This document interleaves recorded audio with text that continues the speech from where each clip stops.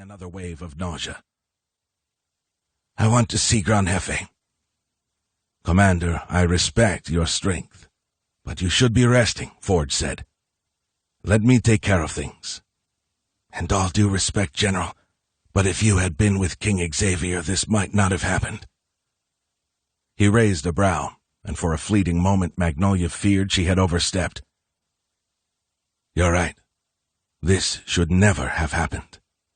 But the king is stubborn," Forge said. She chuckled. "You think?" "Slayer and Blackburn will protect him. They're still recovering from their own injuries." "Yes, but no one will harm them," Forge said. "I'm sure of that." "Why?" "Because they are respected, and because even the traitors know we need them." Forge gestured toward the door. "After you, Commander Khatib." They left the war room and headed down to the brig. Magnolia had to rest 3 times on the way. A guard stood outside the hatch to the brig when she arrived. He came to attention with a sluggish salute. "Take us to Jorge Mata," Forge said. The guard led them through the dark compartment, past several hatches, to the one at the very end of the space. Light from the dim corridor spilled into the small space where Gran Jefe sat on a bunk. He stood while the guard unlocked the gate.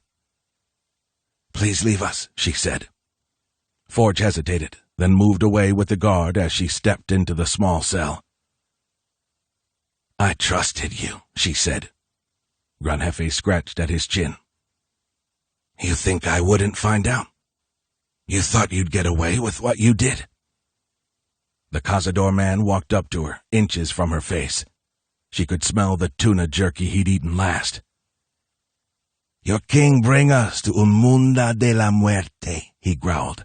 "A world of death. He have to prove himself."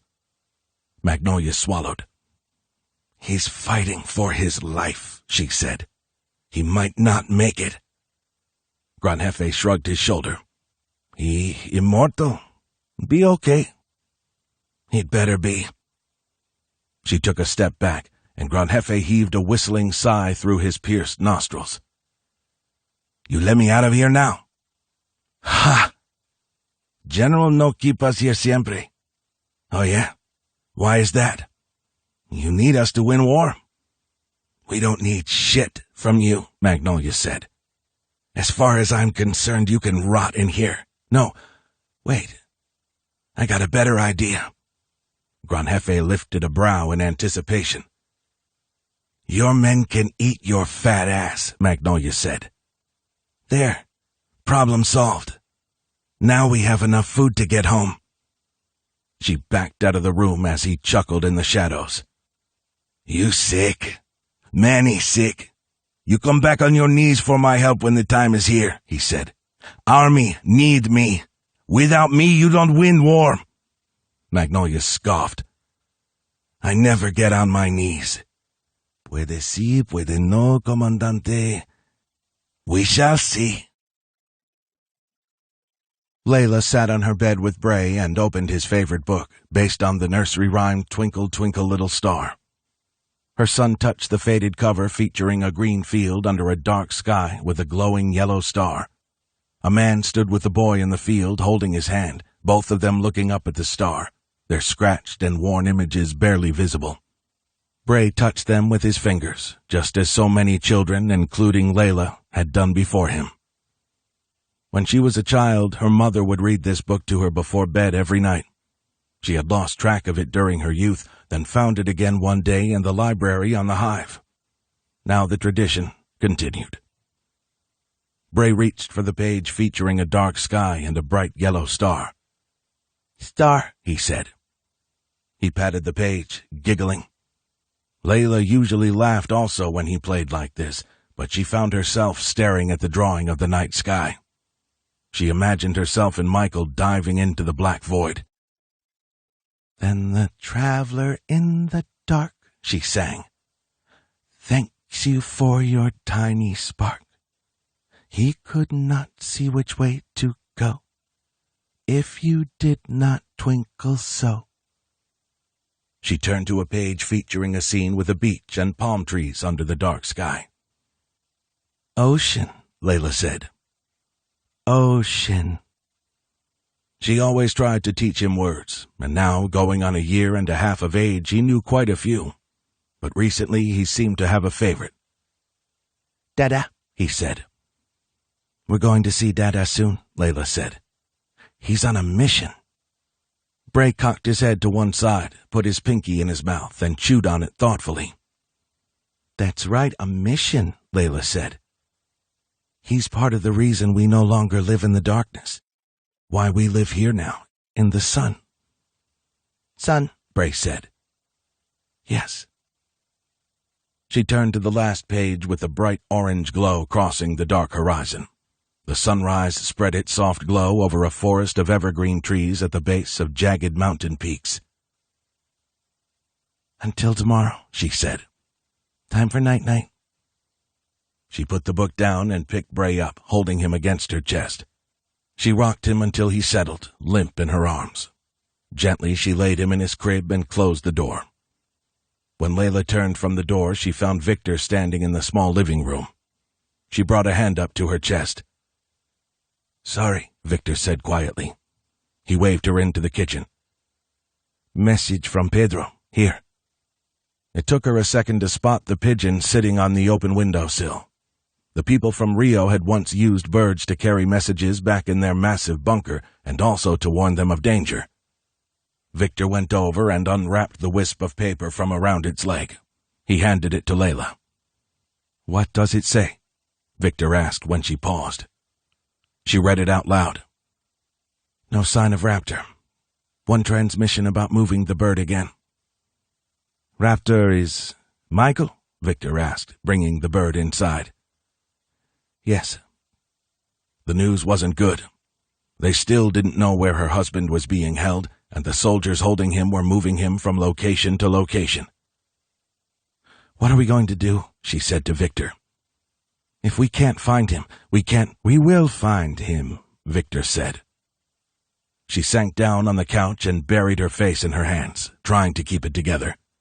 Not only did she not know where Michael was, but she still had no idea where Charmer and his people had taken Rhino Jr. You need sleep, Victor said. Layla lifted her head up and nodded. He was right. The best thing right now was to get some rest. I'll keep watch, Victor said. Thank you, Victor, for everything. He held her gaze a second, long enough for her to see the pain in his eyes. She knew he was hurting. He had lost his best friend Tun and the king. Everyone he loved was dead, except for Michael. You are a loyal friend, Layla told him. I'm lucky to have you with me. I'm the lucky one, he replied. What I do, your people have done for mine 100 times over. Try and get some rest too, okay? Okay. Layla went to her bedroom and took off her boots. She took out the sheath knife she had used to kill the cazador and put it under her pillow. Banging brought her back. She shot up in bed, groggy, scanning the darkness of her room. In the doorway stood the lean, muscular frame of Victor. Soldiers, he said. 3 in hall. Layla had hoped this was a bad dream, but the banging was real. She fingered the knife under her pillow, wondering if somehow the cazadores had found out that she'd used it to kill one of their own, or maybe someone had seen the pigeon fly up here. Squalling came from Bray's crib. She rushed into his room and picked him up, trying to soothe him. Open! Shouted the same soldier who had taken her to the sky arena. She looked back to Victor. There was no time to escape, and even if they could somehow slip out the window, where would they go? She backed away from the door and Victor opened it. The 3 men barged inside. The man who had taken her to the sky arena wasn't grinning this time. You come, he growled. What's this about? Where are you taking me now? Layla asked. The man handed her what looked like a black hood and gestured to put it on. Victor stepped beside Layla. Back, cabron, said the soldier. He held the hood out to Layla. Bray reached out for the hood and giggled, but Layla knew this was no game. The last time they took her, she had agreed to save Victor, and also because they let her take Bray with her. This time it was clear he wasn't coming.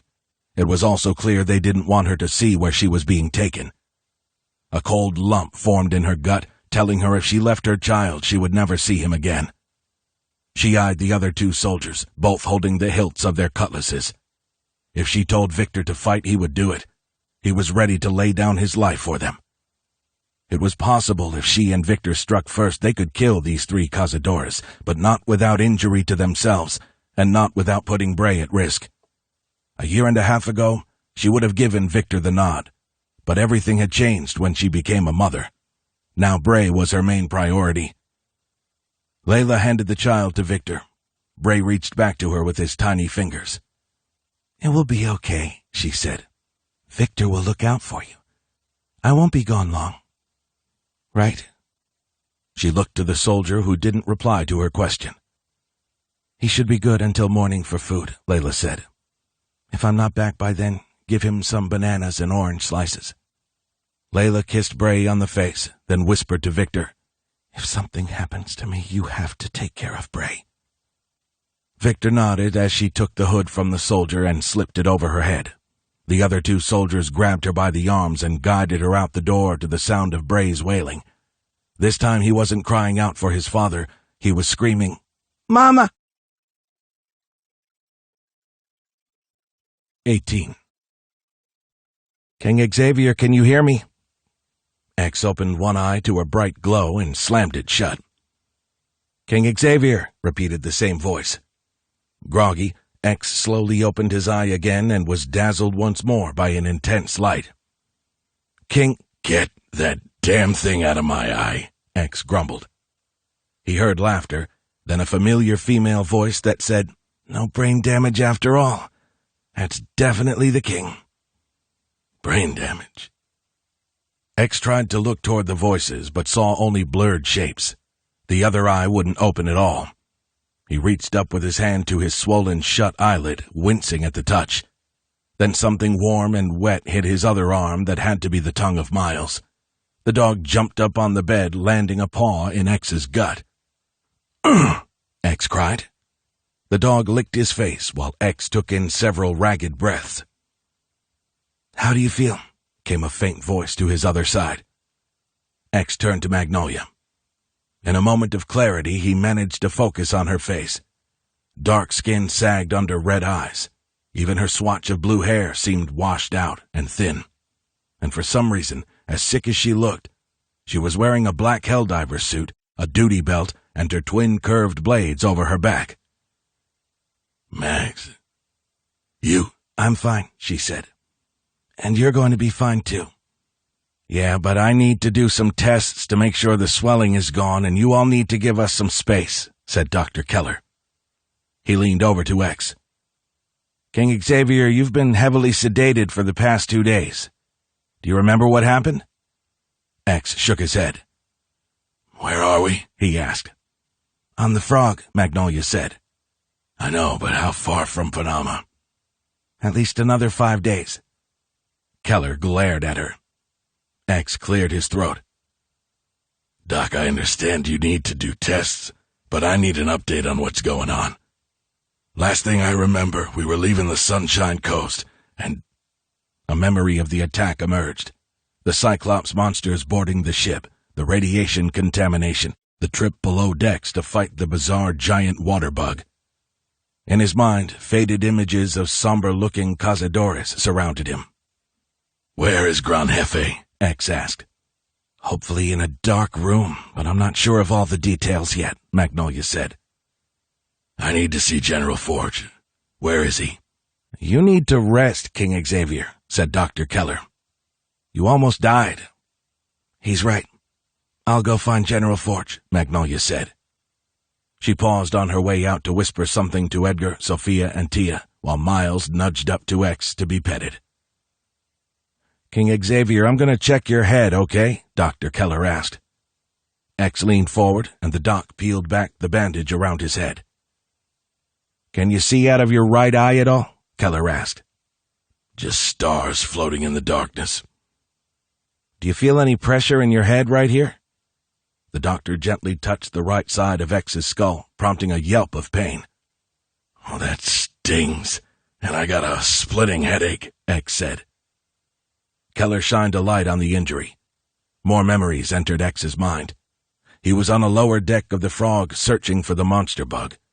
He recalled finding the bodies of the cazadores who had gone before him, looking like some sort of deflated rubber dolls.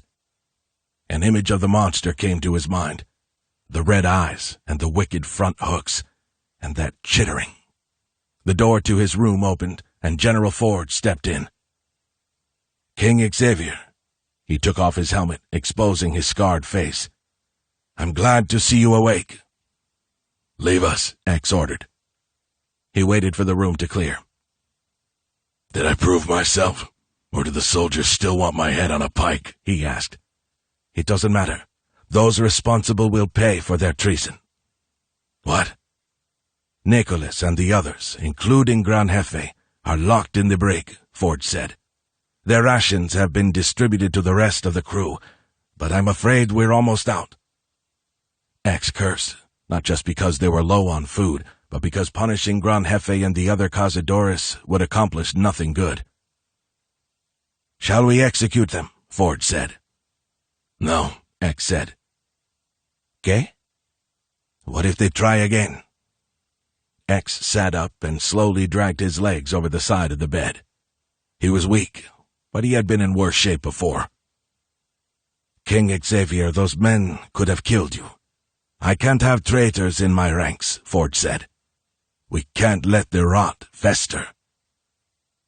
"You're loyal, and I'm grateful for that, General. But if I were a cazador, I would have lost faith in my leadership too." "What happened is not your fault." "Bring the prisoners to the mess hall and gather everyone else. I have something to say." Ford put his helmet back on and left, replaced by Magnolia. "What's going on?" she asked. "Tell Keller I need to see him again."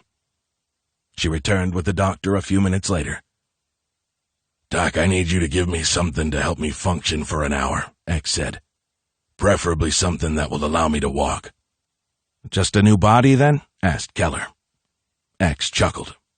"That would be nice, but some sort of stim should suffice." "Why? What do you have planned?" Magnolia asked. The PA system crackled with a message in Spanish, then English. "All hands to the mess hall in 1 hour." "This isn't a good idea," Magnolia said. "People are hungry, tired, and sick." "Which is exactly why I need to speak to them," X said. Magnolia took a seat at his side. "X, when I saw you lying here the other day, I told you something I've never said. Do you remember?" He shook his head. "I said you're like the father I never had." Unsure how to respond, X reached out and patted her on the shoulder. "I'm telling you this because I don't want to lose you," she said. "I know you'll never do it, but I think it's time for you to sit back and let General Ford run military operations."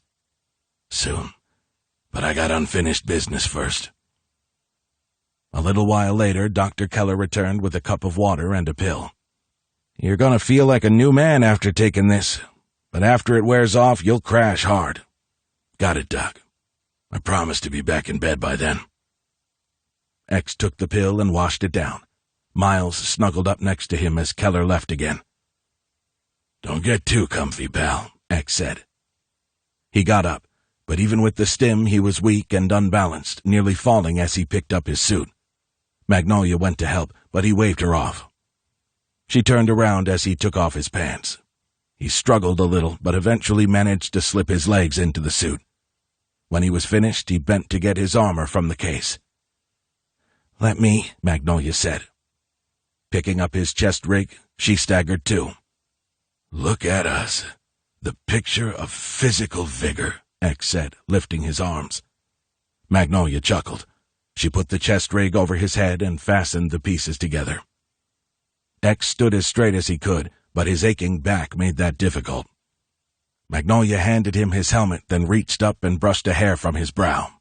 Then she stepped back and nodded. "How do I look?" he asked. "Like you're ready to persuade us to jump into hell again," she said. He grunted. "I wish I didn't have to." Miles jumped down to the deck and followed them out of the room. Edgar, Sophia, and Tia all came to attention, shocked to see X in his armor. Slayer and Blackburn both bowed. X nodded back, then followed everyone out of sickbay. The mess hall was packed with crew and soldiers. Granjefe, Nicholas, Sebastian, and the other cazadores who had forced X onto the lower deck to fight the Goliath bug were standing together with their wrists cuffed. Stripped of their armor and weapons, they looked frail and somehow smaller. Even Granjefe seemed less menacing. Almost pathetic, really, with his gut hanging over his belt. None of them saluted X as he crossed the room, but the rest of the soldiers and crew gave a sharp salute. Nonetheless, he could smell the distrust.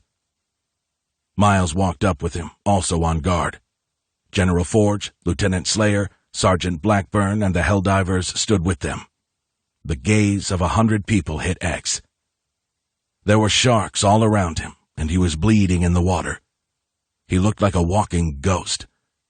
But he had the stim and would utilize it while he could. "I asked you all here to tell you the truth," X boomed in his loudest voice. "I've made many mistakes during my life. As a husband, friend, soldier, and especially as a king. While diving and searching for supplies and food, I have seen countless people die, both on the airships and on the ground. I don't know why I'm still here when better men and women are not, but I can tell you right now, I'm as mortal as anyone here." He looked down at Miles. The dog looked up with eyes clouded by cataracts, as if to remind X that his best friend was not eternal either. "I will die someday, maybe someday soon," X said, lifting his gaze back to the soldiers and crew. "But before I die, I will take the islands back from Captain Rollo, Charmer, and the miscreants who aided them. I swear this to you." This brought several grunts and nods. "Then my time as king will end," X said. "I will pass the torch to someone more capable whom you all support. You have my word." General Forge turned to look at X. "Granjefe, step forward," X said. The big man took one step. "You asked me to prove to you that I am not cursed," X said. "Now I ask you to prove yourself." X looked to the other prisoners. "I ask you all to prove yourselves by preparing for Panama and for what awaits us back at the Vanguard Islands, to follow me one last time into battle." The men all stared at X. He looked at them in turn again, then motioned for General Forge. "Free them," X ordered. Forge seemed to hesitate, then followed the order. "We have one last chance to save our home," X said. "I won't screw up again. This time I will lead us to victory, or I will die trying." All across the room, heads nodded. X felt the stim pill wearing off. His head pounded, and his legs felt weak. "Get some sleep," he said. "When we get to Panama, we'll deploy teams to search for survivors and supplies." The room began to clear, and X called Granjefe. The cazador lumbered over, rubbing his wrists. "Don't speak," X said. Granjefe shrugged a shoulder. "I don't blame you for what you did to me," X said. "You have every right to challenge me, but I need your support when we get home. Not because I'm afraid of dying by your sword or of death at all. I'm ready to die. But if you turn on me again, I will send you straight to hell." The big cazador snorted. "You think I want La Corona?" He wagged his finger. "I no want crown." "Then what do you want?" "Justicia." 2 days after entering the capsule with the little black beads, Cade was starting to go stir-crazy. He remained suspended in the slimy material, watching as the tiny bots skittered over his skin.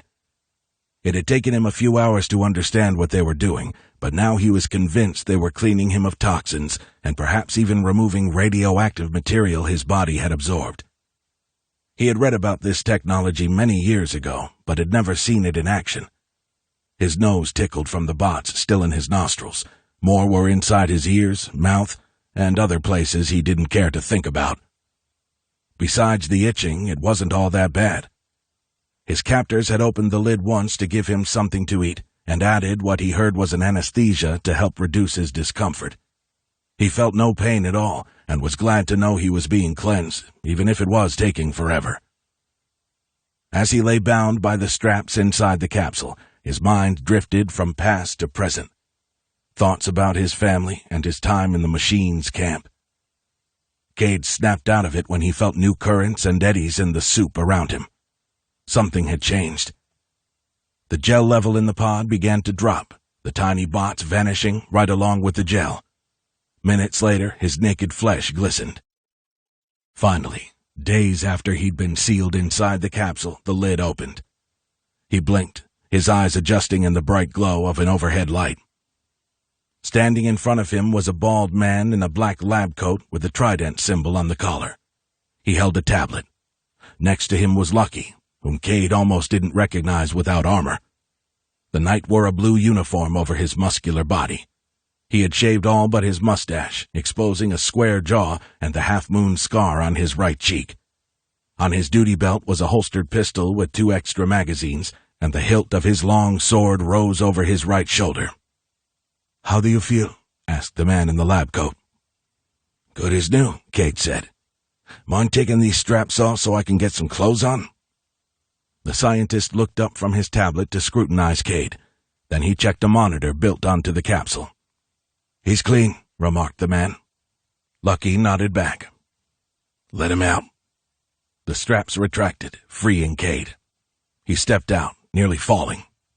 After getting his balance, he slowly walked over and leaned on a table for support. "Take a few minutes, then put this on, and follow me," Lucky said. He handed Cade a suit. The tingling sensation in his limbs burned for the first few minutes. Bad enough he clenched his jaw. When they finally passed, he took the suit and began to dress. Lucky led him out of the room into a long corridor wide enough for vehicles. More scientists in black lab coats walked past, some of them eyeing Cade skeptically. "Where are we going?" Cade asked. Lucky didn't respond. That was unusual since their bonding journey, but perhaps something had changed since they got back. Well, of course it has, Cade thought. These people had lost a knight, a pilot, and General Jack. It was no surprise Lucky had closed off.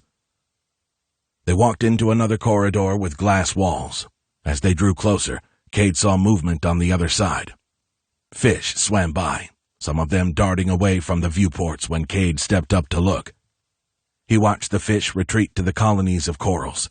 Orange, red, and pink polyps grew in shelf upon shelf inside the tank. "We call it the fishbowl," Lucky said. "It's where we get most of our protein, including new seaweed harvests."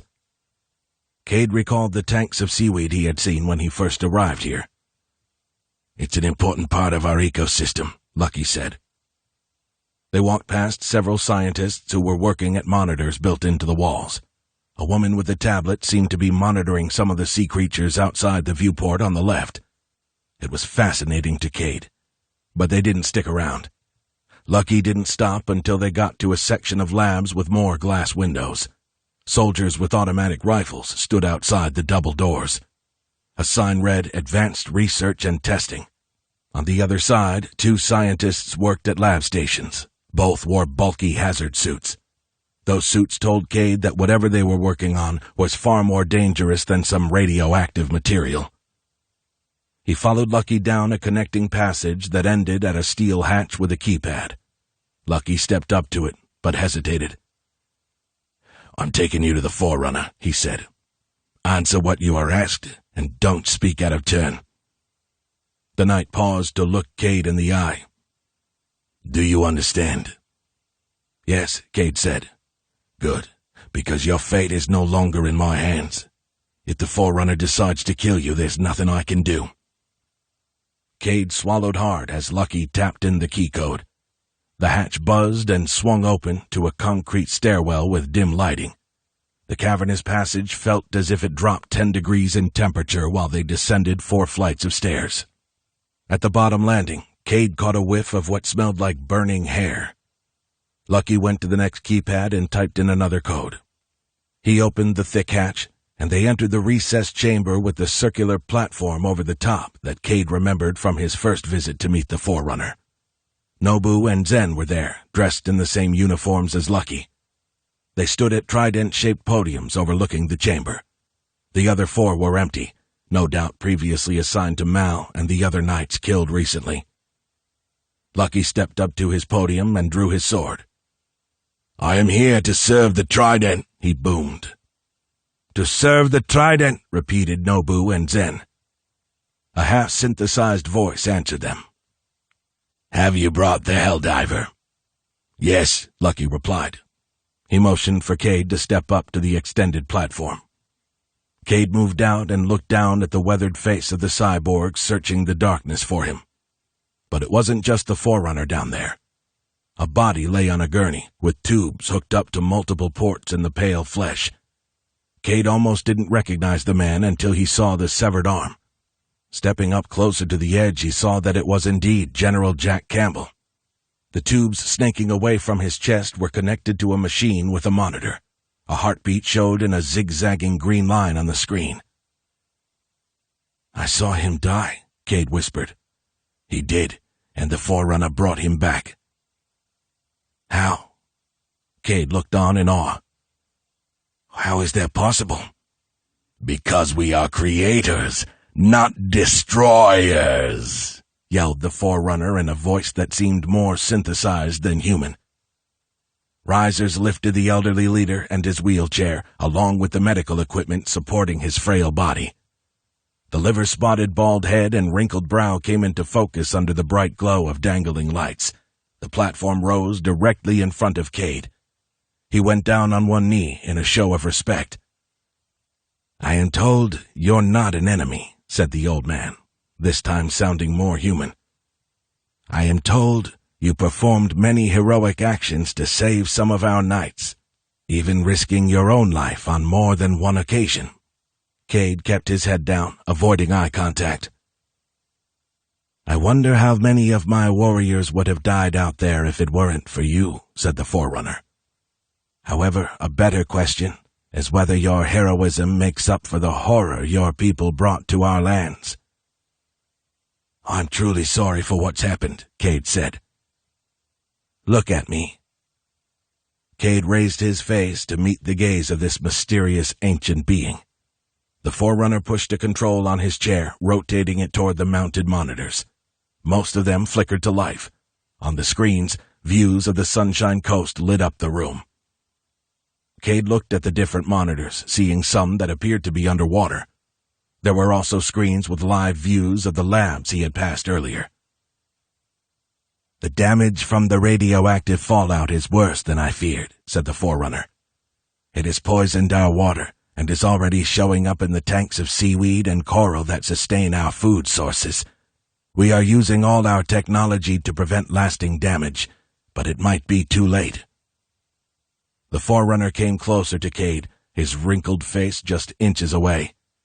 Cade braced for punishment from this man of unknown powers. "Your king escaped the fallout and the monsters, which is impressive," the Forerunner said. A flood of relief washed through Cade. He tried to keep his emotions from showing. "Where will your king go now?"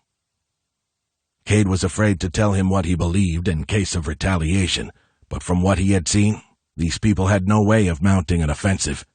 Chances were good they didn't even have the means to hunt down the frog with more than a dozen knights. Still, he couldn't risk telling them where the Vanguard Islands were located. It was simply too dangerous. After a brief pause, Cade decided to give a half-truth. "Panama, to our outpost, a place called Gateway," he said. "He will probably try to refuel and stock up there before hunting down Captain Rollo, the man responsible for what has happened to your lands and resources. He won't return to your home, these metal islands?" Cade was surprised to hear the Forerunner invoke the former name of the Vanguard Islands. "Speak quickly, Helldiver," Lucky said. "I do not know," Cade said. I suppose you don't know the location of the metal islands either, do you? The Forerunner asked. The cyborg came closer, his rancid breath hitting Cade. I do not know the location. It has been guarded closely, like the location of your home here, Cade said. The Forerunner seemed to study Cade for a long moment. Normally, Cade didn't fear men, but the creature in front of him wasn't entirely human. He was part machine, something that Cade did fear. Cade saw the Forerunner shift his eyes, one cybernetic and the other human, away and over to Lucky. Do you believe these words are true, Lieutenant Gas? The Forerunner asked. Cade couldn't help but look over. Had Lucky been promoted? Yes, I believe the Helldiver speaks the truth, Lucky replied. Then you have new orders, said the Forerunner. Prepare a Sea King chopper for a long journey to this outpost gateway.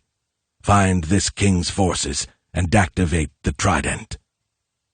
In his peripheral vision, Cade saw Lucky stiffen. Do you understand? The Forerunner asked. Yes, Lucky replied.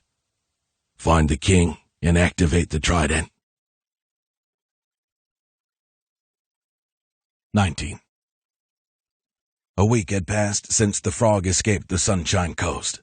The ship was now mere miles from the Panama Canal and Outpost Gateway. Magnolia stood in the crow's nest with X. They were both on the mend, but the radiation poisoning still lingered for Magnolia. She was hungry, exhausted, and sick with worry about what they would find here. X had suffered a concussion from his fight with the water bug, and like everyone else on the ship, he was frail from lack of food. General Forge climbed up with them. We have not picked up any radio transmissions from the outpost, he reported. Understood, said X. Keep radio silence. Are you sure? Magnolia asked.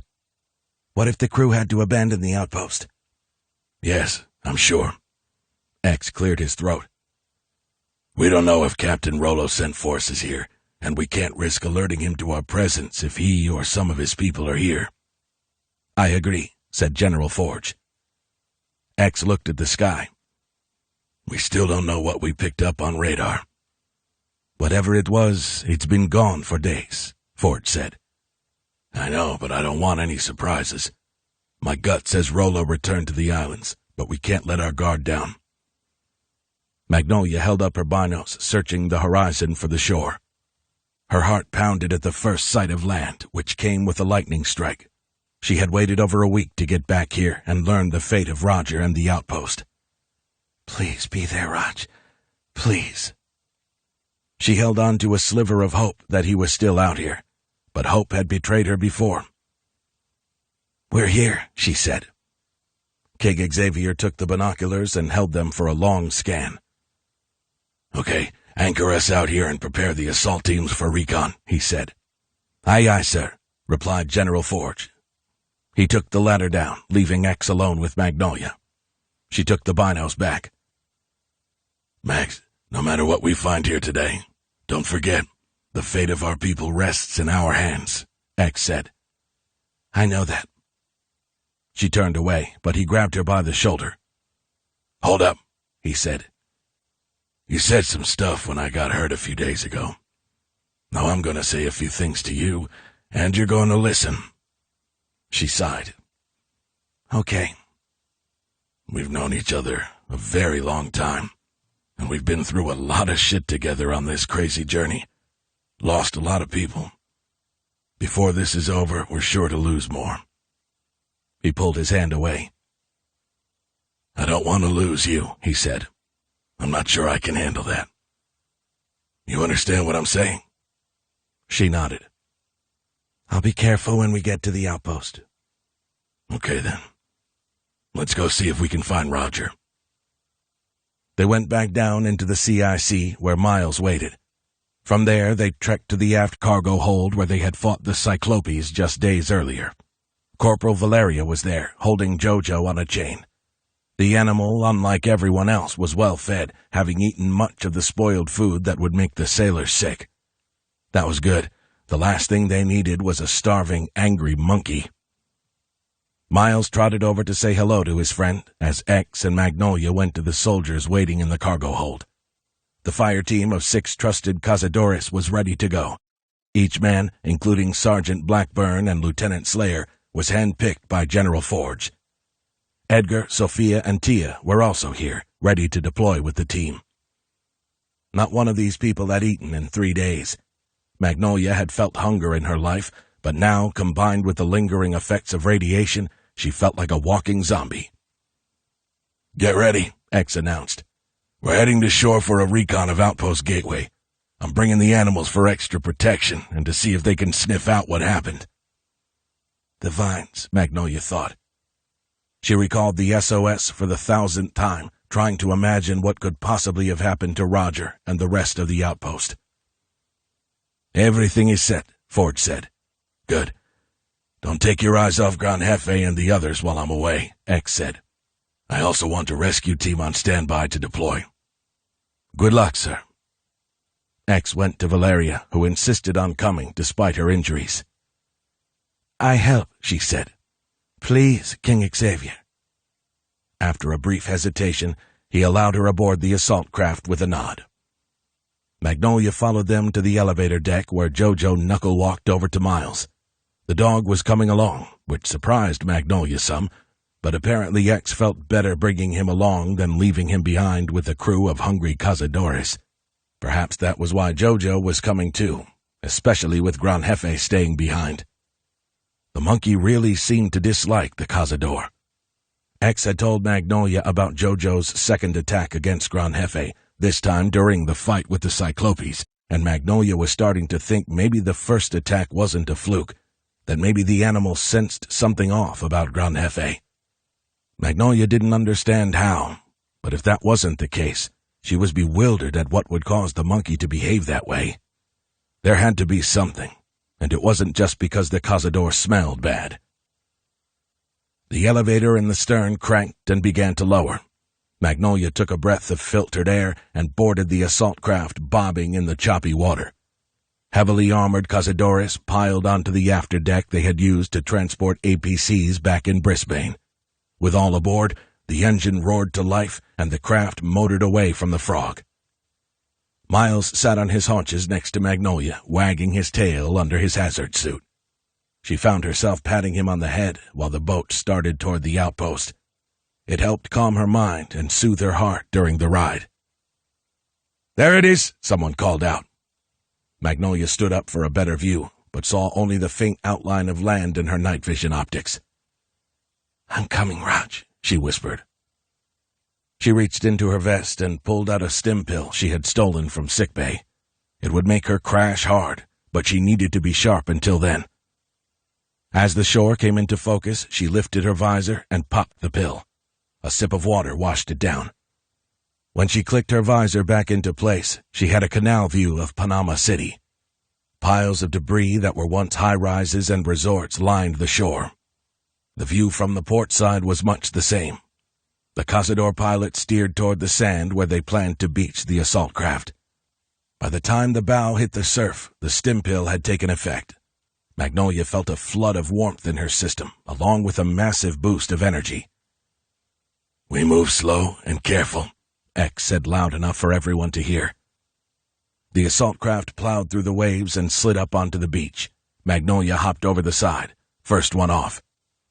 "Mags, remember what I said," X called out. "Jojo will take point." Valeria took the chain off the beast and let her roam.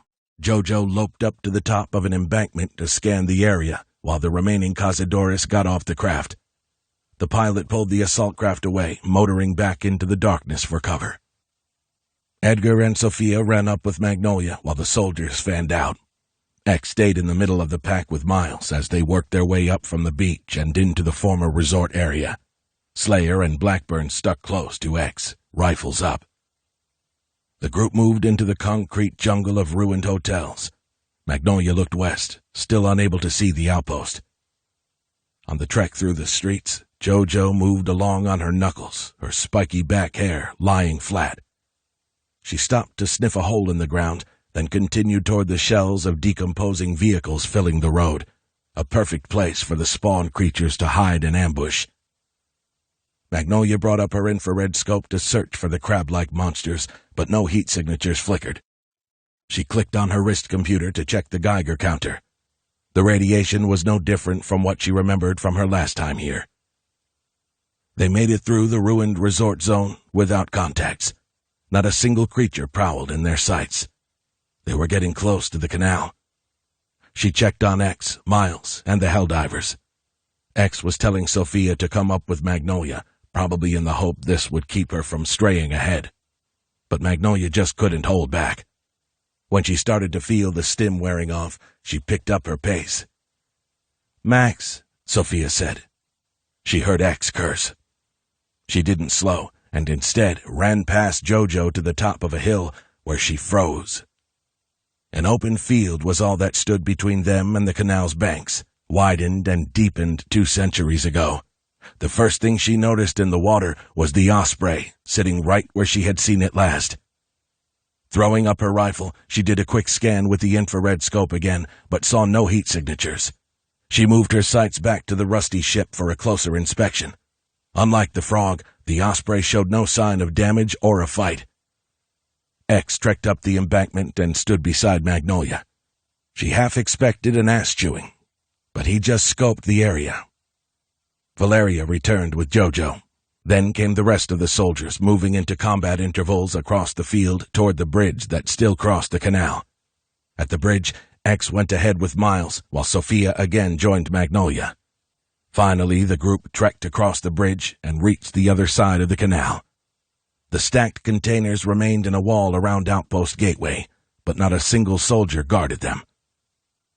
Magnolia studied the terrain, not seeing any bodies of Spawn or the gargantuan breeders. There were no twisting vines or fiery radioactive beasts. Jojo's hair remained flat, still indicating no perceived threats. There was nothing out here, it seemed. The Cazador fire team and the Helldivers advanced around the containers to the front gates, which stood wide open. Tents, some of them unzipped, flapped in the breeze.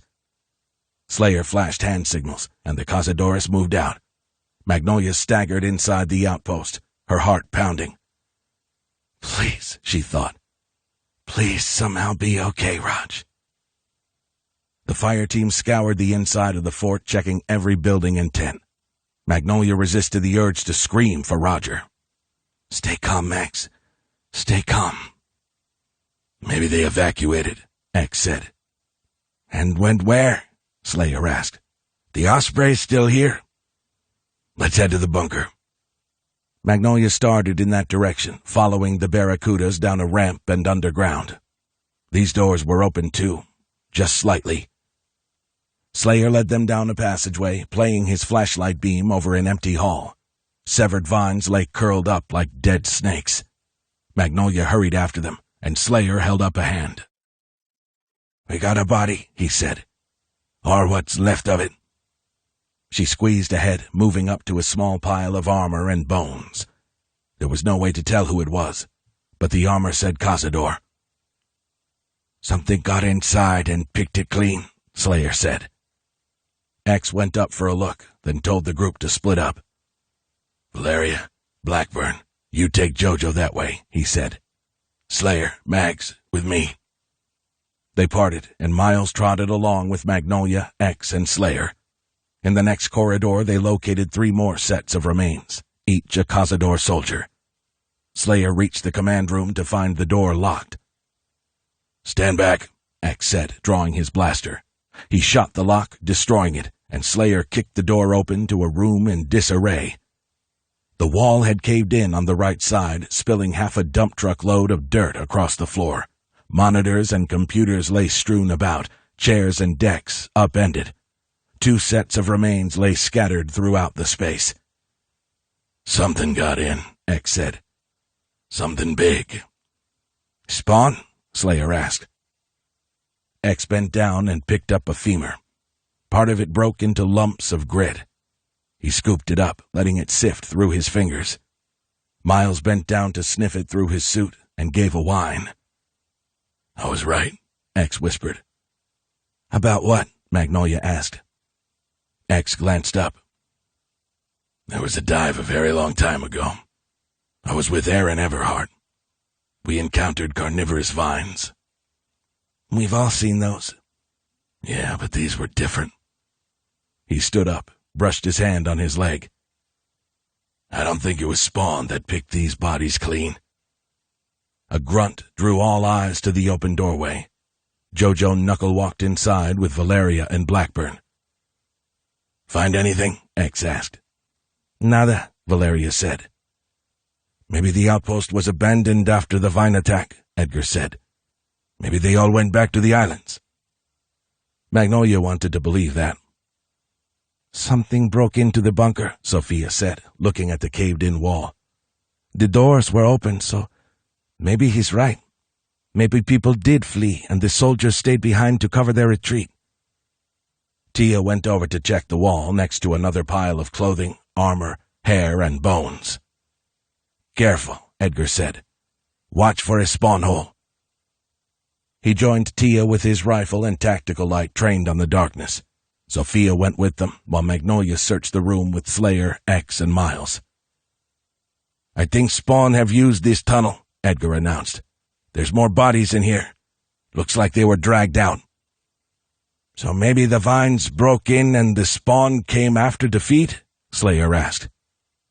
Magnolia was growing impatient. We need to keep searching, she said. There could be survivors. Okay, X said. Let's head topside. Wait, Edgar said. Magnolia was already heading out of the room when she heard her best friend cry out. Oh no, Sophia murmured. She was standing next to Edgar at the mouth of the tunnel. He seemed to be holding something. Sophia blocked Magnolia as she rushed over. What? She asked. What did you find? Edgar kept his back turned. What is it? Magnolia asked. She forced her way past Sophia, nearly pushing her out of the way to find Edgar holding a twisted pair of eyeglasses. Magnolia stared at them a moment, realization setting in as she finally reached out and took them gingerly from him. Where did you find these? She asked. Edgar pointed his chin at the bones in the cavernous hole. Most had been smashed to little hills of ash. Magnolia looked again at the glasses, confirming they had belonged to Roger. A tear rolled down her cheek as she slipped them gently into a vest pocket. Then she went down on her knees in front of the tunnel opening. She reached inside with both hands, scooping up the ash in her palms, all that remained of her lover and best friend. No, she mumbled. Oh, God. Oh, please, no. X walked over. Max, She brushed his hand off with a shake of her shoulder before collapsing in tears. Roger, I'm so sorry, Magnolia said. Raj! A shriek interrupted her sobbing. At first she thought it was her own voice. What is that? Someone asked. It's coming from, Slayer said. Magnolia noticed a glowing orange light under her visor. She slowly glanced up as the tunnel brightened. Slayer and Blackburn ran over to her with rifles up, aiming down the corridor. She went back to scooping the ashes into a pile as carefully as she could. Mags, X said. Mags, we have to go. Magnolia remained on her knees in front of the tunnel, collecting the ash into a waterproof bag she often used for electronics. The shrieking grew louder, the orange glow more intense. King Xavier, we need to get out of here, Slayer said. Something's coming. Fast! Hands reached down and picked Magnolia up. Ash sifted down from her hands. No! She wailed. Edgar and Sophia dragged her out of the room, moving into the passage just as a glowing humanoid figure with bark-like skin emerged in the tunnel entrance where Roger had perished. The alarms from the Geiger counter chirped at a major spike in radiation.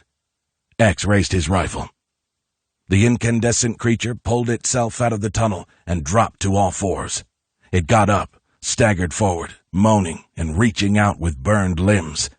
Tattered, blackened clothes hung off the hardened muscles and flesh which seemed to glow and pulsate between the grooves.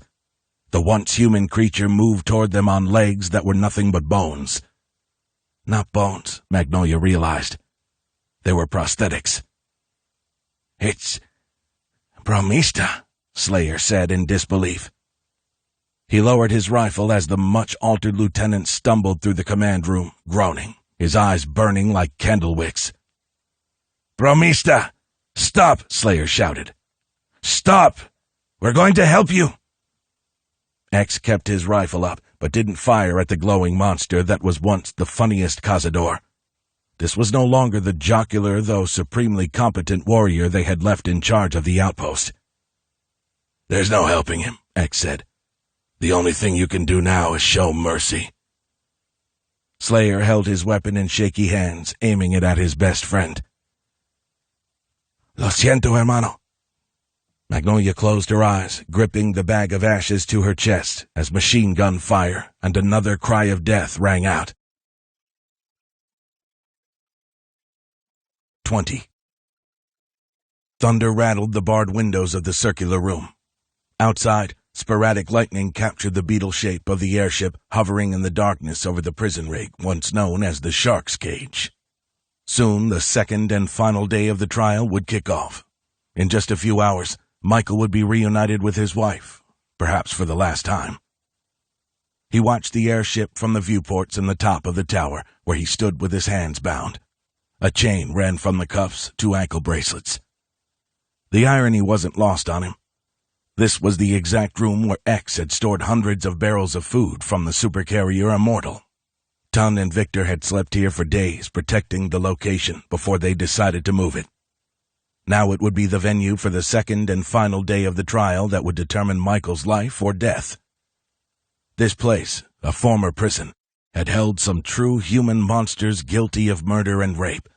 Some of those prisoners had spent hours and months in this very room, making ammunition and explosives. The metal chairs where those prisoners once sat now supported the 5 jurors of the trial: Martino, Salamander, NCO, Donovan, and Bailey. 2 Cazador soldiers stood guard at the single door to the room.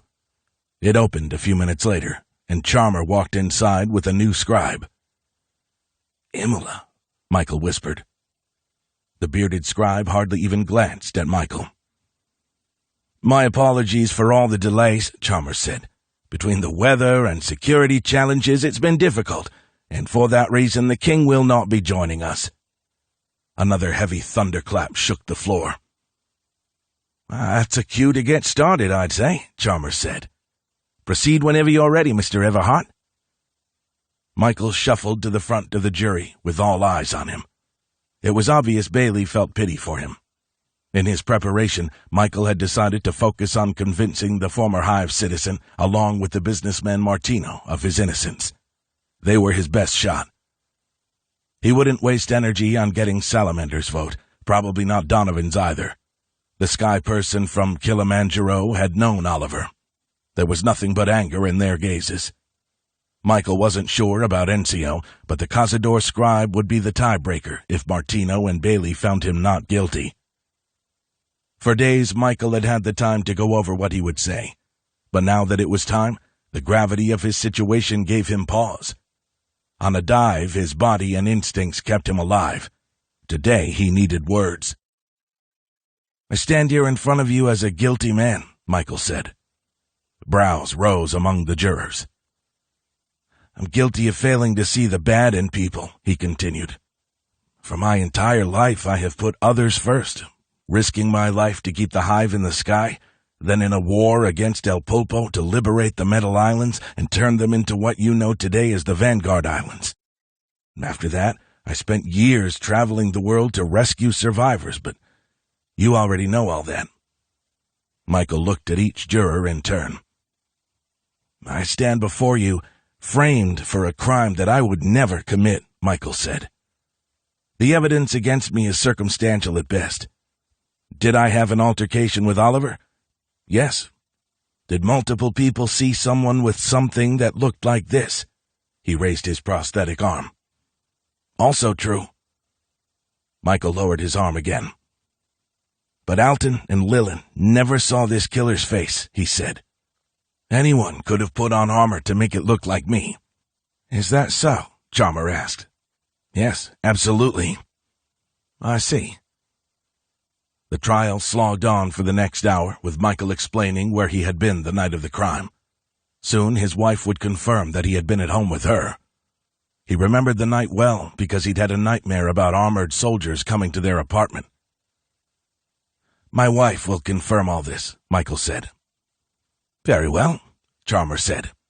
"Let's take a short break, then reconvene with the defendant's witness." The jurors left the room with Chalmers and one of the guards, but Imola stayed. He walked over to the viewports to look out the windows. Both men knew how dangerous it would be to talk. For all Michael knew, Chalmers had hidden cameras or mics in here, but there was one question he didn't fear. "Imola, if I am found guilty, what options do I have?" Michael asked. "Can I request judgment by combat?" "I'm afraid not. The Cazador ways are over. Violence is prohibited in a new law signed by King Rollo. He has declared an end to the old ways." "So my options—" "I'm sorry, Chief, Michael. I'm also sorry about King Xavier. He was a brave leader," said the scribe. "But he knew the risks when he decided to go to Panama and beyond." Michael wondered if Imola had any idea about the truth. "There was a woman, Janga, on the hive when I was growing up. She believed it would take a prophet of great strength and resolve to find a safe place for us to live." Michael shifted in his chains. "The challenges X survived to get us here and to ensure our survival will echo in eternity." "That's true," said a voice from behind them. Chalmers had returned. "The former king's contribution to the islands will assure his place in history with his predecessors," he said. "El Pulpo and those who came before were warlords. And fortunately for us all, humanity's time for war has finally passed." That famously insolent grin spread across Chalmers' face.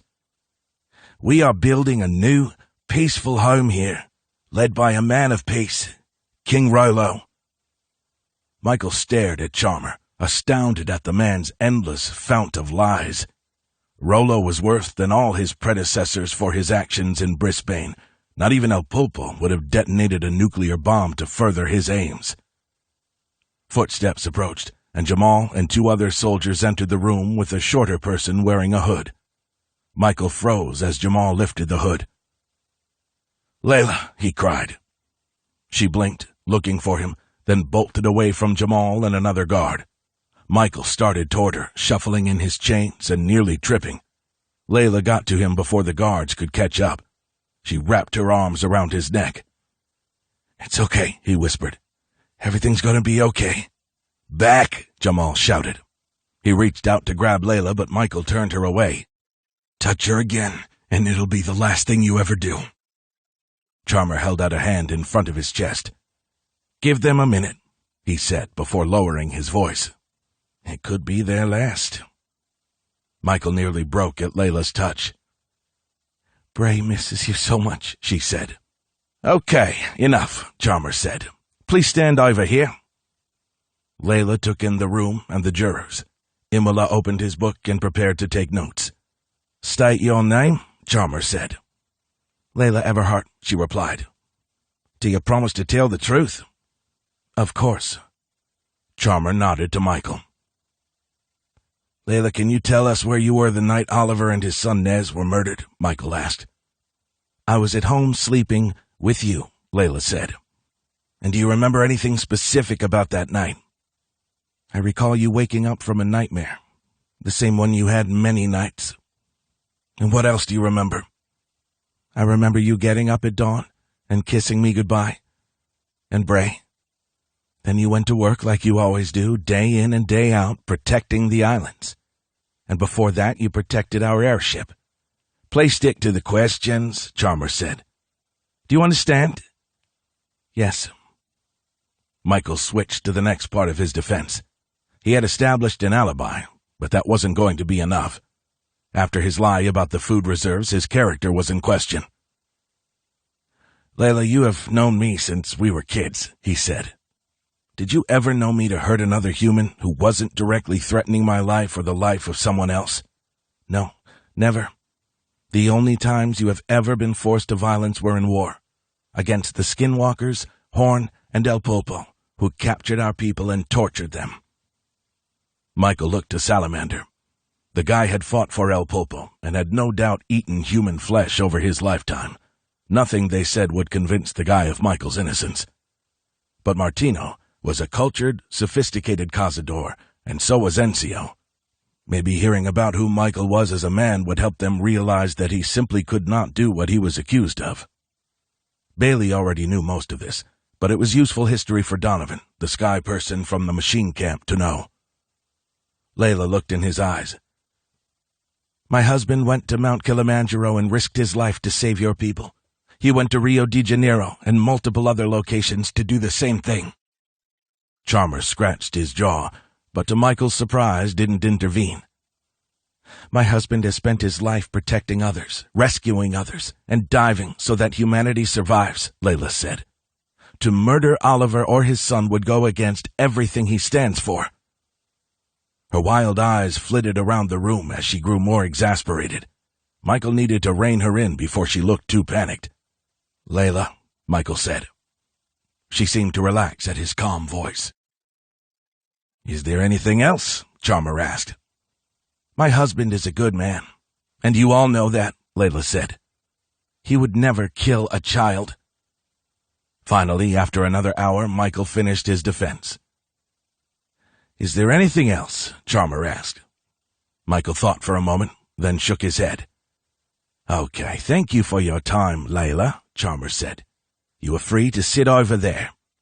She was led to a chair. In a slight change of plans, I'd like to call a witness before you make your final remarks, Chalmers said. As long as that's okay with you. Who is it? Michael asked. Steve Schwarzer. Do you agree to have him here?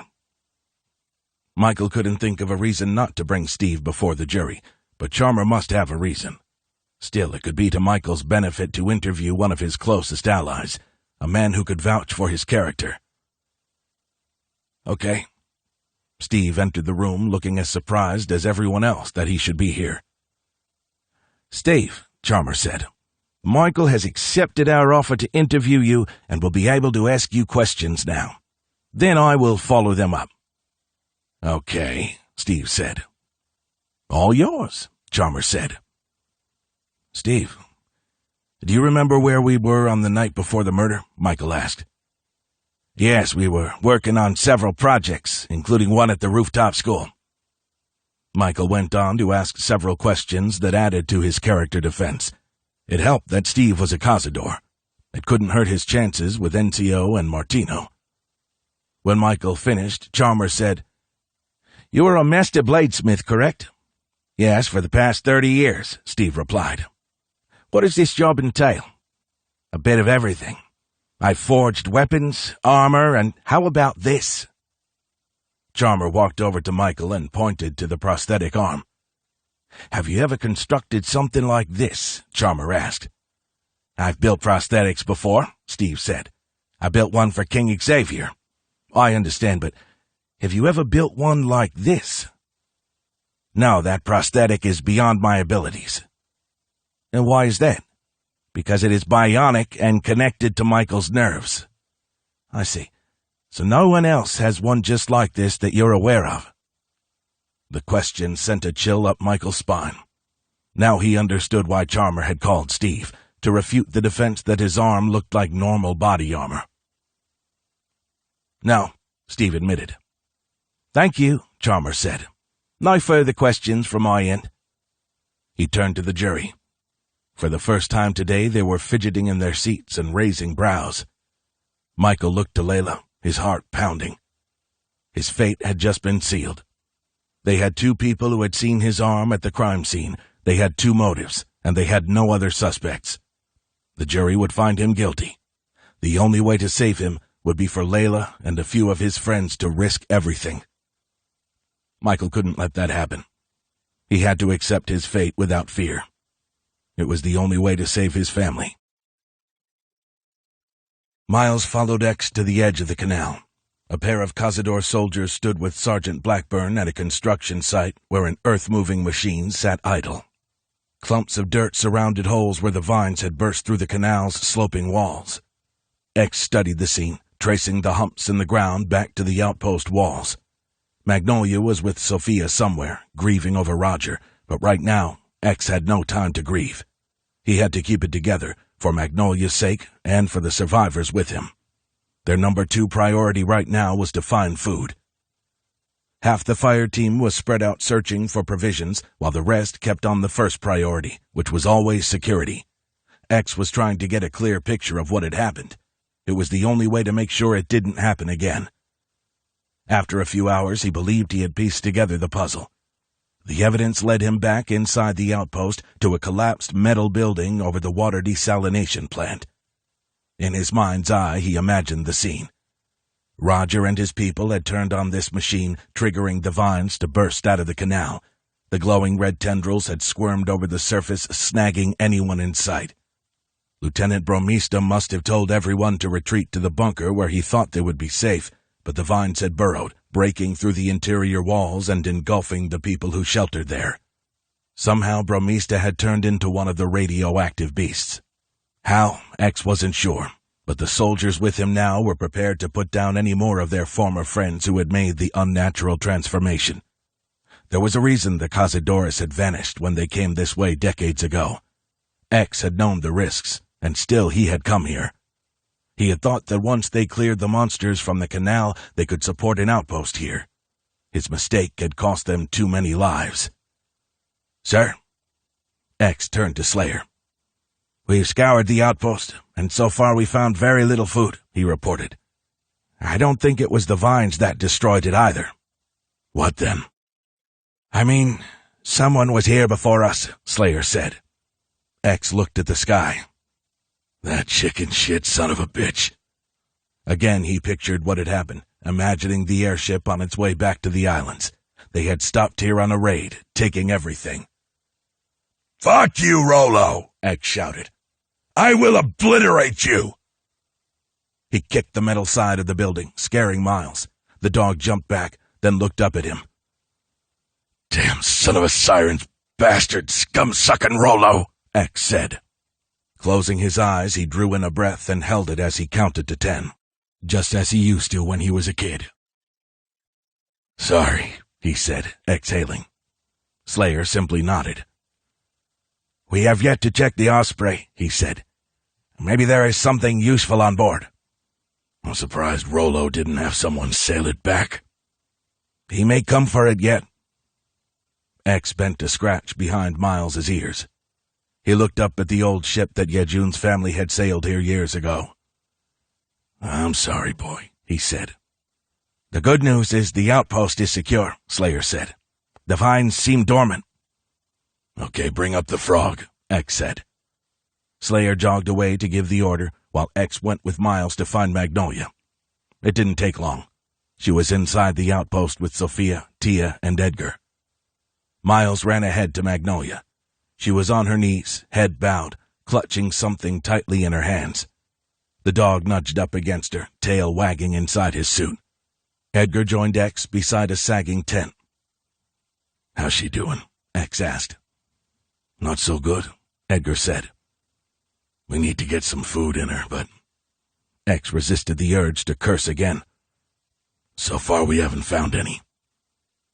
"He came here because of me," Magnolia said. She turned and looked at X. "He died because of me." "That's not true," X said.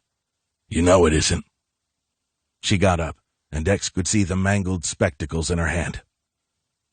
"It's the truth, and I have to live with it." "Time will heal this," Sophia said. She put her hand on Magnolia's shoulder, but Magnolia shrugged it away. "Time doesn't fix the fact this is my fault," Magnolia said. "He should have been with us." "He could still be dead if he'd been with us," X said. "Look at what happened to Arlo." "No, things would have been different." X sighed. He didn't know what to say, not that anything he said would make a difference at this point. Sophia was right. Only time would help. "We're bringing up the frog, and we're going to check out the Osprey for supplies," X said. "It's our only hope at this point. Rollo got here before us. Took every bloody thing." "You got to be joking," Edgar said. X shook his head. I'm going with the Barracudas to check out the Osprey. We're coming, Magnolia said. No, you, X started to say. I know the ship. So does Edgar. Yeah, but... Again, she cut him off. I want to see where Roger lived when he was here. Give that to me, X, okay? Even with the threat seemingly gone, she was a liability out here in her present state of mind, but he wasn't going to say no. She deserved to take anything of Roger's back to the islands with them. Okay, X said. Let's make this fast, though. He kept close to Magnolia on the walk out of the outpost back to the canal. The rest of the Cazadores had gathered there with Jojo. Slayer was pointing out to sea where the frog was now within view. The assault craft they had used to beach in the resort zone was speeding back toward the shoreline. It arrived a few seconds later, pushing up a wave in front of it, ready to extract the group. The group started down the bank, with Jojo again on point. The animal sniffed across the construction site where Roger and his team had run pipes from the canal to the desalination plant. The Osprey was just a short hike beyond the disturbed soil. When they got to the ship, Jojo loped up the ramp to the weather deck. The rest of the team followed. Okay, we split up, X said. Slayer, you take the lower decks with Jojo. I'll head up to the top levels with the divers. Got it. They parted, and X opened a hatch to an internal ladder. The mess is on this level, Magnolia said. Go there.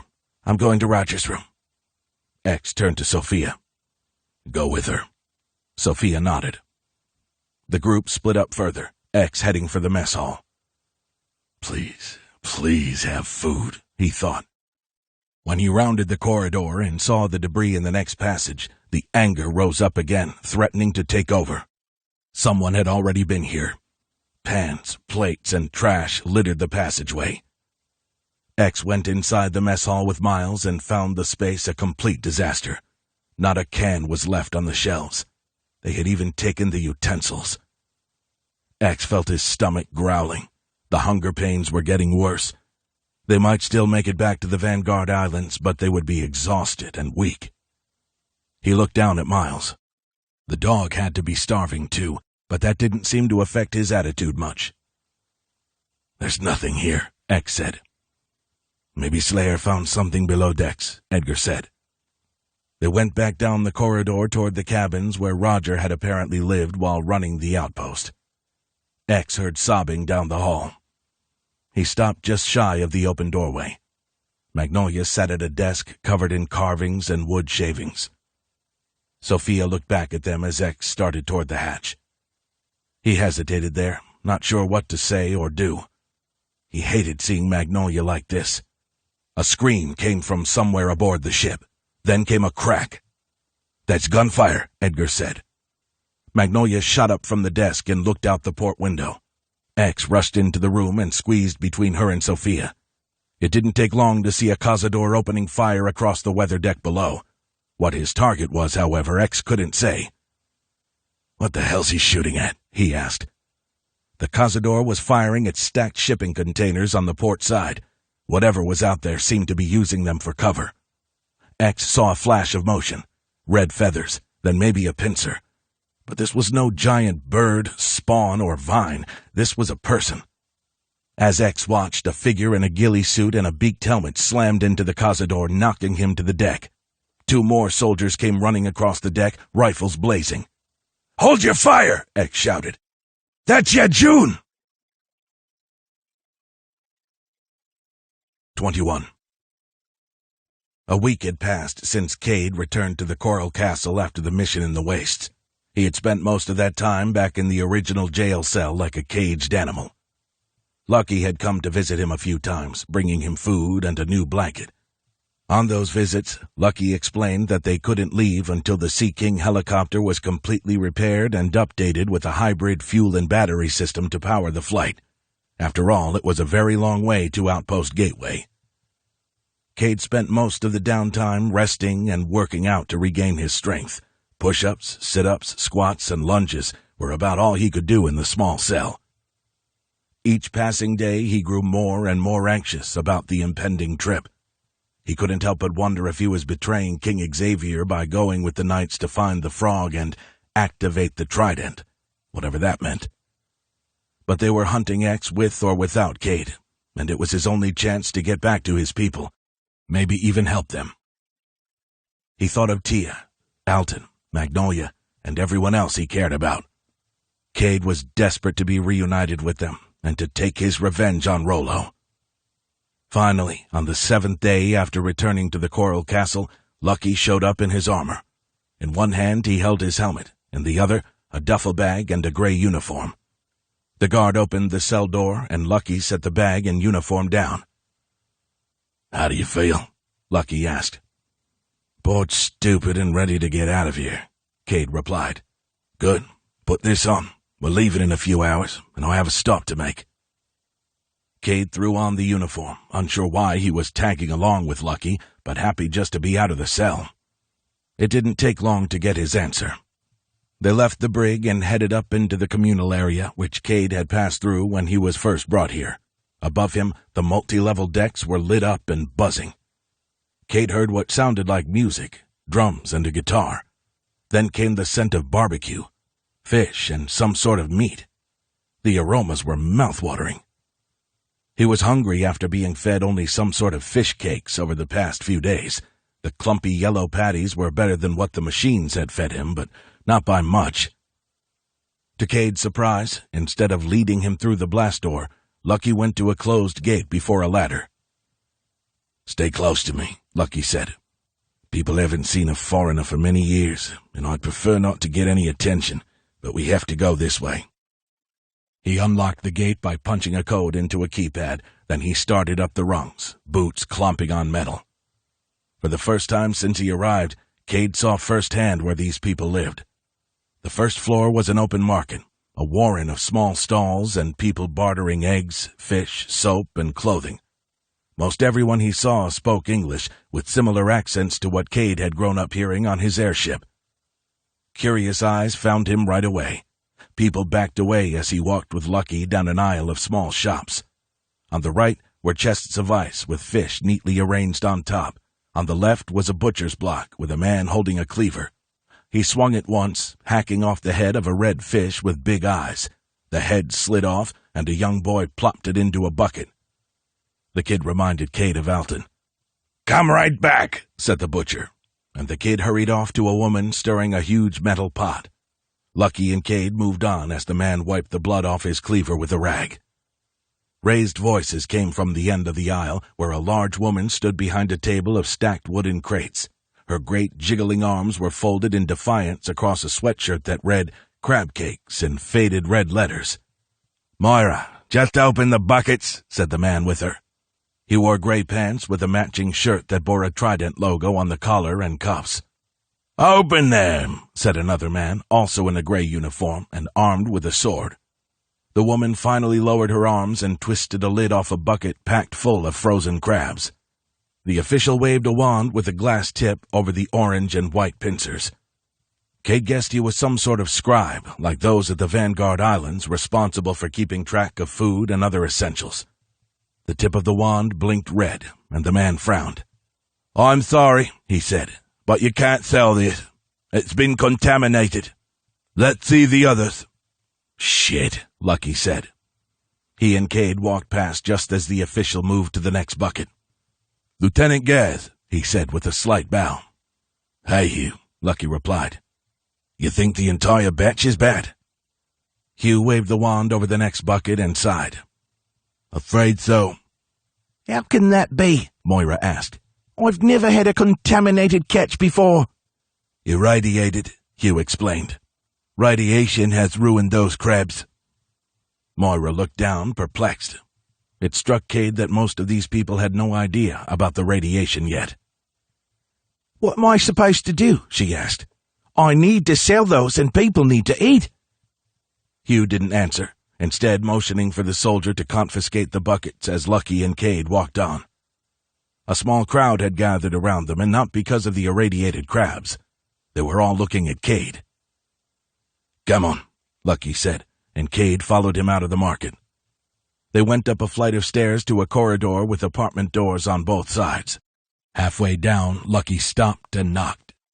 It cracked open, and a woman looked through the gap. "Gas," she said in surprise.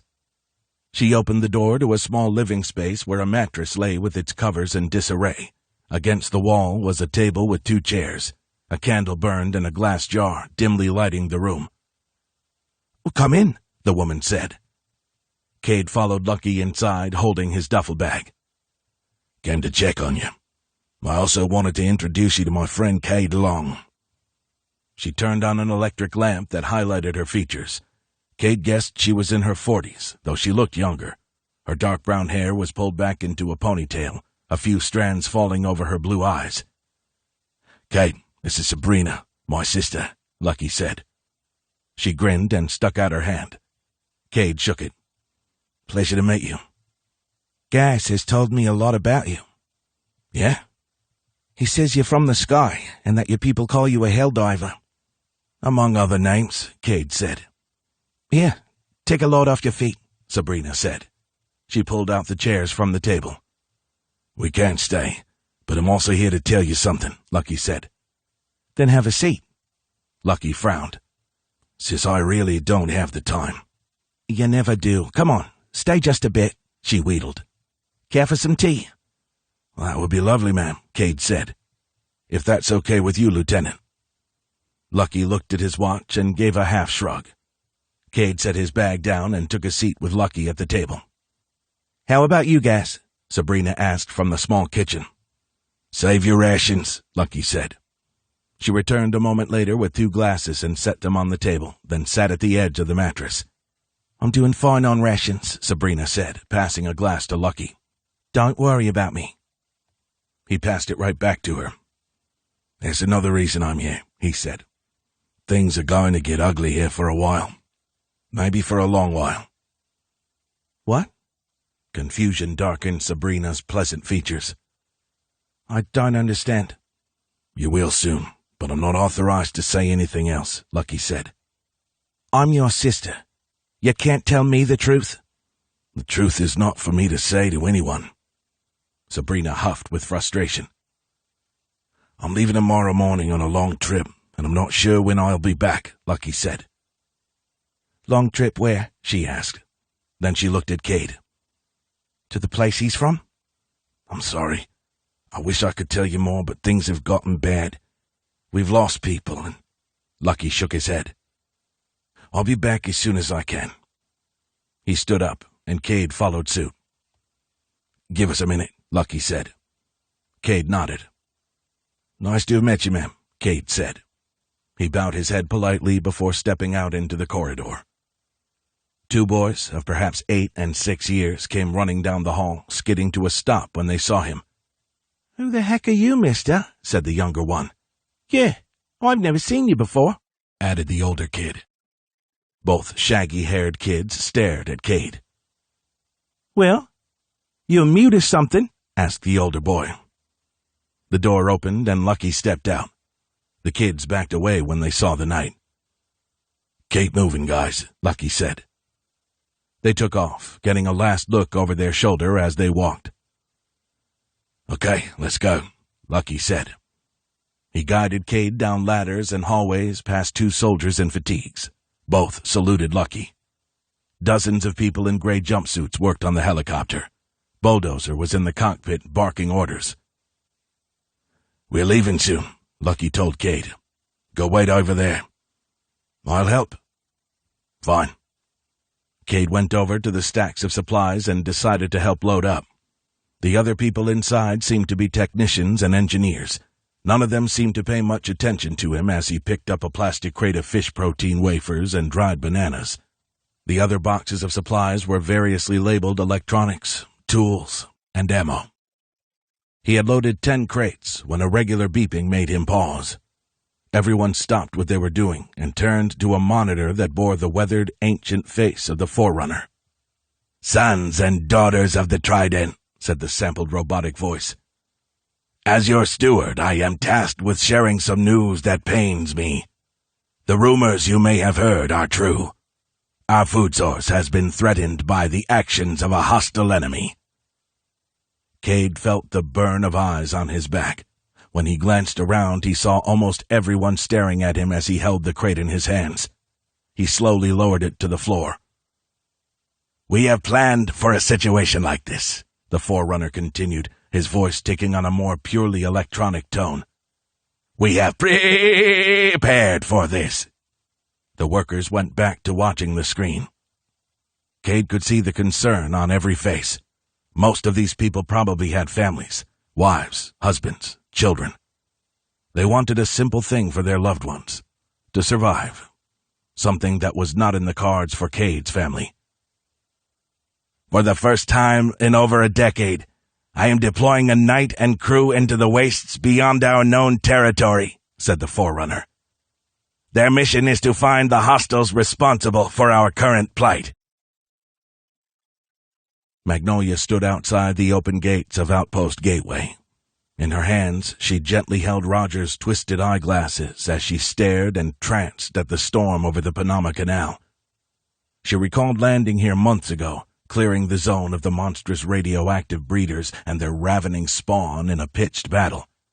It had cost the Vanguard Army many Cazador and Sky Fighters, but they had ultimately secured this area, preparing it for the outpost and opening a way to the Pacific Ocean.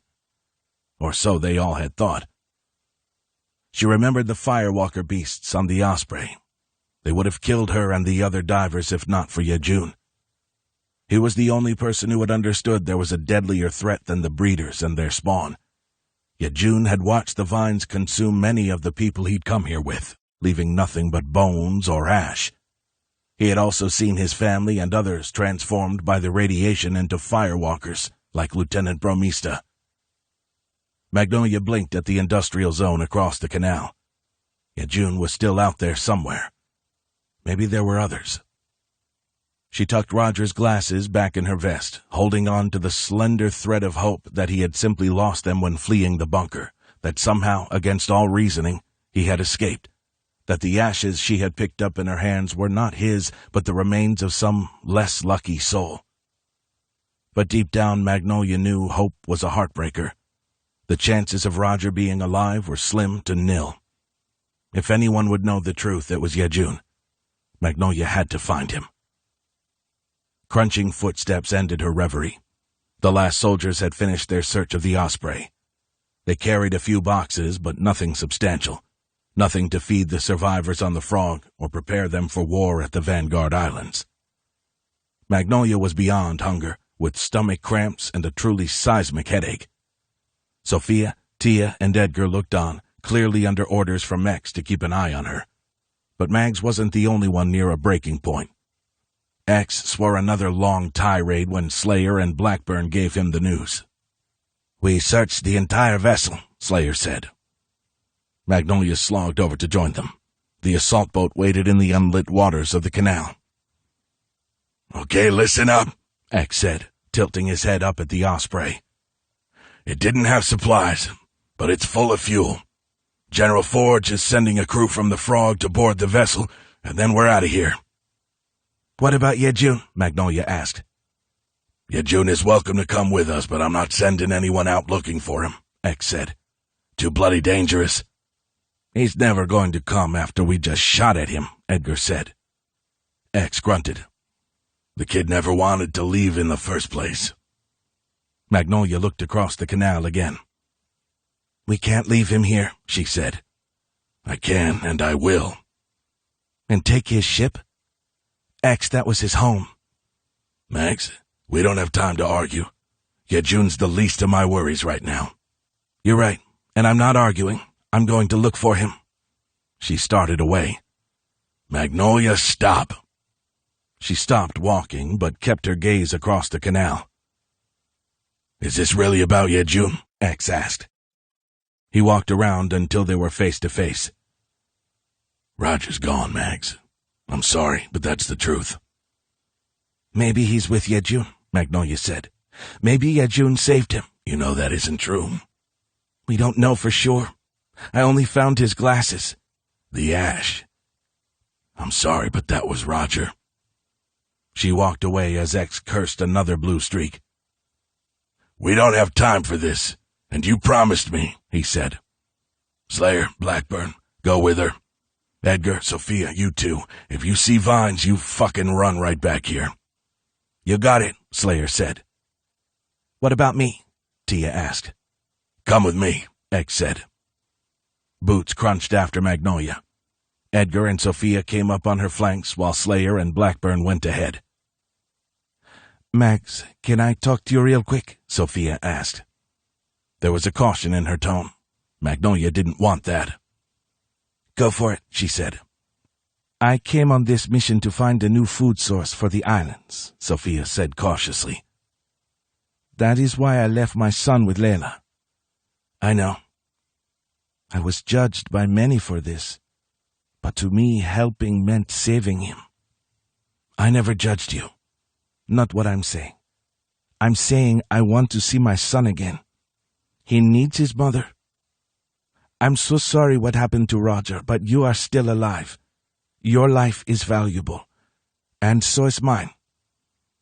You don't have to come with me if you don't want to.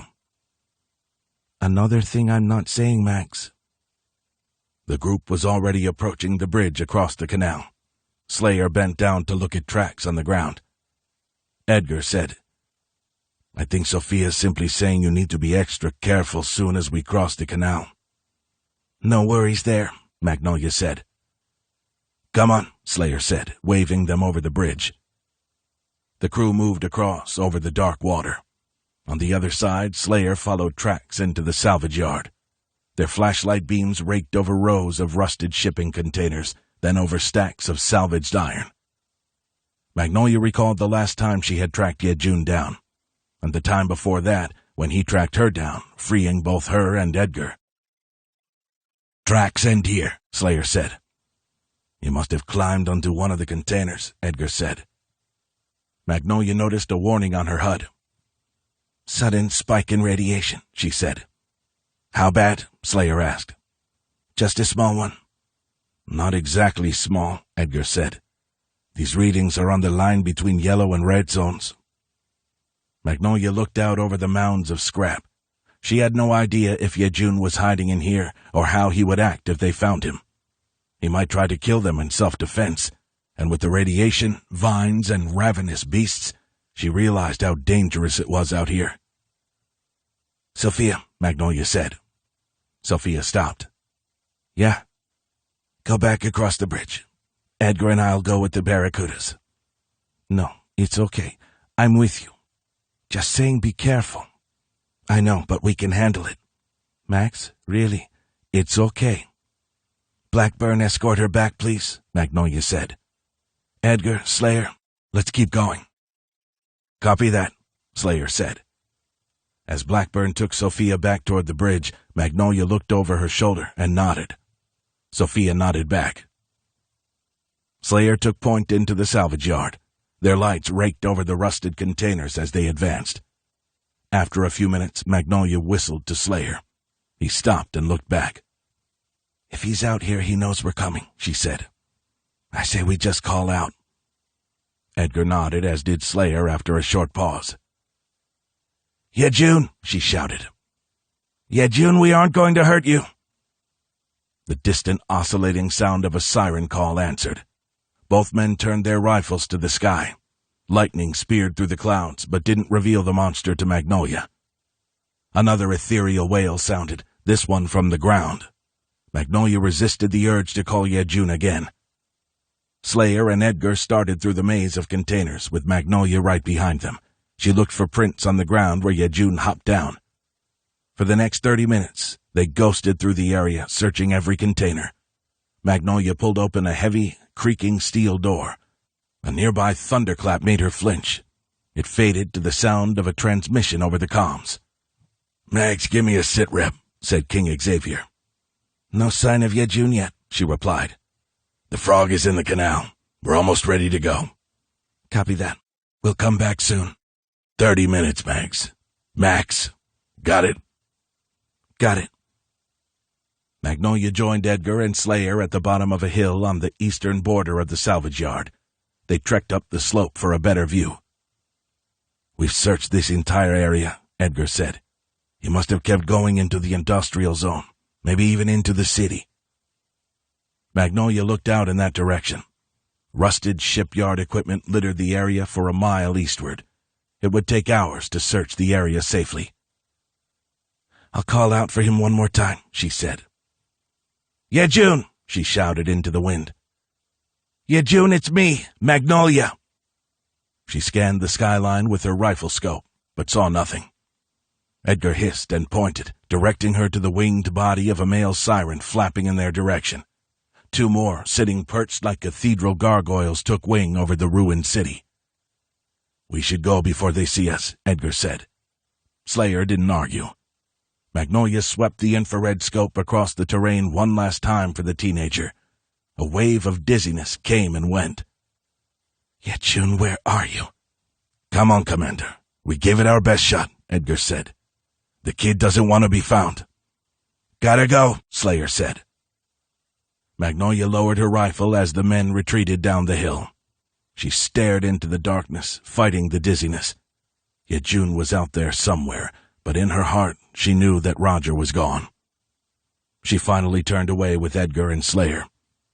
They crossed back through the salvage yard as a light rain began to fall. The electronic discord of a siren rose into a wail, and she turned to see 3 of the beasts circling nearby. That made her pause. "Magnolia," Edgar said. She turned around for a better view as the dizziness grew worse. "Commander," Edgar said. One of the sirens dropped into a dive. It struck her then. The creatures had done what she'd failed to do. "Shit, they found Yejun," she said. The realization gave her a sudden jolt of energy. Ignoring shouts to stop, Magnolia lit out, running back through the salvage yard and up a low hill. All 3 sirens had dived out of sight.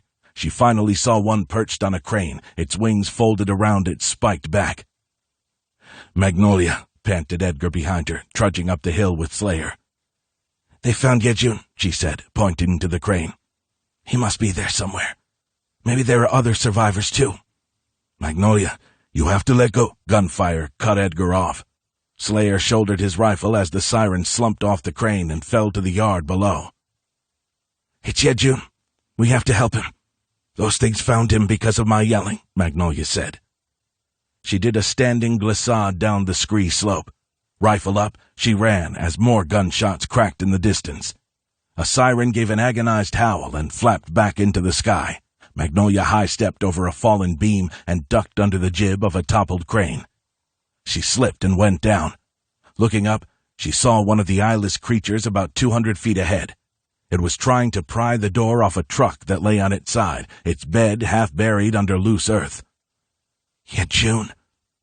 Eyes alert, ducking under warped beams and squirming between concrete slabs, she got closer to the truck. The lights of Slayer and Edgar moved just behind her over the muddy terrain. She sighted up the muscular beast at the back of the truck door that it had pried open. A yell came from inside, then another gunshot. The siren pushed inside. Magnolia held up her hand to hold fire. Reaching over her shoulder, she pulled one of her curved blades. "Cover me," she said. Edgar and Slayer searched the sky and ground while Magnolia stalked toward the beast at the truck. She was 10 feet away when the eyeless face whipped around. Magnolia walked toward it with her blades gripped tightly. The creature leaped down off the back of the truck, claws swiping at her helmet. The sickle blade flicked out, severing a taloned hand. Then she silenced its screams with a swift, decapitating blow. She had a clear view into the back of the truck. Yejun crouched inside, holding a rifle. Walking over to him, Magnolia heard Slayer and Edgar approaching, but there was another sound. The whoosh of wind. She looked up as a siren streaked down from the sky. Another came skittering down the crane's mast. Laser bolts appeared, narrow, bright planks of sizzling blue light flashing through the leathery wings and into the night for miles beyond. Magnolia had barely enough time to bring up her blade. Then there was darkness and a squeezing embrace. It took her a moment to realize that the beast was wrapped around her. "Hold your fire!" Edgar shouted. Magnolia blinked at the eyeless face of the creature hugging her inside its laser-tattered wings. She slammed her helmet against the jagged teeth snapping in her face. Then she sliced and sawed with the curved blade. The creature's electronic wails hurt her ears. Finally, sensing the battle was lost, the beast released her and limped away with ragged, useless wings. Magnolia collapsed onto her back as Edgar and Slayer bent down. It wasn't just them. Yejun came out of the truck and put down his rifle. He crouched in front of her, while Slayer suddenly went to the back of the truck. "Holy shit," said the cazador. "Take a look at that." Magnolia reached up to Yejun. "Yejun," she said, "you have to come back with us. You can't stay." Edgar helped Magnolia up before she could finish the words. Pain riddled her muscles. Everything seemed to hurt. She tried to fight her blurry vision as she stood on wobbly legs. Yejun walked over to her side, and Magnolia saw what had Slayer so excited. The truck was packed with crates of food and jugs of water. It wasn't Captain Rollo who had raided the Osprey. Yejun had, bringing the items from his old home all the way out here. The comm channel crackled. "King Xavier," Slayer said, "we found Yejun. He's not alone." "You found more survivors?" X answered. "No, we found the food stash from the Osprey." Slayer backed away from the opening. "This is the sound of me chewing. Tell everyone to get ready for a feast." 22. Layla waited in a cell on the prison rig, sick with worry. She sat on the concrete slab that served as a bed, waiting to learn the fate of her husband. The Cazador guards had brought her here hours ago. She wasn't sure what time it was, but it had to be morning soon. There would be no indication of that here. This rig was outside the light, cloaked in storms and perpetual darkness. As time crawled by, she tried not to worry about Bray, trusting that Victor would take care of the child. Footsteps approached. She went to the bars, but the man approaching wasn't a guard. It was Charmer. "It's time," he said. "The jurors have been deliberating for the past few hours and have now made their individual decisions." Layla felt her heart skip. What did they decide?" "I don't know, but I'm allowing you to be there when they announce it, as long as you promise to behave yourself." Layla glared at Charmer, who was talking to her as if to a toddler. "Can you do that?" he asked. She managed a nod.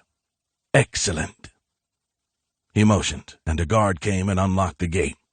She followed them up a stairwell to the top of the rig. The makeshift courtroom was dark when they arrived. The lights were turned back on, and the only person inside was her husband. He sat in a chair looking more exhausted than she had seen him in a long time. Seeing her, he perked up and stood as best he could in his shackles. Layla felt the guard's hands on her shoulders.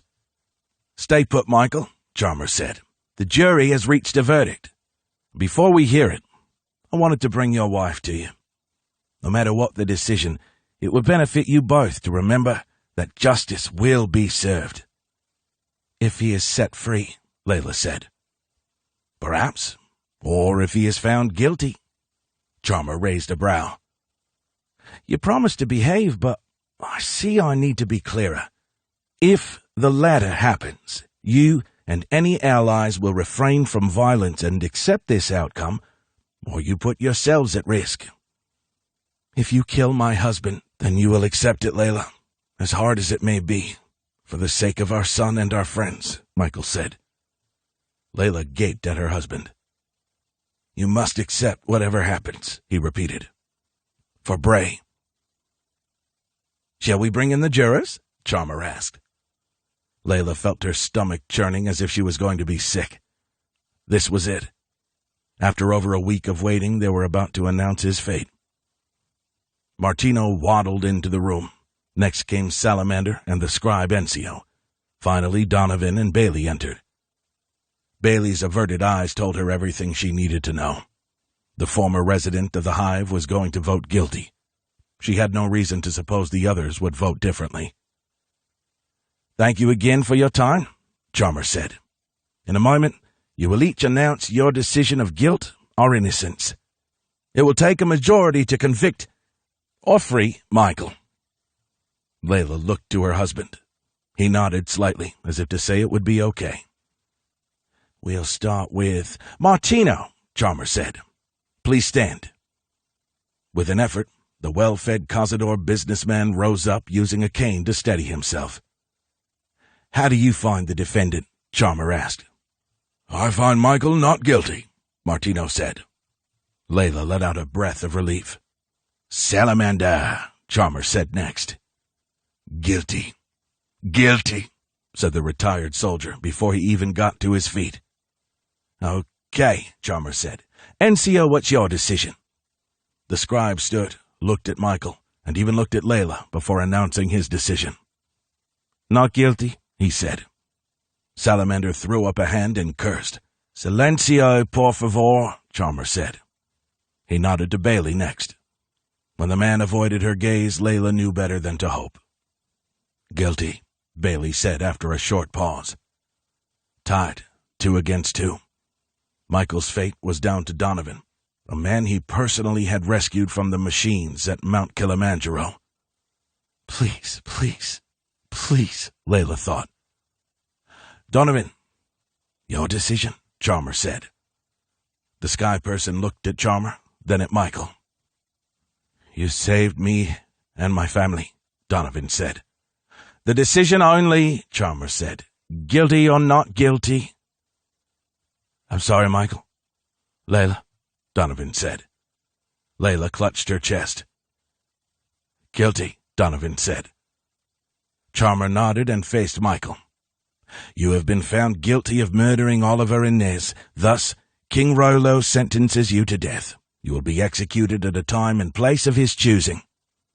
The announcement sent a hot flash through Layla. She felt a quivering in her knees and an urge to scream out. Michael looked over at her, eyes wide with concern. Chalmers gestured for the guards. Take him away, he said. Layla started over to Michael, but a soldier grabbed her. Tell Bray I love him, Michael shouted. Everything happened so fast she lost complete control. Layla spun out of the guard's grip. He flailed for her as 2 others grabbed Michael to escort him out. Layla smacked the man's arm away and rushed toward her husband. The room seemed to slow around her. She could see Chalmers saying something, but it came out in a low, slow, robotic tone. Another guard rushed into the room as Michael bucked the first 2 off, knocking them into the chairs. Someone grabbed Layla and pulled her to the floor. She watched Michael's fist slam into a guard's jaw. Teeth flew in a spray of spit and blood. I will kill you all, he screamed. She heard a loud metallic snap, and the cuff around his robotic arm snapped off. He swung his freed prosthetic arm, clotheslining a guard who had just gotten up. The guard bounced off the wall and didn't get up. 2 more guards burst through the open door. Michael, Layla shouted. He turned just as one of the men swiped at him with a knife. Robotic fingers caught the guy by the throat and flung him away like a rag doll. The 4th soldier thrust a cutlass at Michael, who deflected the blow with his bionic arm. He then threw an uppercut under the soldier's chin, lifting him off the floor and sending him to slumberland. Layla felt the cold steel of a gun against her temple. Stop, or your wife dies, Chalmers yelled. Michael whirled toward them. Do you want your boy to be an orphan? Chalmers called out. Let her go, Michael shouted. Then stop resisting. Layla scanned the room, searching for a way out of this. She could maybe duck under the gun and surprise Chalmers. She had mere seconds to make a decision. Shouts and the pounding of boots outside echoed into the room. One of the guards Michael had injured was starting to get up, knife in hand. Michael, she mouthed. He stood there, fists clenched. Courageous and strong, the man she had known since he was just a boy in a tin-foil hat. I'm sorry, Layla, he said. She watched as all the fight left him. His hands fell to his sides. The circling soldiers waited as Jamal motioned them back. He strode up behind Michael with a hatchet in his hand. No, Layla shouted. Jamal raised the weapon and slammed the flat of the blade against Michael's head. He fell unconscious to the floor. Chalmers grabbed Layla, keeping the gun to her head. Relax, he said. It will all be over soon. And then Michael was gone, dragged out of the room by his ankle shackles. The hatch shut with a loud clank. Layla sank to her knees in front of Chalmers. He put the Uzi back in his tunic and let out a long sigh. "He made the right decision," he said. "You will be spared, and so will your son. I'm a man of my word." She glanced up at the jury, crowded behind the chairs at the other end of the room. They all looked shocked, except for the grinning salamander. "Take her home," Chalmers said. Moments after Michael was taken away, a guard who had stayed behind hauled Layla up to her feet. She walked down the stairs to the docks. With each step, her breaking heart thumped harder, and with each step she felt the dread leaking out of her. Replacing it and filling the void was anger. This wasn't over. Now was the time to plan, and soon to fight. When she got home, she would find a way to get a message to Pedro. Then they would come here and break Michael out, and they would leave the islands with their son. There were plenty of places they could go to survive. Places like the bunker in Rio de Janeiro, where Pedro and his people once survived for over 2 centuries. Living in darkness was better than death, as long as they were a family. The guard loaded Layla back into the runabout that had brought her. She slumped against the stern while the guard fired up the engine. As the boat pulled away into the rain, she looked at the tower where Michael was being held. Lightning split the sky, illuminating the top of the rig. Layla peered at the beetle shape above the tower. The airship Vanguard hovered below the clouds. Michael wasn't being held in the tower after all. He was being held on the airship. Good to know. Layla felt the hint of a smile forming on her face. They assumed no one could get to him there. Bad assumption.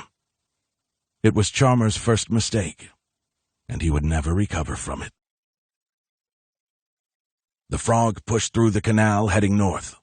X stood in the CIC, marveling at the feat of engineering it had taken to carve out and widen this artery connecting the 2 oceans.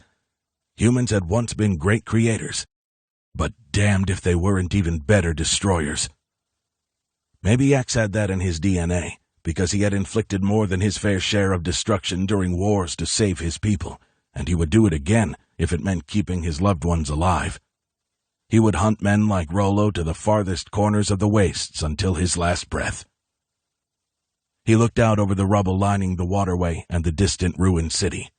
Miles sat by his side, chewing on a stick of jerky they had recovered, oblivious to anything else. The dog was happy, and X was too. Finally, they had a win, thanks to Yejun. X planned to talk to him soon, not just about what had happened, but also to thank him. If not for the lad, the crew would be in dire shape. The teenager was waiting inside the war room, but X was waiting for Magnolia before going to visit him. She was one of the very few people Yejun seemed to trust. She arrived a few minutes later. Her thinning hair, with its cobalt blue forelock, was still wet from the decon shower, a bright strand hanging across one cheek. With bloodshot eyes, she searched the room. She had always had pale skin, but at first glance, X felt as if he were looking at a ghost. That was what losing someone so close to you could do. He had stood in her shoes many times. X went over and enveloped her in a hug. "There will be a time to mourn," he said. "Right now, though, we have to save our home. Let's go talk to Yejun." They walked to the door where Miles sat down on his haunches to finish off his treat. X opened it to find Yejun sitting at the table and Lieutenant Slayer standing guard. Yejun shot up from the chair. "Relax, we just want to talk to you," X said into his wrist computer. The device translated, but that didn't seem to calm the youngster. Magnolia tried. "I'm sorry to hold you here, but we couldn't leave you behind." Yejun shook his head, talking fast. The device translated his angry words. "I wanted to stay there, on my ship, my home." "Your ship is coming with us, and you are too," X said. Yejun's distrustful eyes narrowed at X, then went back to Magnolia. "We need you to tell us what happened after the vines, and if anyone survived," X said. "That's all. Then you can go home."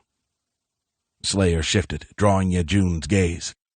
The boy was clearly nervous, blinking rapidly and shaking. "Lieutenant, please leave us," X said. "I'll be right outside," Slayer said. After the door shut, X said to Yejun, "Were there any other survivors before you fled?" Yejun ran a hand through his long, greasy hair. "Please," X said. "A group of soldiers," he said. "They ran when the vines came." "Where did they go?" "The other people killed them." "The firewalkers?" Magnolia asked. Yejun shook his head and pointed to the sky. "Rollo," X said. "Slimy bastard." The anger in his voice seemed to bother Yejun, who backed away slightly from the table. "I'm sorry," X said. "You're safe with us." He went through more questions, asking Yejun what had happened that day, and growing angrier with each answer. Rollo had indeed landed and taken supplies from the outpost before returning to the islands. After 30 minutes of asking Yejun everything he could think of, X pulled Magnolia aside. "Do you mind spending some time with him?" he asked. "See if you can get anything else out of him." "Where are you going?" Magnolia asked. "There's something I've got to do." X thanked Yejun and left. Breathing in deeply, he tried to let his anger subside. Miles looked up at X, tail whipping. X pulled a piece of jerky from his vest, bit off half, and tossed half to Miles. The dog caught it in midair. "Yeah, good stuff, isn't it?" X said, slowly feeling his energy return. His perpetual headache was still there, but the swelling had gone down. By the time he got back to the islands, his swollen eye would be open. That was good.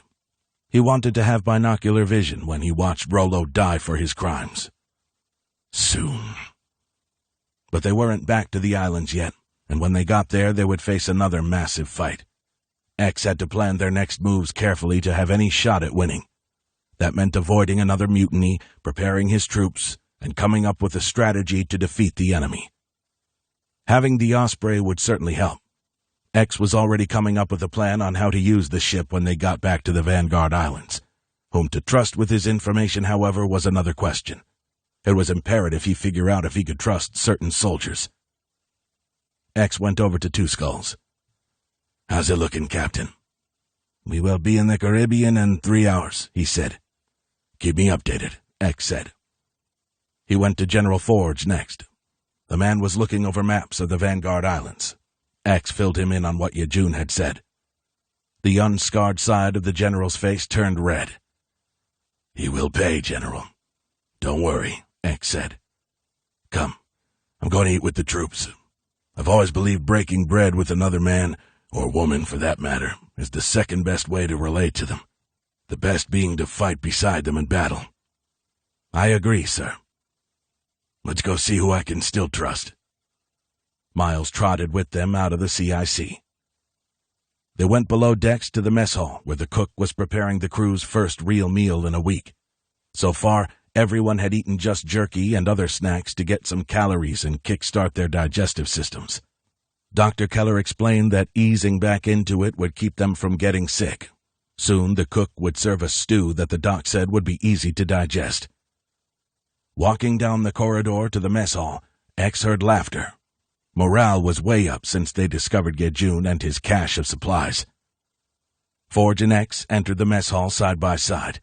Maybe 50 people were sitting at tables across the space, talking, laughing, and drinking. The scent of a salted potato stew wafted from the kitchen. All over the room, conversations died. Everyone rose from their seat and saluted. X stopped in front of everyone, flanked by Miles and Forge. For a moment he debated sharing news of what Rollo had done to the Cazadores at the outpost, but he decided not to ruin this moment. Now was the time to celebrate. "Who's ready to eat?" X boomed. Shouts rang out all around, with glasses hoisted in the air. X realized that the soldiers and crew weren't drinking water. They were drinking ale and shine from Yejun's supplies. X led Miles over to Gran Jefe. The big Cazador was sitting at the head of a table filled with 6 male Cazador soldiers. They had just sat back down, but hopped right up again as X approached. "As you were," he said. "As qué?" Gran Jefe asked. X gestured for them to sit. They didn't. "You sit," Gran Jefe said. X moved to the other end of the table to take the chair opposite Gran Jefe. The burly cazador still looked bad, with yellow bruises and cuts across his forehead and chin. "You look like shit," X said. "But hey, so do I." The men around the table looked at Gran Jefe, waiting for him to react. The cazador warrior cracked a smile, then laughed. Everyone at the table chuckled nervously. Gran Jefe took a slug of his drink, then wiped his mouth. "Big bug tried to bash your brains in," he said. "Big monkey tried to bash my brains in." A bell rang, drawing all eyes to the kitchen. The 3 crew members, commandeered by the cook, put the first bowls of soup up in the window. "Come and get it," one of them yelled. "Line up, though. No stampeding, you damn animals." X remained sitting while the rest of the table emptied, all but Gran Jefe. This was a perfect opportunity to get a read on him. "We're lucky to be going home," X said. "Sí, lucky for la comida." "Indeed, we need our strength." X scratched his beard and said, "When we get back, we're going to have the upper hand against our enemy, but we will be vastly outnumbered. We have to be united to defeat Rollo and the others." Gran Jefe took another drink. "I said I fight," he said. X looked into his eyes, trying to read him. Gran Jefe seemed to have been hiding something for a while, but exactly what X did not know. A soldier brought a bowl to Gran Jefe and one to X. Another brought mugs of ale. X stared longingly at the foamy liquid. He could almost taste it. But the moment he did, he would lose control, and considering what awaited them, he couldn't afford to do that. He lifted a spoonful of the steaming potato soup to his mouth, savoring that first bite. All around him, men were shoving food into their mouths. The talking had quieted, replaced by slurping and contented sighs as the starving warriors scarfed down the first substantial food in a week. X watched them, imagining how bad it might have been if they hadn't discovered Yejun's stash. There were few things in this world more dangerous than a starving man with a weapon. As bellies filled and mugs emptied, the soldiers around the table began to loosen up. Some of them looked at X with respect in their gaze. Others, like Nicholas and Sebastian, no doubt felt guilt for what they had done. But others still didn't seem to trust him. X didn't blame them for that. After failing to find the Coral Castle and failing to see Captain Rollo's betrayal coming, he didn't quite trust himself. Maybe it was all the talk of X being an immortal. Maybe he had begun to believe it. "Un brindis!" Gran Jefe exclaimed. The cazador lifted his mug into the air, ale sloshing over the side. "Viva el Rey Javier! All hail King Xavier!" Gran Jefe shouted. "The Immortal!" X picked up his mug, not wishing to show disrespect. Across the room, the ship's crew and warriors stood toasting a man whom many had wanted to see dead. Perhaps some still did. X couldn't help wondering if this was just Gran Jefe trying to regain his trust. But it also didn't matter. Gran Jefe knew the truth that there was no point in denying. X needed him. He raised his mug up and nodded at the cazador fighter. "Fill your bellies, then rest," X said. "In a few days we will once again draw our swords. One last time." Shouts rang out, voices hungry for revenge. Gran Jefe tipped back his mug and sucked down the contents, then dragged his wrist across his mouth. He stared at X, who had yet to take a drink. X tilted his back and took a gulp. The ale went down smoother than he remembered. Laughing and shouts echoed across the room. X felt revived, but he also felt a lingering dread. This moment was as fragile as life in the wastes. It could lead them to victory or end in death. That wasn't the only threat. X could also slip back into the darkness of the bottle. He couldn't let that happen. Sitting down, he pushed the mug away and pulled his bowl of soup back under his chin. But before he could begin, General Forge walked over. "Sir," he said, "we need to go to the CIC." X looked up, knowing it had to be an emergency. He excused himself with a nod and then tapped his thigh for Miles to follow him out of the mess hall. "What's this about?" X asked when they were in the corridor. "We've picked up a broadcast, but it doesn't make much sense." X double-timed it back to the CIC with Miles and Forge. A group had gathered around the comm station where Tiger was leaning over a screen. "What do you got?" X asked. "A broadcast, sir," replied the corporal. "I'm working on it. Please stand by." "Who from?" "Vanguard Islands, we think." After a few agonizing minutes, Tiger straightened in his chair. "Okay, let's try this." He tapped a button and turned up the volume. A voice crackled from the speakers. "To the subjects of the Sun Empire, this is King Rollo with the daily address. This morning, the jury reached a verdict in the murder trial of Michael Everhart." X stepped closer to the comm station. The huddle broke to let him in. "The former chief engineer, council member, and helldiver has been found guilty of murdering Oliver and his son Nez," Rollo continued. "I have sentenced Michael to be executed in 3 days for this atrocious crime as my first act toward achieving a peaceful future. There is no room for violence in the Sun Empire. We are all children of the same home." X stared at the radio, not wanting to believe his ears. "How far from the islands are we?" X asked. "Sir, several days at best," said Tiger. X had already known the answer. The realization filled him with a rush of something he didn't recognize. This wasn't anger or dread. This was fear. His worst fear. There was nothing X could do to save Michael from the evil that had taken root back home. 23. Coughing from the back of the troop hold woke Cade from a deep sleep. His eyes adjusted to the sporadic flashes of lightning outside the cockpit. The Sea King rattled violently under storm clouds, passing over the ocean. Cade had dozed off despite the turbulence, the noisy aircraft, and the fact that they were searching for the king. The Forerunner wanted to find the hostiles responsible for their current plight, which meant he wanted the people responsible for the radiation now poisoning their home. Sitting in the chopper seemed like a betrayal, because Cade was in a way helping the Knights hunt the frog. But this was a potential opportunity to help X and his people. This was his ticket back to them. Whether it was a betrayal or not depended on what the Forerunner planned to do. Cade had spent the past day pondering the mysterious cyborg's intentions. Were they to engage in a conflict for food, or to negotiate some sort of trading pact? Only one person would tell Cade the truth. He looked across the hold to Lucky. The Knight was bent over, vomiting into a bucket. For most of the flight he had been clutching it in his lap. Lucky glanced up with swollen red eyes, snot dripping into his mustache. He wiped it away, dragging a strand across his half-moon scar. There was still a lot Cade didn't know about this man. How he'd gotten that scar, for instance. Maybe he could gain Lucky's trust enough to ask what activating the trident meant. His gut told him it was a beacon that would notify the Forerunner when they found the king, so that the Knights would know his location. But maybe it was something more than that. Maybe it was a call to arms. And if so, was that a fight the Knights and the Forerunner could win?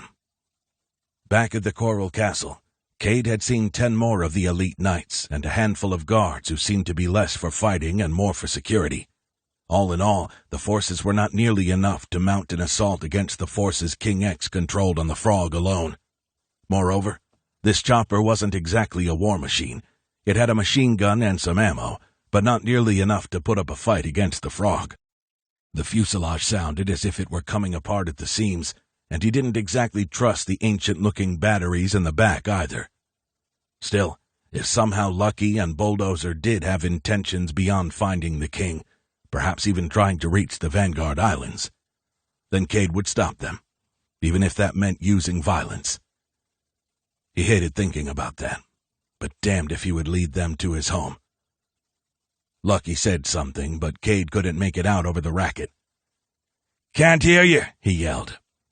"How the hell did your people live up here for so long?" Lucky shouted back. "It wasn't this bad, and you get used to it, mate." "Like I could get used to being kicked in the yarbles," Bulldozer yelled from the cockpit. "It's like being cramped inside a Tasmanian devil's pouch, but with lightning trying to fry us." Cade unlatched his harness and started toward the cockpit. "How much farther?" he asked Bulldozer. "Not long. Maybe an hour to the southern entrance of the canal. Mind if I sit? Bulldozer shook his head. Knock yourself out, Helldiver. Cade took the co-pilot seat and fastened in. He searched the ocean on the horizon, using the flash of lightning to scan for land. So far, there was no sign of it. King Xavier and the Frog were out there somewhere. Cade hoped they would find the ship before they made it home. Home. That was what the Vanguard Islands were to him now. Memories of the past billowed up in his mind like passing storm clouds. He knew how lucky he was to survive all that he had, but surviving without those you loved was a curse, too. A hand gripped the back of his shoulder and snapped him out of his daydream. Lucky looked as pale as a ghost. "Something wrong?" Cade asked. Lucky shook his head. "I don't think I got anything left in my guts." "You should try and eat something," Bulldozer said. He tilted the nose down into another patch of turbulence. Lucky held on to his seat as the pocket rattled the chopper. He heaved again into the bucket wedged between his feet. "Don't chunder to death, mate," Bulldozer called back. Lucky groaned. They flew another 30 minutes before the knight staggered up into the cockpit. "Better?" Cade asked. "Yeah, I think I got it all out." "Good. We're 5 minutes out from the remains of Fort Kobe," Bulldozer said. "That's where this outpost is, right?" Cade nodded. "Anything else we should know before we get there?" Lucky asked. "There are, or were, 50 Cazador soldiers stationed there, plus the same number of civilians." "Do they have any anti-aircraft weapons?" Lucky asked. "Anything that could take us out?" "With a lucky shot, a rifle could take us out," Bulldozer said. "Then you best keep clear of any sharpshooters." "Aye, aye, sir." Bulldozer threw up a half-assed salute and muttered something about having carnal knowledge of a kangaroo. Cade couldn't help but chuckle. The pilot was a weirdo for sure. "Hold on," Bulldozer said. The chopper picked up speed as they flew over the last stretch of ocean to Panama. Cade watched the horizon like a hawk until he finally saw the dark outline of land. "There," he said. Bulldozer curved west and began to pull up toward the clouds. Lightning sizzled across their flight path. Cade searched the shoreline and quickly identified the broad maritime highway that ships had once used to transport goods around the world. Lucky held up a pair of binoculars, bracing himself against the dashboard. "I don't see any vessels in the canal," he reported. "Where's the outpost?" Bulldozer asked. "There," Cade said. He pointed to what looked like bricks, the containers surrounding the base. Lucky's binos went there. "Nothing moving that I can see," he said. "Circle a few times, but keep this altitude." The pilot began to cut around the base for a second pass, then a third. Nothing moved except a few mutant palms in the breeze. "Take us down a little lower," Lucky said. Bulldozer descended toward the canal. The waterway was clear, and the outpost seemed unmanned. The gate was even open. "They must have abandoned it," Cade said. "The king must have continued north." He let his words trail off. "To your home?" Lucky asked. Cade hesitated. "We know it's somewhere in the Caribbean, trust me on that," Lucky said. The chopper hovered over the outpost, rotor wash whipping tents and equipment. "Want me to put down?" Bulldozer asked. "I'll go have a look," Cade offered. "Negative. We keep going," Lucky said. "Our mission is to find the king, and Cade already told us that he continued up the canal." Lucky leaned over Bulldozer. "We good on fuel?" "For now. About a quarter tank left. Then it's all the batteries." "No, that's too risky," Lucky said.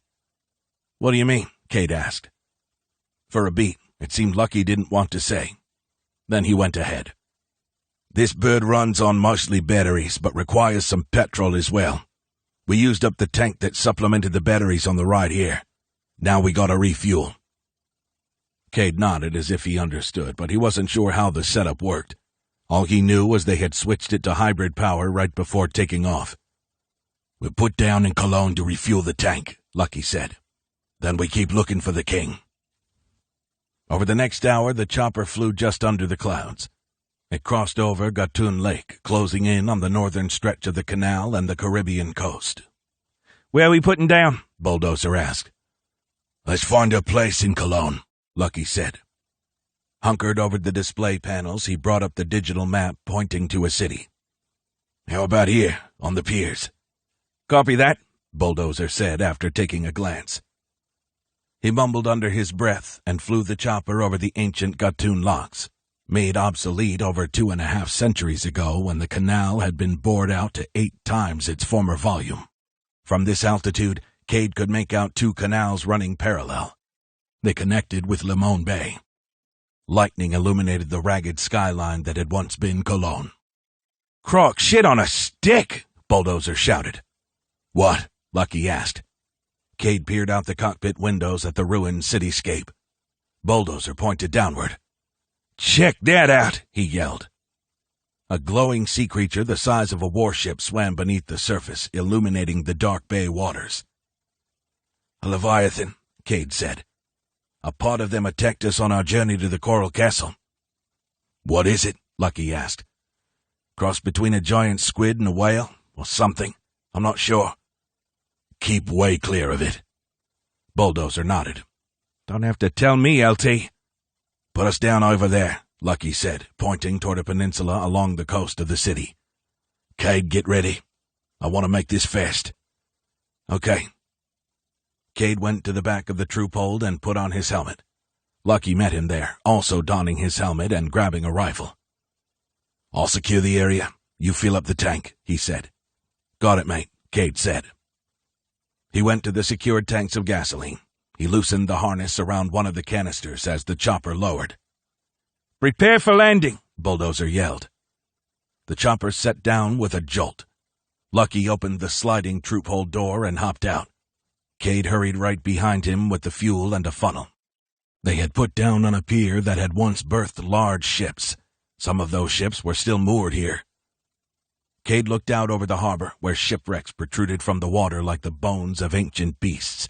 Then he followed Lucky around to the gas tank. Lucky stood guard while Cade unscrewed the cap, put the funnel inside, and started to pour. He watched Cade for a few moments, then stepped away to look out over the lighthouse. "You know, this is where it happened.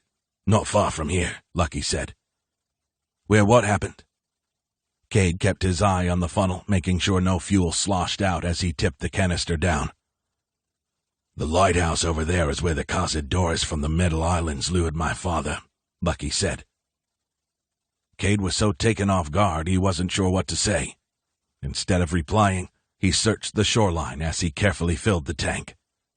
It only took a few moments to identify the rusted tower that once guided ships in and out of the bay. "I always wanted to see this place," Lucky said. "And I have always wanted to meet the barbarians who killed my father." "They might be," Cade interrupted. "Those men are all gone, Lieutenant. The barbarians died with El Pulpo, the last king of the Metal Islands." Lucky scoffed. "So what do you call your people, then?" When Cade didn't respond, he laughed. "That's what I thought, Helldiver." Lucky shook his head. "Your people dropped a goddamn nuke on the new king and his army of cazadores. It's hard to bloody believe we could trust any of you." It was no wonder Lucky felt the way he did. The Sky People had poisoned his home, and the cazadores had killed his father. If Cade were in his boots, he wouldn't like any of them either. But with all that said, Cade felt it was good to remind him of something. "You trust me now, right?" Lucky waited a beat before shrugging. "I trust you aren't going to slit my throat when I'm sleeping." "Look," Cade said, "I know I'm at your mercy, but hopefully I have gained enough respect to ask you something." "Ask away, but keep fueling." Cade tipped the tank in the rest of the way to drain the rest of it. "This trident, it's a beacon, right?" Cade asked. "When you activate it, it'll send out a signal to the Coral Castle about the location of the King and the Frog?" Apparently, Lucky didn't trust Cade enough to give an answer. He looked at the lighthouse, then walked away. "If you came for a fight, I don't think you can win it," Cade called after him. The knight kept walking toward the lighthouse. Cade sighed and set the empty canister on the ground. He hurried back into the troop hold to retrieve another canister. When he got back to the tank, he heard an alien cry over the wind. Bulldozer hopped out of the chopper. "Crap," he said. "They got those things here, too?" "Sirens," Cade said. "You think they saw us?" Lucky ran back over. "Did they see us?" Bulldozer asked again. "Not sure, but we're not sticking around to find out," Lucky said. "Hurry it up, Helldiver, and Bulldozer, get ready to fly."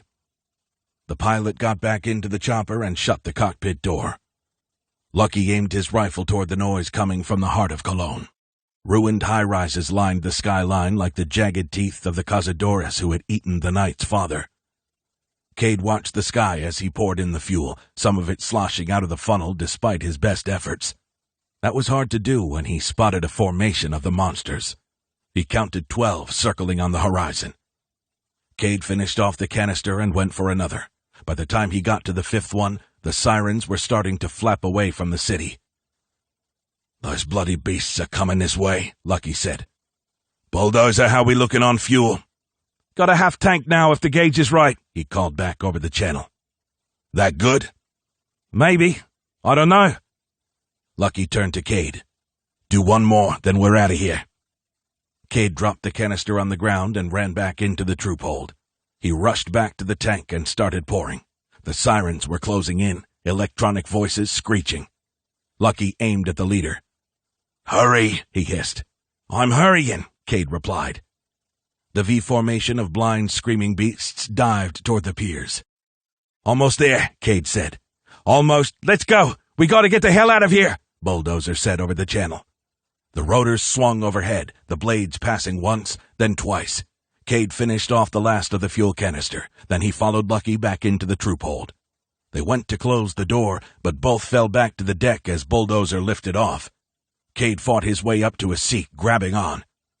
"Hold on to your biscuits!" Bulldozer yelled.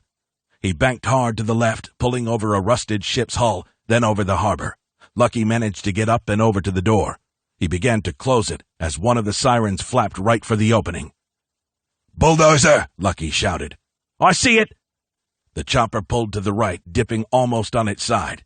They heard a thump, and fluid peppered the windshield. Cade held on to the seat and watched the siren gore drizzle down the windshield after its losing encounter with the blades.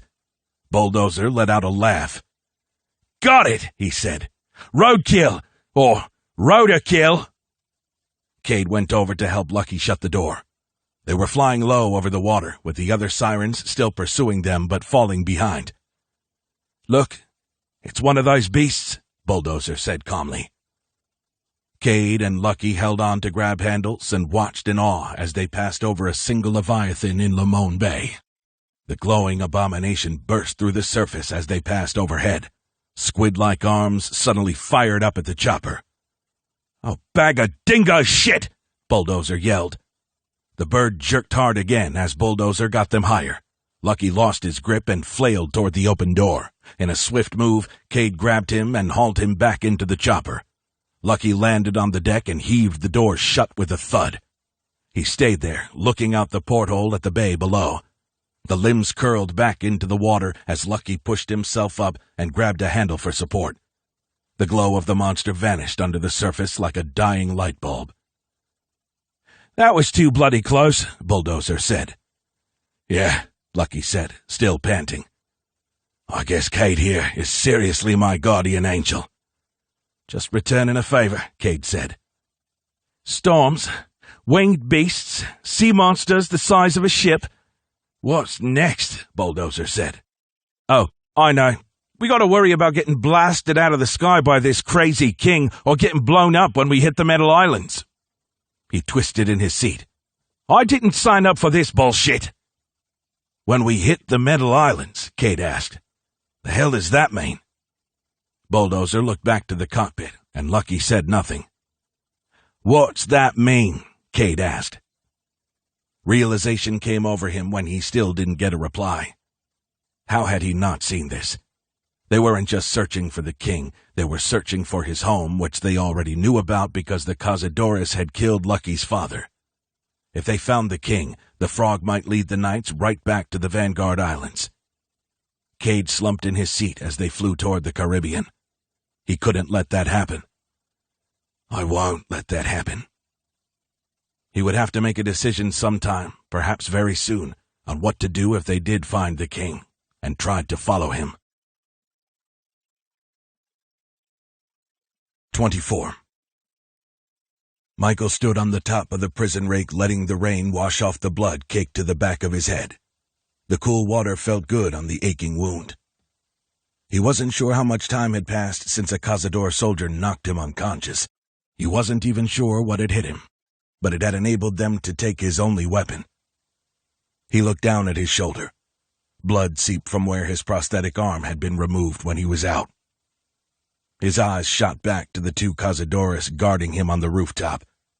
Dressed in full armor and holding their cutlasses aggressively, they clearly would love to slash him down. He would have taken them all on earlier, probably killed Charmer too, but it would have been at the price of Layla's life. He couldn't let her die. He couldn't leave his son an orphan.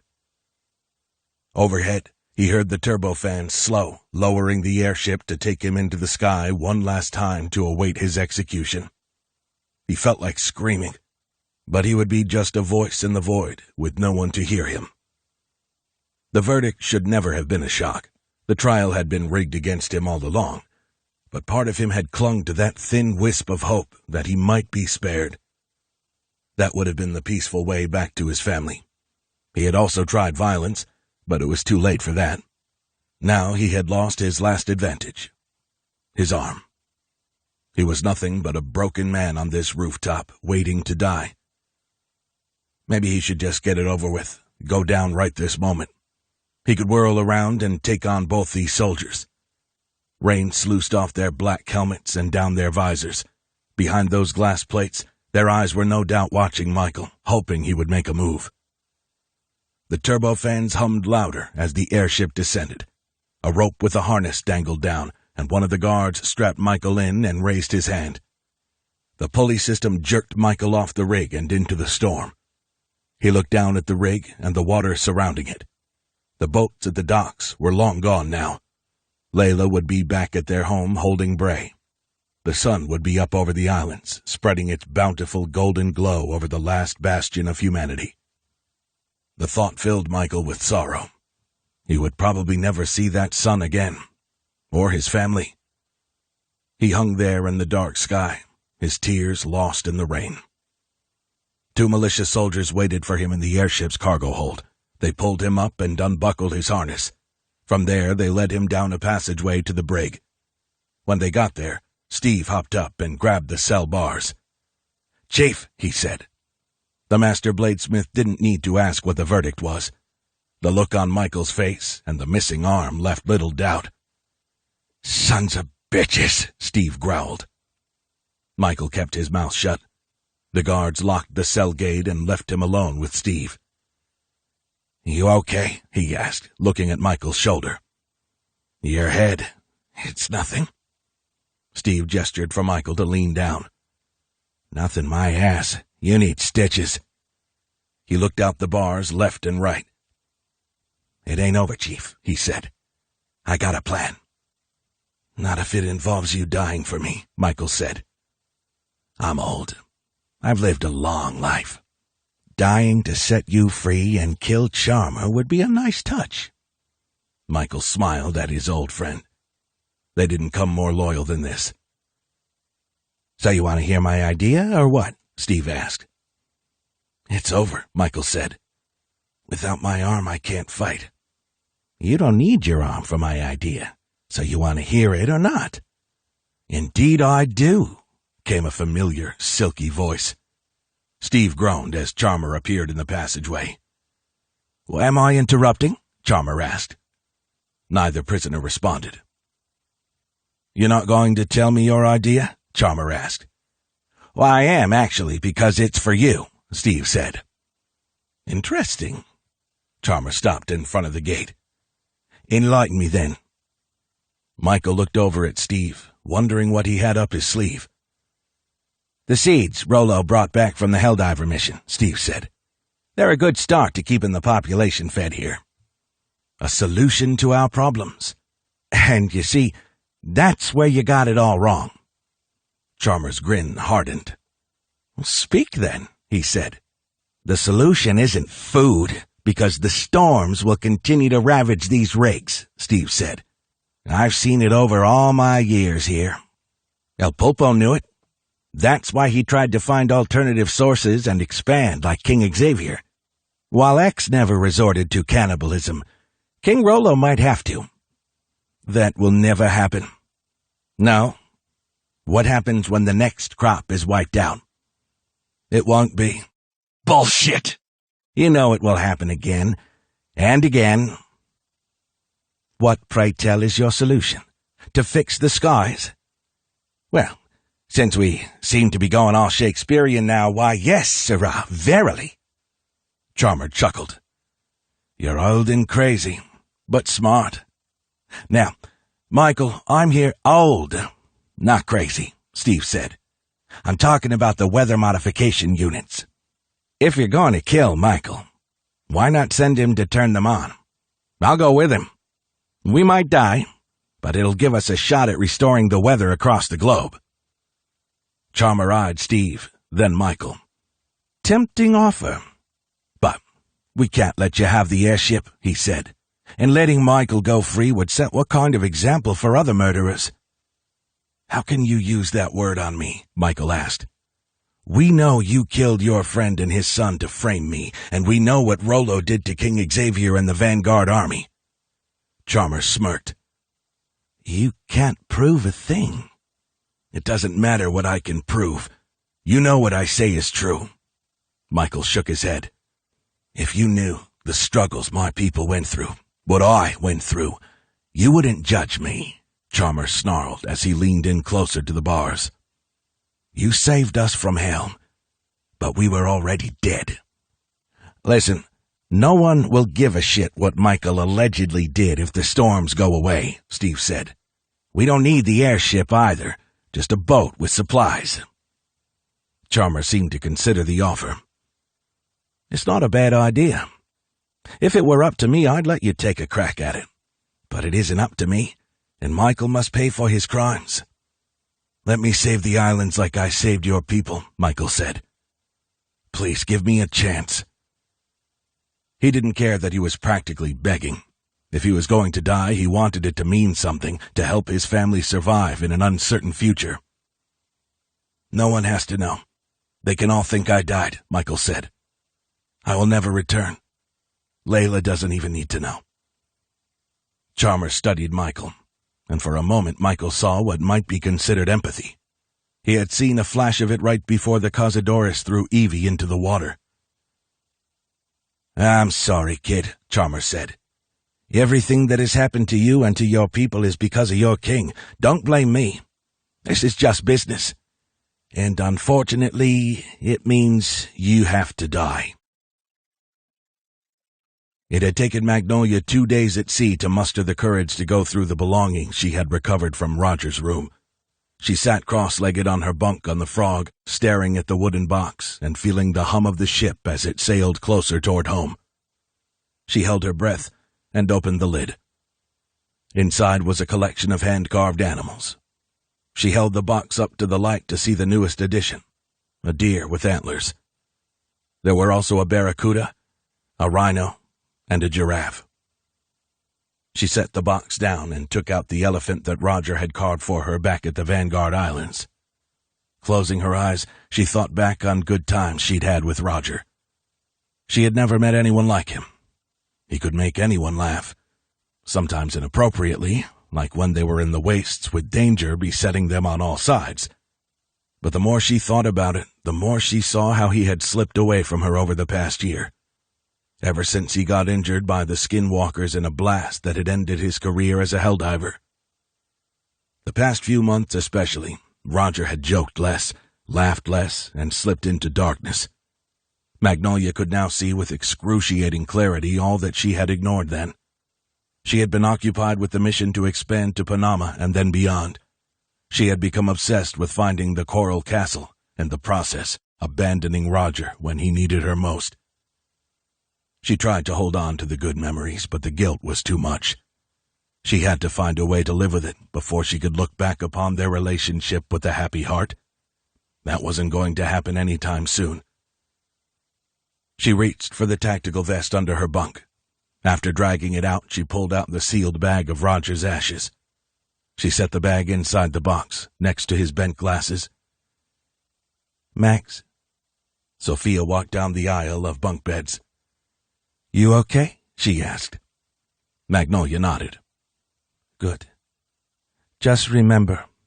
Sophia pursed her lips, then changed the subject. "I heard there was a broadcast picked up from the Vanguard Islands. You know anything about that?" "No, nothing, but I've been down here. Haven't talked to X for a while." Magnolia bent down and tucked the box under her bunk. Doing it made her lightheaded. The effects of the radiation poisoning lingered, but she had gained some of her strength back with the food from Yejun's trove. "Let's go see if it's true," she said. They didn't talk much as they walked down the dim passageways of the ship, some of which were still sealed off due to radiation.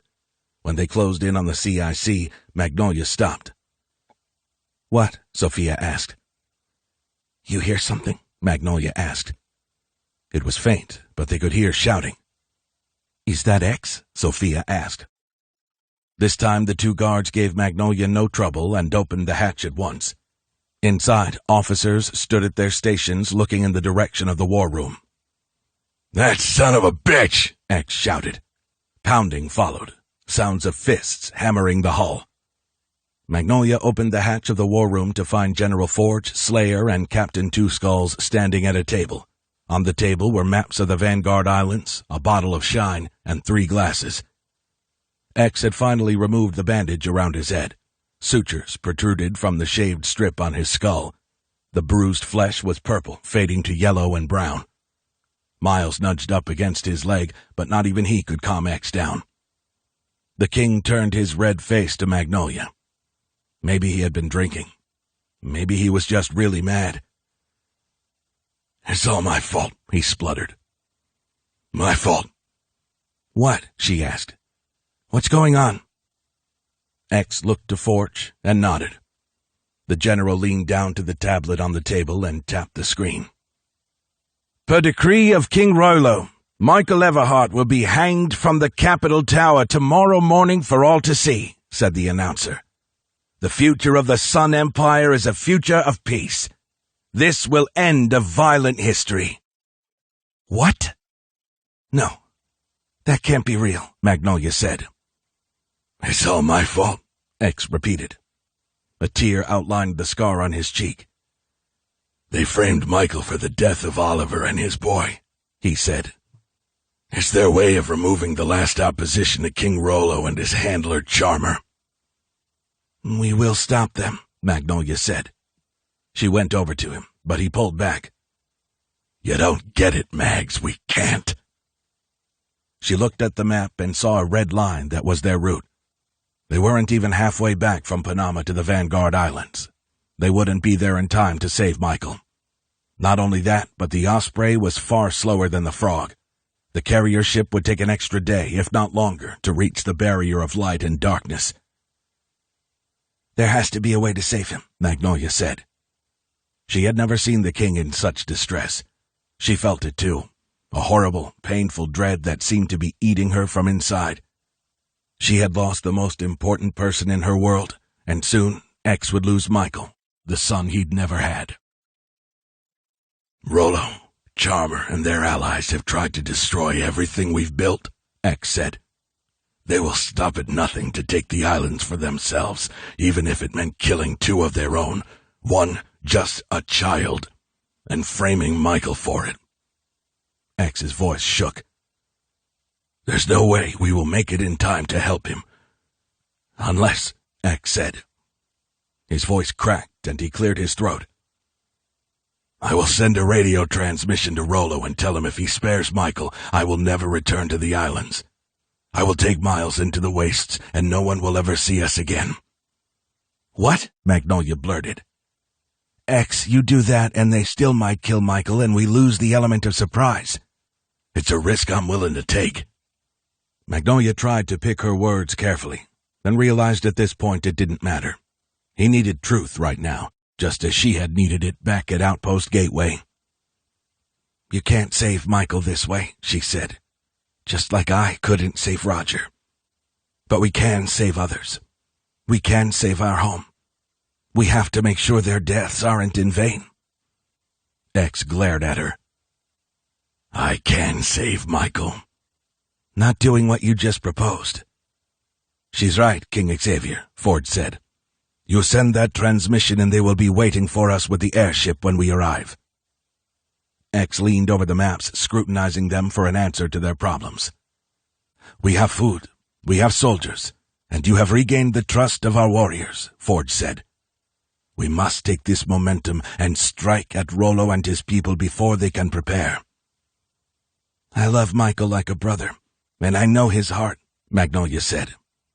"He would want us to take care of his family and not risk their lives to save him." "His family and my son," Sophia said. "Rhino Jr. has been with Layla, and I fear what they will do." X looked up from the maps to Sophia. He seemed to be attending to a distant memory, perhaps of General Rhino, the great warrior who had given his life for X. He took in a deep breath, then shook his head wearily. "How did it come to this?" he whispered. "The greed of our species is a fucking cancer that just won't die." "It might not die, but we can remove it," Magnolia said. "We owe that to children like Rhino Jr. and Bray and all the people who died getting us this far. The element of surprise will allow us to crush our enemies without hurting innocents," Ford said. "We go in silently, and we can save families like Michael's and Sophia's." X looked from face to face, stopping last on Magnolia. "If I know Layla, she won't let them kill Michael," she said. "She'll try on her own, and maybe she'll find a way. There's hope." "Or she too will die," X said. "I should have been there to protect them." "And I should never have left Roger." Magnolia swallowed hard. She put a hand on his shoulder and thought of something that they both needed to hear right now. "Accept your past without regret. Handle your present with confidence. Face your future without fear," she said. "Remember that motto from the fortune cookie that Michael got at the trading post in the Hive many years ago?" X quickly nodded. "He gave it to me before a dive." "Yes. And we all have used those words for strength when things got dark. Now is that time again. We must fight through the darkness." For a fleeting moment, despair seemed to grip X. Then his features turned to steel and his eyes took fire. "Gather around, and let's talk about this final fight for our home." Everyone crowded around the map. "Go ahead, General," X said. "The Capitol Tower is where they will have concentrated their forces," Ford said. "We arrive at night, sending assault rafts to the tower to offload 4 fire teams. Meanwhile, the Frog will take out the airship with its front cannons." "We're going to destroy the Vanguard?" Magnolia asked. "If we have to," Ford said. She shuddered at the thought of shooting down their former home, but if it had to be done, so be it. "The Osprey will arrive here," Forge continued. He pointed to Rig 15. "The ship will be used as a blockade to prevent any smaller boats from heading to the Capitol Tower in aid of Rollo. Everyone will be given a chance to surrender. If they choose to fight, we show zero mercy." All nodded. "Questions?" Forge asked. Hearing none, he looked to King Xavier, who was scowling and scratching his beard. "General Forge and Lieutenant Slayer will put together the fire teams," X said. "We have 2 more days to get battle ready. I want everyone fed, rested, and ready to fight." "What about Gran Jefe?" Magnolia asked. "What about him?" X asked. "Do you trust him?" "Does a turd trust an asshole?" Magnolia snorted. "No." "Does a turd need an asshole?" X asked. "At times, I guess." "There's your answer." Magnolia was glad to hear X having a little fun. "I will watch Jorge," Slayer said. "If he tries anything, I'll put an arrow through his heart." X looked over the maps one more time, then nodded. Everyone started out of the room, but X called out for Magnolia to stay. X came around the table with Miles. Magnolia scratched the dog's head. If Michael dies... X seemed unable to finish the thought. There's still hope, Magnolia said, but she knew that wasn't true. Michael had about as much hope of surviving as Roger once had. X glanced at the bottle of Shine on the table. He wasn't the only one giving it longing looks. Magnolia had considered drowning her sorrows, but the hangover would be gruesome. Don't, Magnolia said. We need the best of you in this fight. She grabbed X and embraced him. We'll get through this, she whispered. They're really going to kill him? X asked. Magnolia pulled him tighter. If they do, we'll make them pay, she said. Oh, they're gonna pay regardless, X said. He wiped a tear from his eye and transformed from a defeated man back into the warrior Magnolia had known all her life. King Xavier stood taller, chest out, eyes filled with strength. We face our future without fear together, Magnolia said. I'm with you to the end, X, whatever it may be. 25. At 3 a.m, Layla made final preparations to save Michael. She'd had little time to plan, but she had managed to get a pigeon out to Pedro with a message. They had planned to pack a boat full of supplies and sail away from the islands after rescuing Michael, but when she learned Michael was on the Vanguard, she thought, why sail away in a boat when you can steal an airship? It had everything they needed to survive. The old lifeboat had been their home, and it seemed fitting to take it from the ungrateful people they had brought here on it. The brazen plan to steal it back included bringing Bray, a massive risk, but she had no other option. Her heart pounded at the thought of leaving without Rhino Jr., but Charmer and the Cazadores were holding the child somewhere in the Capitol Tower. She had considered trying to rescue the baby, but it was too risky. All she could do was hope they would love him as much as she did. With a sigh, she zipped up her padded black Helldiver suit and bent down to check her gear. On the floor of her apartment were the booster and parachute that would get her to the airship. Next to these, a tactical vest was stuffed full of flares, rope, carabiners, and the knife she had used on the Wave Runner soldier. She moved to a backpack that contained everything she needed for the rest of her life. It had been odd filling the small pack, but items like clothing, jewelry, and valuables from the old world had never been important to her. Now they meant nothing at all. All that mattered were the few sentimental items, the pictures of her family, the Twinkle Twinkle Little Star book, a fortune cookie saying, which Michael had given her long ago, and a few other small trinkets. These were the things they needed if they were going to survive in the darkness again. But all she really needed was to be with Michael and Bray. She didn't care if she had to live in a cave for the rest of her life if it meant being together. Victor came in from the kitchen. Layla, he whispered. She got up and went to the kitchen window, half expecting to see Pedro and Cecilia climbing through. When Victor got there, he pointed to the sky. Layla looked up at the airship. It was moving into position for the execution. An image of Michael hanging from the rooftop flashed into her mind. She used that horrifying image to energize her in what she was about to do. Let's run through it again before Pedro arrives, Layla said. I'll go up first using my booster.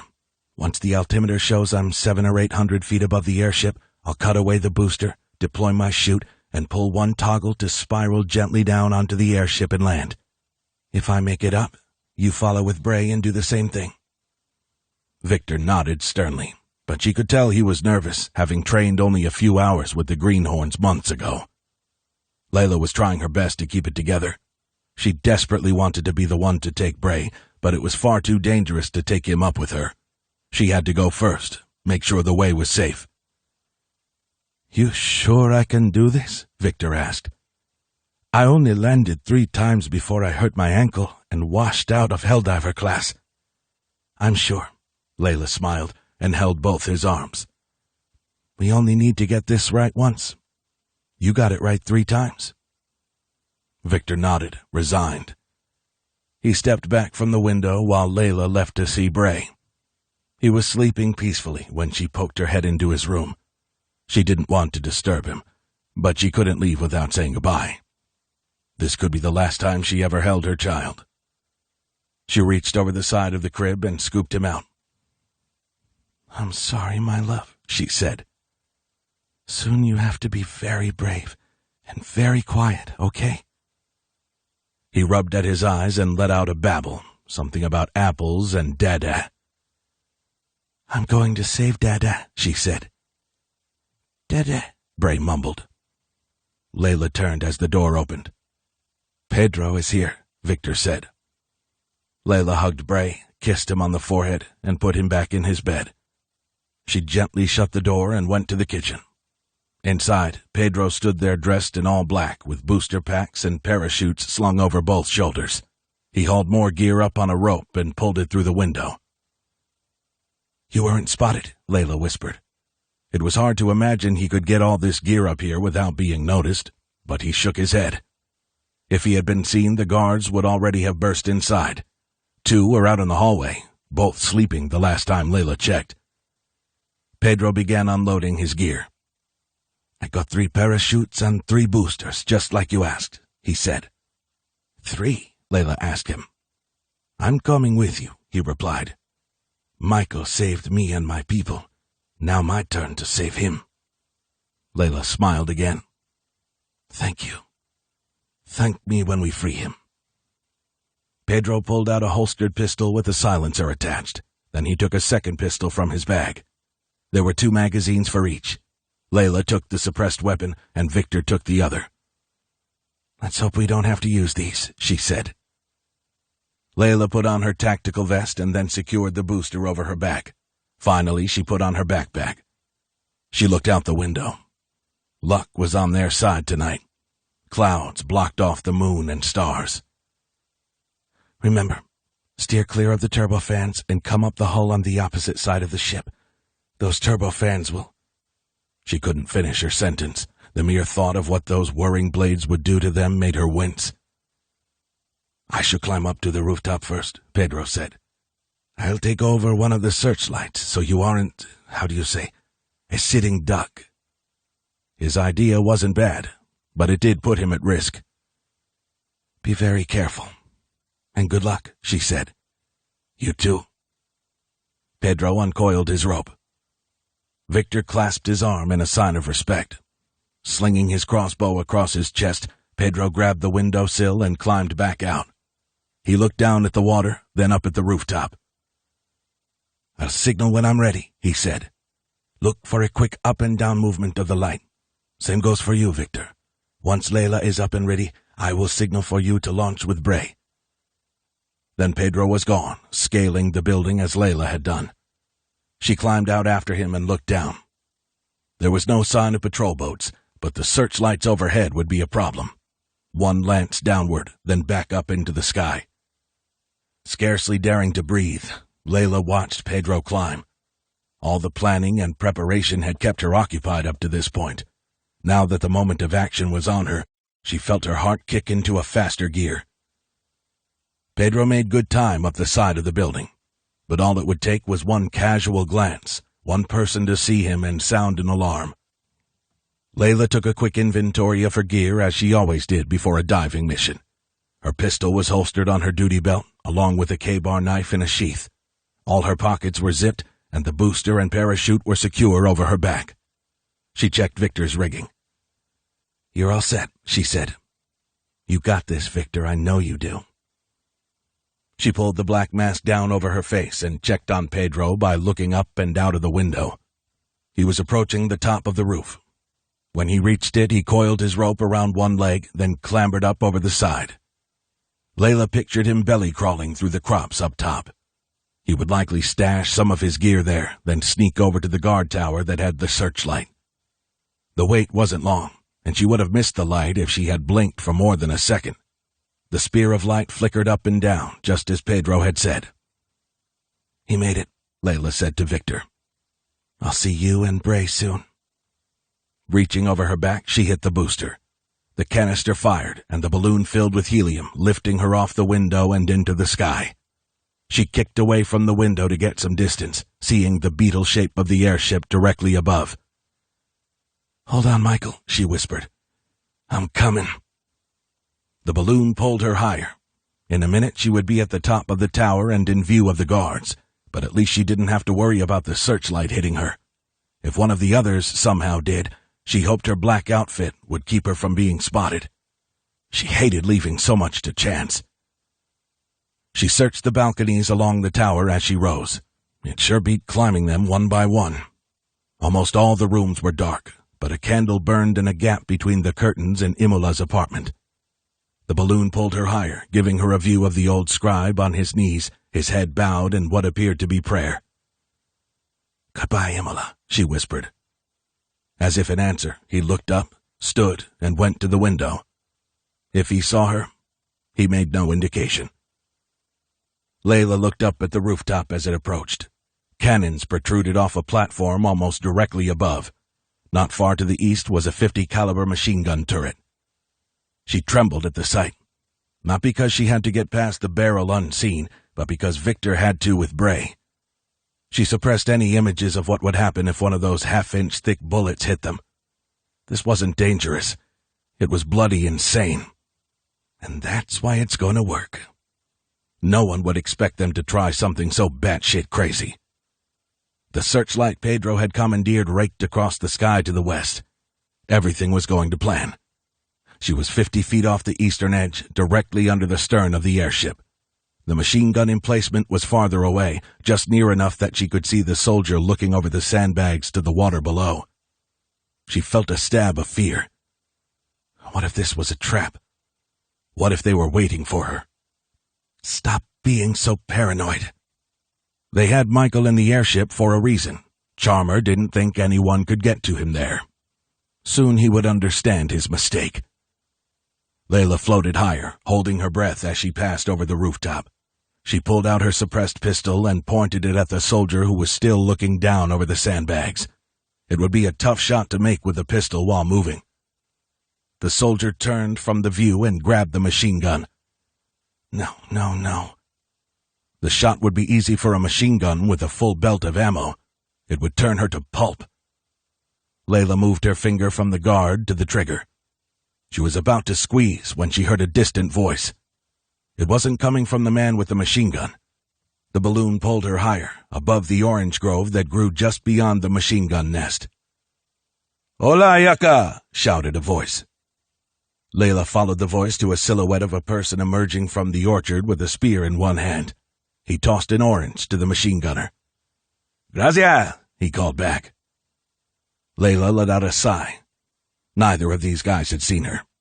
The guard in the grove went back inside to watch for fruit thieves, and the machine gunner sat down to eat his orange.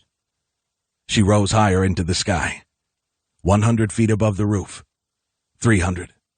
At 500, she was comfortably out of sight. She holstered her pistol as she came up on the airship's port side. Almost there.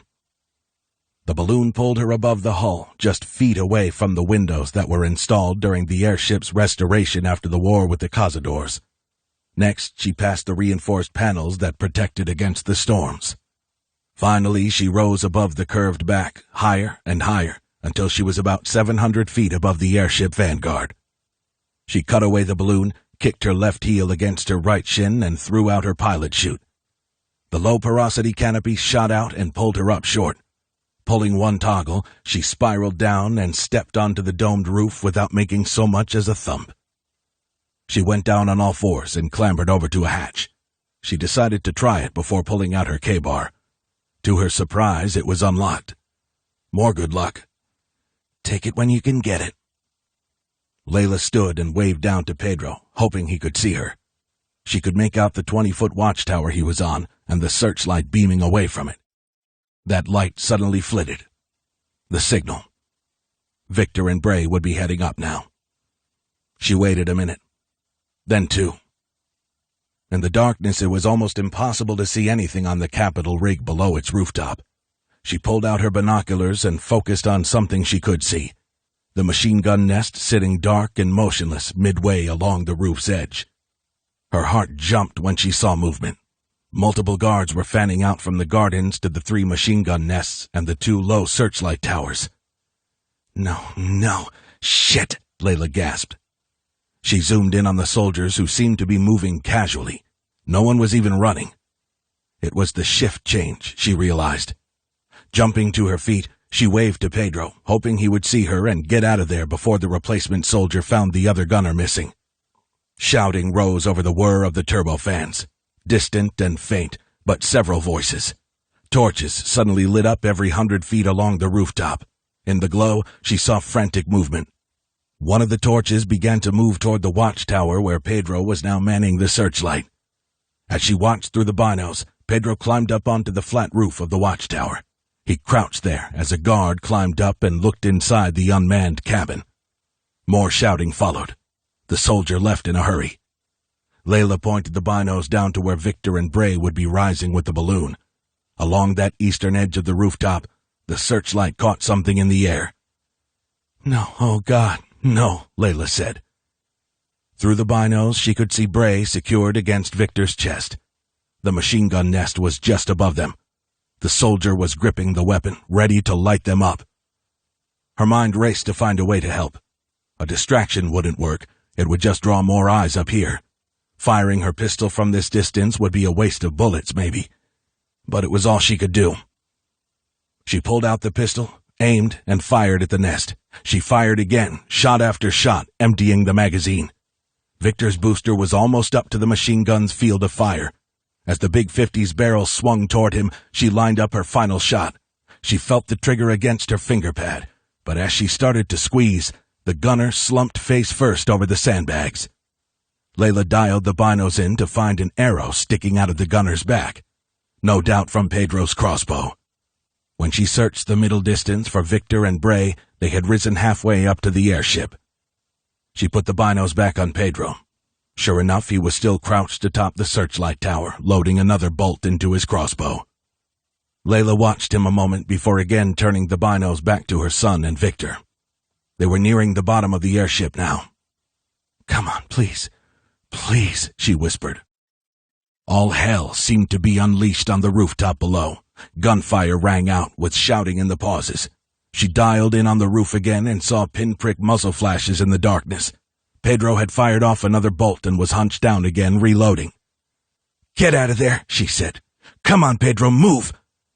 He put another bolt into the bow as the soldiers searched for his location.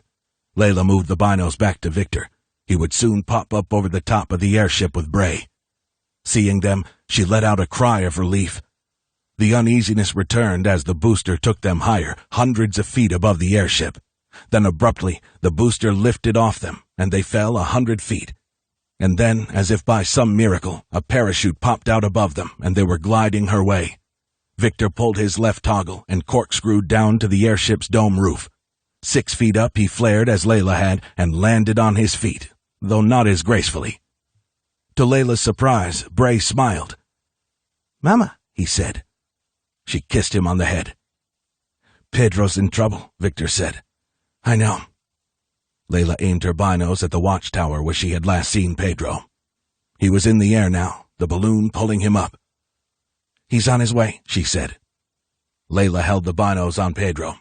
In a blink, the balloon vanished. Muzzle flashes from the forest told her what had happened to it. Flailing, Pedro fell 15 feet back to the rooftop. Flames from torches surrounded him as soldiers closed in. "Pedro," she whispered. She zoomed in. He was still alive and trying to get up. A half-dozen soldiers moved in, beating him with fists and rifle butts. She flinched, feeling each blow. "We have to keep moving before they figure out what he was doing," Victor said. Layla forced her gaze away and led them back to the hatch she had opened earlier. Victor followed her down the ladder, Bray babbling on his chest. The hatch closed overhead, sealing them inside the dark shaft of her old home. Soon, if she was lucky, this would be their sanctuary once more. But first they had to take out the soldiers on the ship, and they had to do it without Pedro. He had given his life to get them this far. Layla would make damn sure it was worth his sacrifice. 26. It was hard to believe that the lighthouse had ever been white. Cade had climbed to the blackened top of the California lighthouse on the northwest tip of Aruba looking for hostiles.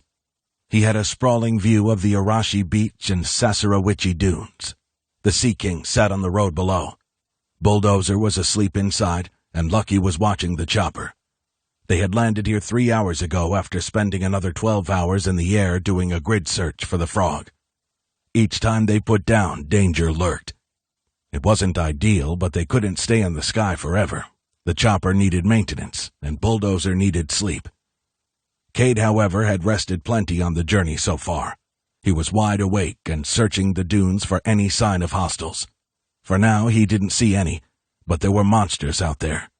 There were always monsters. That wasn't the only thing on his mind, of course. What Bulldozer had let slip back in Panama haunted Cade. They saw King Xavier as the enemy, and they would follow him back to the Vanguard Islands. The Knights had a larger plan that they were hiding from him. What if activating the Trident meant actually launching a weapon at the frog, or at the Vanguard Islands? What if the chopper had a nuke that they planned to drop on his home? Cade swallowed hard at that possibility. No way. Not possible. If this bird had a nuke, you'd know. It was just another reason Cade had to stay vigilant and ready for anything. He was more useful here trying to stop a war than sitting in a cell back at the Coral Castle. He would do whatever it took to keep his people safe. Wind gusted against the lighthouse. He opened the door to the gallery that encircled the faded blue cupola, checking with a boot to see if it would hold his weight. The metal creaked, and a screw popped off and fell to the ground below. Cade swore, tested his footing again, then cautiously started out on the wraparound platform, the wind whipping against his armor. He walked around the gallery, scanning the beaches, dunes, and ruins of resorts in the distance with his night vision optics. Unlike in Panama, he didn't see any sirens flapping across the sky. It was oddly peaceful up here, but judging by the corroded batteries and stripped and blasted wires back inside the lighthouse, this hadn't always been the case. This lighthouse had been part of the Cazador Empire under El Pulpo. It was one of many places the old cannibals' raiders had used to lure survivors and monsters alike. People like Lucky's father. Cade looked down at the chopper and noticed that Lucky was no longer in view. He walked all the way around the platform, but didn't see the Knight anywhere below. As Cade went back inside the lighthouse, he heard the clomp of boots. Lucky emerged at the top of the stairs with a small wooden crate in his hand. "You see anything up here?" he asked. "Negative." Lucky set the crate down, then bent down to the batteries and wires. "Cazadores?" he asked. "A long time ago," Cade said. "How much longer are we staying here?" "Not long. Just need to let Bulldozer catch a few more Z's. Hunting for this ship of your king's is turning into a bloody nightmare." "You mean hunting for my home," Cade said. "We're looking for your king," Lucky snapped back. "That's our mission. You heard the Forerunner. Bulldozer has got a few kangaroos loose in the top paddock. You've obviously seen that." Cade wished he could see the Knight's eyes through his helmet visor and gauge whether he was telling the truth, but his gut told him Bulldozer wasn't lying and that it was Lucky holding back the truth. Lucky set the crate down with a thud. "I'm going to try to get the radio signal booster up before we leave to see if I can pick up anything from your king's ship." He turned away without another word. Cade had even started to hope they could be allies, maybe even friends someday, but even after so many close scrapes together, Lucky still saw him as a prisoner, and not much more. The Knight opened a portable satellite dish and unfolded the legs. Then he took out a control panel with a screen and knobs. "Keep your eyes peeled while I try this out," Lucky said. "All right," Cade replied. He went outside with Lucky, who held the dish. He secured it to the railing around the cupola, then positioned the booster dish to the northeast. Next, he put on a headset that connected by wire to the control panel. Once everything was set up, he turned on the screen and started twisting knobs. Walking around the platform, Cade scanned for threats. That was the most important thing right now, to stay alive so he could deal with whatever was going to happen later. He checked the Sea King and spotted Bulldozer through a window, snoring away. Waves slapped against the shoreline in the distance. Cade couldn't help imagining what sorts of creatures were out there. He thought of the spawn back at the canal and the Cyclops monsters of the Sunshine Coast. Everywhere he traveled, different life forms had adapted to their deadly environments. The food chain out here was stacked high, and humans were nowhere near the top. Cade went back inside the lighthouse after finishing his scans. "Got anything?" he asked. Lucky shook his head. "Go down and wake Bulldozer up," he said. "We're leaving in 30 minutes. Cade descended the stairs, spiraling inside the ancient lighthouse. Red moss grew in some of the damp areas where water seeped in from cracks or broken windows. At the bottom of the tower, vines wrapped around the exterior, sneaking upward around the grimy gray concrete. He trekked across the rocky terrain to the road where the Sea King sat parked. With his hand on his holstered pistol, he searched the dunes on the other side. He was down to his last bullet, but it was better than nothing. The waves slapped the beach, rising up over the sand and then receding. Seeing nothing, he walked around the chopper to the cockpit. He grabbed the lever and opened the door, but that didn't wake the pilot. "Dozer," Cade said. That didn't wake him either. Cade rapped with his gloved knuckles on the window 3 times before Bulldozer jerked awake and reached for his pistol. "Whoa! Relax," Cade said. "It's just me."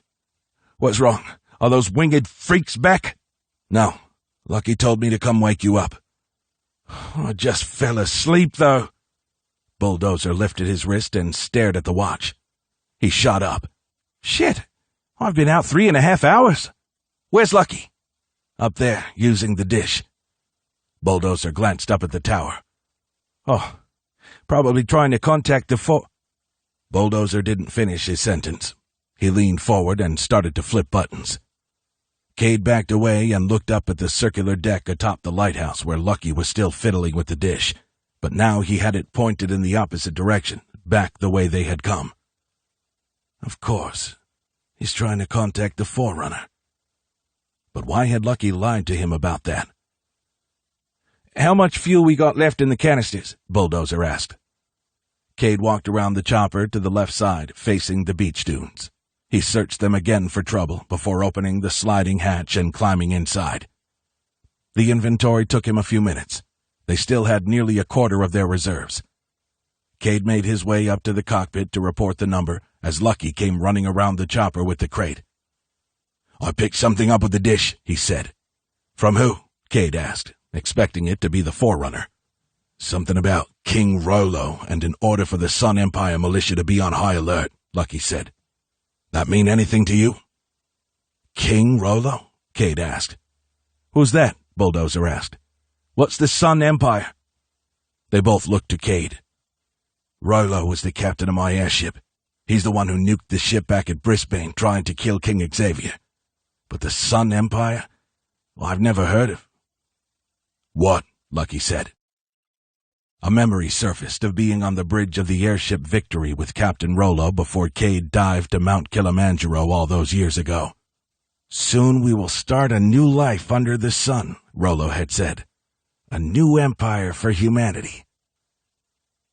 "Empire of the Sun," Cade muttered. "Rollo must have got himself crowned king and has renamed the Vanguard Islands."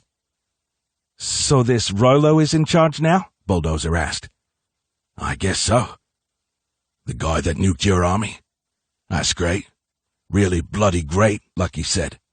"Come on, let's get back in the air." Cade knew this shouldn't have come as a huge shock to him.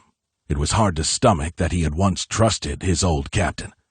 But those days were a lifetime ago, before the machines had robbed them of their humanity. Some of his friends had never gotten theirs back. Cade strapped back into his seat. The chopper lifted off, leaving Aruba behind and flying over the dark Caribbean Sea as Cade pondered what to do when they found the frog. Several hours passed, and at some point he must have dozed off because a loud pop over his headset snapped him awake. "I got something on radar," Bulldozer said. "Not 1, but 2 ships." Cade looked down at the blips on the screen. "See if you can get us a view, but stay in the cloud cover," Lucky said. "You got it," Bulldozer said. He lowered the helicopter through the clouds, and the ocean exploded into view, dark waves and whitecaps stretching to the horizon. "There," Lucky said. He pointed east at a long wake from a ship with containers stacked on the deck. "That's a carrier ship," Bulldozer said. "Yeah, but that isn't," Lucky said. "Is that the frog?" Cade said. He smiled at the sight of the ship. X was still alive, and they had obviously found supplies, as well as the cargo ship in Panama. "Get us back into clouds before they see us," Lucky said. "Let me hail King Xavier," Cade said. "I can broker a conversation between him and your forerunner." "You will do no such thing," Lucky said. Cade squirmed as the knight began to wrap a rope around him from behind. "No, stop!" he shouted. "Hold still," Lucky said with a grunt. "Don't make this any harder on yourself." "What are you doing?" Cade said, although it was clear he was being restrained. It was also clear that all hope of being allies with the knights was dwindling fast. "I had to lie to you," Lucky said. "I don't like it, but orders are orders." He cinched the rope around Cade's waist and the chair, then bound his ankles to the front legs. "I'm sorry. I know you're a good man, not like the rest of your people." Cade cursed himself for not trying to do something earlier. He had wasted one opportunity after another, hoping that Lucky would see reason, especially after Cade had saved his life so many times. But that didn't seem to matter to the knight. Lucky went to a crate and popped the lid. "What are you going to do?" Cade asked. "I'm sending an encrypted transmission back to the Forerunner," he said. "We finally found your king. Now we're going to follow him back to your home." X knew he was dreaming. This was a memory from almost 15 years ago. Or maybe not. He couldn't quite remember. What he did remember were the steaming orange noodles he always bought from the noodle bar at the trading post on the Hive. Tin's favorite meal. After a long day of training the newbie helldivers, X was glad to be heading back to his apartment with the food. Some of the trainees were already driving him nuts, especially this Magnolia, or Mags, the conscript with an attitude, a wave of blue hair, and way too much eyeshadow. He had no idea how he was going to keep her or any of the other greenhorns alive when the time came to dive again. And it would come again. They always needed divers. The curious eyes of passengers followed X as he walked the painted corridors of the Hive with his plate of food. He slowed as he came up on the wingman bar. Marv was wiping down the surface with a filthy rag. The lights flickered. He sure needed a stiff drink right now, but that would have to wait. He had other responsibilities after the loss of his best friend, Aaron Everhart. The thought of how Aaron had died made X want to down a few mugs of shine. He wanted to block it out. He needed to block it out. As X walked the empty corridor, recurring images of the ill-starred dive played through his mind like a familiar motion picture. It started in the launch tube at the last second when X had realized this was no green zone dive. Team Raptor had launched right into an electrical storm that the Hive's ancient sensors had failed to detect. Maybe human error was in there too.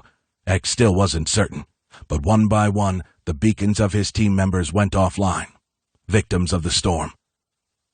X made it through the strikes, exploding out of the storm above the skyline of a ruined metropolis. Aaron broke out of the clouds not long after. For a moment, X had thought they both might make it to the surface. "I can't see!" Aaron had screamed. X had tried to guide his friend safely to the surface, past the jagged tips of scrapers, but one of those sharp girders snagged his chute. The sound of Aaron's body hitting the concrete would stick in X's memory banks forever. In a matter of minutes, Team Raptor had been eliminated. But X was still alive, and he had a job to finish. His mission would determine whether the Hive could stay in the sky. The images continued to play through his mind. He pictured the first siren nest, then the electronic wail of the beasts that haunted his dreams. But it was what had happened at the very end of the dive that had seared itself into his memories. The ravenous creatures with the rubbery flesh and ropey muscular bodies had chased him to the corpse of his friend. X had been forced to launch into the clouds while the beasts disassembled Aaron's body in short order, dragging his limbs and trunk away to feed their young. He lingered outside his apartment door, torn between going inside and marching right back to the wingman. That dive had broken X. He was in no shape to raise a boy. He opened the hatch to find Michael sitting on the torn carpet wearing his tinfoil hat. He glanced up from a robotic vacuum cleaner in pieces. "Don't worry, I'm fixing it for you," Michael said. X held up the bag of food. "Hungry?" The dream faded from his mind, replaced by a flood of other memories. The hive flying away on the horizon while X hung from his helium balloon, then finding Miles in a cryotube and being so lonely that he had broken his own rule of never opening a capsule. The dog had saved his life, helping him survive on the surface for a decade. Those 10 years were mostly just fragmented memories, hiding from and fighting the abominations of the wastes, rock monsters, water snakes, giant bugs, sirens, and then humans. He remembered the bulky armored suits of the Cazadores who had taken him captive, and he could almost feel the pain of the cancer and radiation poisoning that had followed in the years after his escape. Somehow, despite all odds, X and Miles had survived. Even more miraculously, they had managed to find Michael in Florida. Half crazy, malnourished, and on the edge of giving up, X had been a broken man back then, just as he had been a broken man after losing all of Team Raptor a decade before. And once again, Michael had brought him back from the darkness, taught him to live again, to love again. X awoke from the dreams to find himself in a dark space. Miles slept beside him, deeply enough that X didn't even wake the old dog when he sat up. Cold despair filled X as the confusion wore off, and he remembered he was in his private cabin on the Frog. That despair metastasized through him when he also remembered what was about to happen. He snatched his wrist computer off the table. In a few hours, Michael would be dead, executed by the very people who were alive only because Michael had saved them. X put the wrist computer down and tried the hatch. It was locked from the outside on his orders. "Don't let me out," he had said to Magnolia and General Forge. "I will be my own worst enemy, and yours too. Don't let me close to the radio or a bottle of shine." They both had agreed, and Magnolia said she wouldn't be far when the time came. X paced in front of the hatch, drawing Miles' attention. The dog let out a whine. No matter how hard he tried, X couldn't help but picture Michael being murdered. Morbid images clung like cobwebs in his mind. Soon, Michael would join the ghosts of the countless people X had failed over the years. Divers like Michael's father and X's best friend Aaron. People like Katrina, whom X had loved more than any other woman. Rhino, Les, Arlo, Ada, Roger. The list seemed to have no end. Many had believed the prophecy that X was an immortal. Maybe he was, but whatever the case, his survival had become a curse. He continued to live while the people he loved were killed. X closed his eyes and counted to 10, but it was no use. The anger erupted like an exploding can of gasoline. He rushed to the hatch, pounded on it. "Let me out!" he shouted. He pounded the metal again with the bottom of his fist. "Mags!" he yelled. "Mags, let me out!" His voice echoed over his pounding fist. He slammed his forearm against the hatch. Each blow sent a jolt of pain through his beaten and sore body. "Shine! I need shine!" he shouted. Oblivious to Miles's sad whining, he pictured Michael on his knees, a sword above his head in the grip of a Cazador executioner. "Let me out!" he screamed. X grabbed the handle and strained against it. When that didn't work, he slammed his head against the hull. Blood trickled down his forehead. He didn't care. He hit his head again. Miles barked at him to stop, then howled as if to say, "I'm still alive. Don't leave me." X fell to his knees in front of the hatch, sobbing. He wished for something to numb the pain, something to take away the guilt and clear the horrific images of Michael's impending death. "It's your fault. You couldn't save him." Again, X slammed his head against the hatch, leaving a smear of blood. Miles latched onto his arm, pulling him back. The dog pulled harder until X fell away from the door. He went up on his knees, face to face with the wet muzzle of his best friend. Miles licked his face and whined. And it all came crashing down on X. He put his arms around the animal and hugged him, listening to his pounding heart through his furry coat. "I'm sorry," X groaned. "I'm so sorry, boy." A knock came on the hatch, followed by a voice. "X, are you okay?" It was Mags. "Yeah," he grunted. "I can't let you out," she said. "You know why. You told me to—" "I know." X let go of Miles and crawled over to the bed. The dog followed him and hopped up onto the mattress. "I won't be far," Magnolia said. "We'll get through this. Remember what you said. We have to focus on those we can save." X let out a sigh and fell back on the bed. His head pounded, and blood dripped down the side of his head onto the pillow. He was a wreck. Miles lay against his side. "We sure have been through a lot together, haven't we, boy?" X asked. But none of those times compared to how helpless X felt now. Another morbid image of Michael made him wince. "Fucking hell," X mumbled. He sat up and forced his eyes open. Closing them was worse. Over the next hour, he was tortured with the images. He went from the bed to pacing to resisting the urge to smash his skull into the hatch.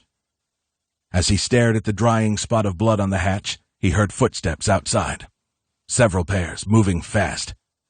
They stopped right outside the hatch. "He said to keep it locked," Magnolia said. "I know, but this is urgent," said General Forge. The locking mechanism clicked and the hatch creaked open. X stood looking at Magnolia, Slayer, and General Forge. "Sir," Forge said, "I'm sorry to disturb you, but—" "What is it?" X asked. "We're picking up radio chatter at the Vanguard Islands. Something about an attack on the rooftop of the Capitol Tower." X narrowed his eyes and looked to Magnolia. His mind was muddled, but the report could mean one of only a few things. "You thinking what I'm thinking?" X asked. "Someone's trying to save Michael," Magnolia said.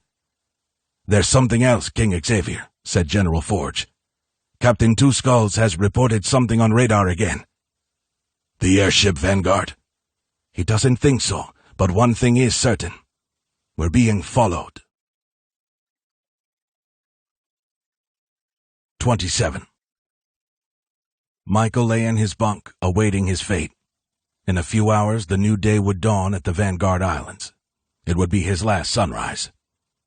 Unable to sleep, he had stared at the bulkhead most of the night, remembering better days with Layla and Bray.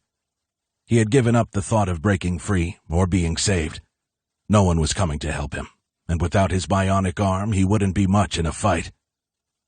He wasn't the only one who couldn't sleep.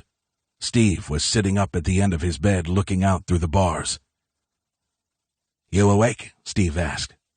"Yeah. I think something's going on." "What do you mean?" "I don't know, but the guards left." Swiping the hair from his eyes, Michael walked over to the cell door. Steve was right. No one was posted in the corridor. "Shift change?" Michael asked. "No, that would have happened a while ago." Steve stroked his beard. "I think I heard yelling earlier. That's when I woke up." "Yelling?" "Shouts. I don't know." "You didn't hear anything?" "No." Michael listened, but heard only the usual ship sounds.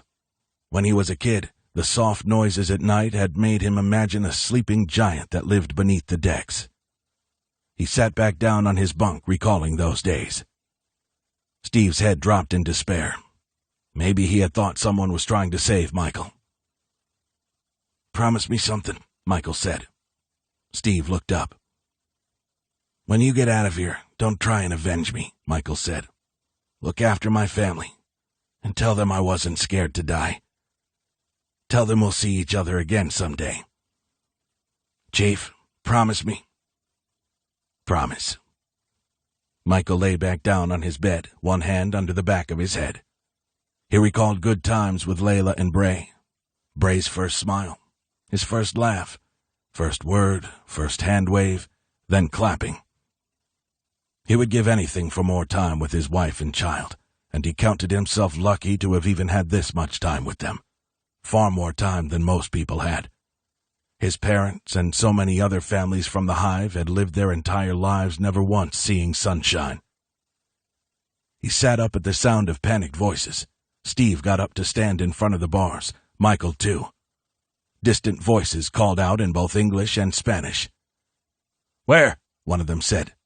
"Ataque," yelled another. "Hay un ataque." The voices drew closer, and metal clattered somewhere in the brig. 2 masked men rushed over, holding swords. These weren't the militia soldiers who had brought Michael here. These were the cazadores who had helped Charmer and Jamal murder Evie. One of them held 2 throwing knives in his hands.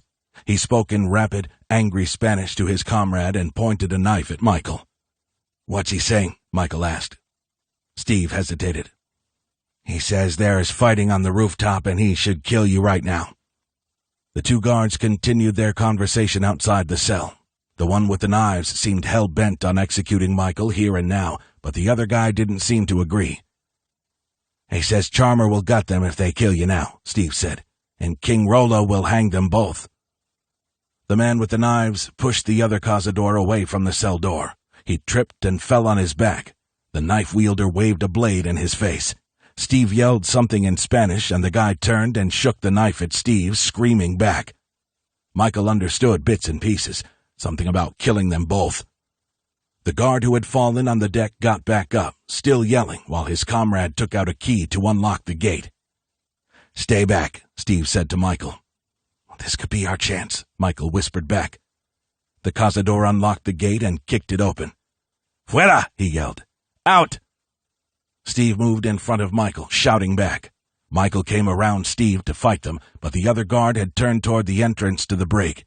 Reinforcements arrived, 2 people in black rushing through the dimly lit passage. The soldier with the knives slashed at Steve, who jumped back. But this warrior was fast. He thrust at Steve with his other knife, then elbowed him in the face, smashing his nose. The older man went down hard on the deck. Michael watched the soldier's rage-filled eyes as the 2 blades sliced the air. With little room to maneuver and only one arm to parry the knife thrusts, Michael backed away as the blades carved ever closer arcs. He felt the cell bars against his back. The cazador had him now, and knew it. Laughing, he cocked a tattooed arm for the fatal thrust. This was it, then. The last moment of Michael's life.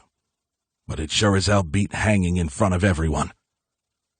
As the cazador chuckled, toying with him, Michael did what the soldier probably least expected. He threw a forward elbow, unhinging his attacker's jaw and knocking the man backward. He heard a thunk, and warm blood flecked his cheek.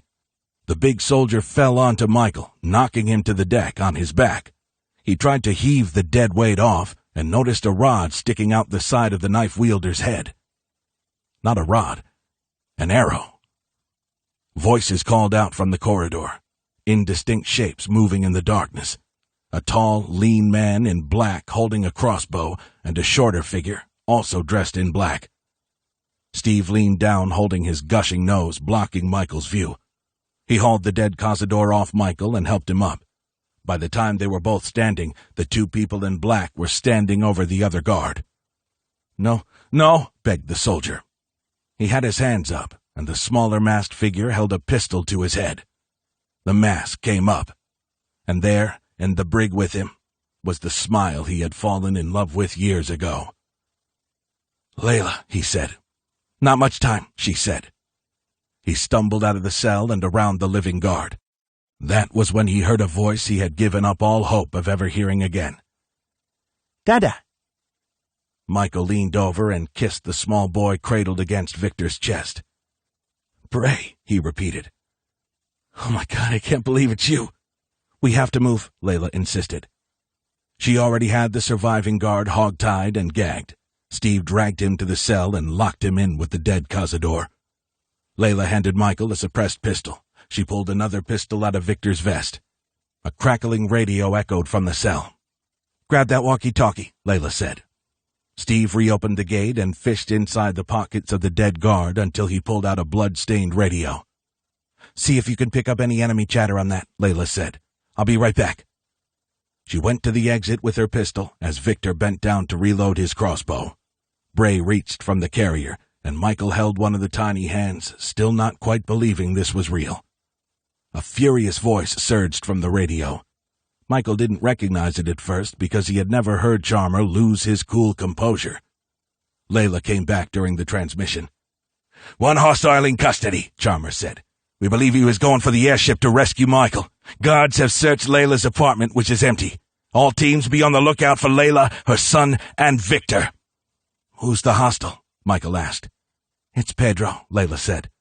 "He was captured trying to get to the airship." Michael swallowed hard at the thought of his friend dying for him.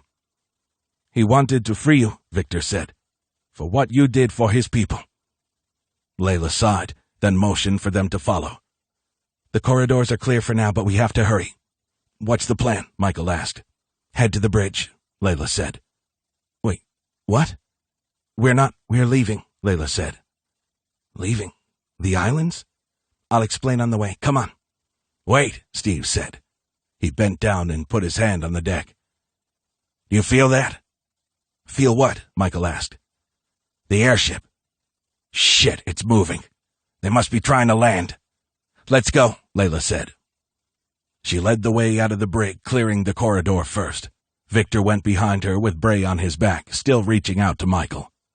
Michael couldn't hold back a smile, but he kept the pistol aimed down the hallway as they advanced. "We can't let this ship put down on the rooftop," she said. "Pedro was our only defense down there." "It's just you three?" Michael asked. "Bold move," Steve said. "We've been lucky," Layla said. "Most of us." Michael thought again of Pedro, who had likely given his life for Layla, Bray, and Victor to get here. They couldn't let his sacrifice mean nothing. "Hurry," Michael said.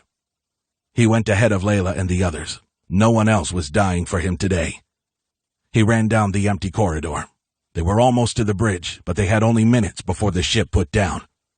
Approaching the next intersection, he slowed to listen for footsteps. Layla was right behind him. They stopped and went to hand signals, just like old times during dives. Then they moved around the corner, clearing both sides. Michael turned back to Victor and Steve. "Stay there," he said. "Layla, with me." She followed him to the closed hatches and tried the keypad. The doors to the bridge hissed open, unlocked. Michael aimed his pistol and went inside the white space. At the bottom of the two-level bridge, he saw Ensign Dmitry Vasiliev and Lieutenant Olga Novak at the main controls. "Down!" Layla shouted. Michael dropped as an arrow whistled past his head. He lined up the sights on a militia soldier who had been waiting for them behind a desk. A bullet to the helmet ended the threat. Layla fired 2 shots, taking out the other militia soldier who had been waiting to ambush them. They were the same 2 guards who had escorted Michael to the brig, both sky people. "Raise the ship right now," Layla shouted. Pistol up, she made her way down the stairs dividing the bridge. Michael followed her while Victor entered the room with Bray, Steve right behind him. He shut the door and locked it from the inside. As Michael made his way down to the lower level, he saw the mirrored feeds from cameras on the monitors. The airship was hovering right above the rooftop, and the gate was lowering toward a dozen armed soldiers. "Get this ship into the sky, now!" Michael shouted. Layla put her gun muzzle against Olga's head. "Do it!" When Olga didn't move, Layla murmured, "Nothing would delight me more than to blow your feeble brain all over that monitor, so please try me." Okay, relax." Olga slowly reached down. The airship jolted. Michael looked at the monitor, relaying the view from the bottom troop hold. It was maybe 10 feet above the soldiers who were armed to the teeth with spears, swords, and rifles. "Pull up!" Michael shouted. "Last chance to keep your brains inside your skull," Layla said through clenched teeth. Olga throttled up on the turbofans, blasting the soldiers as the ship finally began to rise. Michael was watching on the monitors with the live camera feed when a loud grunt came from behind him. He whirled about to find Victor hunched over with an arrow sticking out of his belly. To his left stood the militia soldier Michael had shot in the head. Bizarrely, the bullet had penetrated the top of the guard's helmet, missed his skull, and exited through the back. The man was on his feet and trying to load another bolt into his crossbow, so engrossed in the task that he didn't notice Steve until it was too late. He came up behind the man with a knife and traced it across his throat. The guard slumped to the deck, holding the spurting wound. Victor was down on one knee, grimacing in pain. Bray reached out from the carrier, bawling. "Layla, go!" Michael cried. She bolted up the stairs while Michael moved the gun from Dimitri's face to Olga's. "How many more people on the ship?" he asked. "Only a few engineers and maintenance people," Olga said. "How many?" "I don't know, 5, 6. "And guards?" Olga hesitated. "Answer me!" Michael shouted. 4 total." "They left only 4? Yeah, I don't believe that." He turned to Steve. "Make sure that door is secure." "It is, Chief." Layla got to Victor and unstrapped Bray from the carrier. "Is he okay? Is he okay?" Victor kept asking. She held Bray up, looking him over, then clutched him to her chest. "Victor turned to take the arrow and protect your child," Steve said. "Don't try to pull it out," Layla told Victor. "Just breathe. You're gonna be okay." Michael said, "Olga, open a comms channel to everyone on this ship." She activated the PA system with a tap to a monitor. "Okay, go ahead," she said. "To the guards and anyone else still on this ship, this is your one opportunity," Michael said. "Lay down your weapons and head to the cargo hold. We will let you off so you can return to the islands, but only if you go there now." Michael backed slowly up the stairs, his nerves on fire. At the top, he took his eyes, but not his gun, off the officers to check on the others. Victor was gasping in pain, and Layla was still comforting the child, who seemed unharmed. "Hold the wound," Layla said to Victor. "We have to stop the bleeding." "I got you, brother," Steve said, easing him into a more comfortable position. The comms suddenly crackled with Chalmers' enraged voice. "Dimitri, Olga, what the hell are you doing? You were ordered to put the ship down on the rooftop." "Don't answer that," Layla yelled to the officers. The speakers in the room blared again.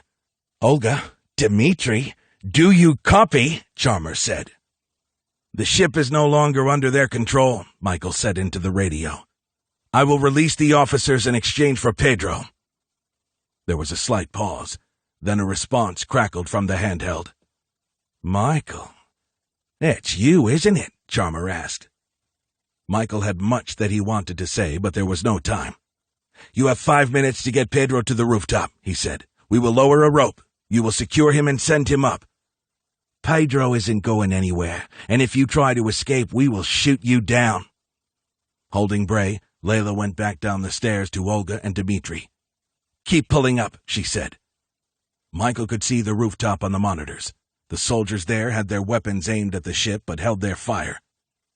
"I will shoot you the fuck down! Don't test me!" Chalmers screamed over the comms. "And I will turn you into shark chum and the Capitol Tower into an artificial reef," Layla said into a different radio. "Try me, you one-eyed fucking shitweasel. I don't need an excuse to cleanse the earth of your sorry carcass." There was no response. Victor groaned as Steve put a cup of water to his lips. "Is there someone in the med bay?" Michael asked the officers below. Olga shook her head. "Hang in there, Victor," Michael said. "As soon as we get out of here, we'll get you into the medical bay." "What do we do about Pedro?" Layla asked Michael. He took a moment to consider their options while she rocked their skittish child. On the monitors below, he saw an army waiting to kill them.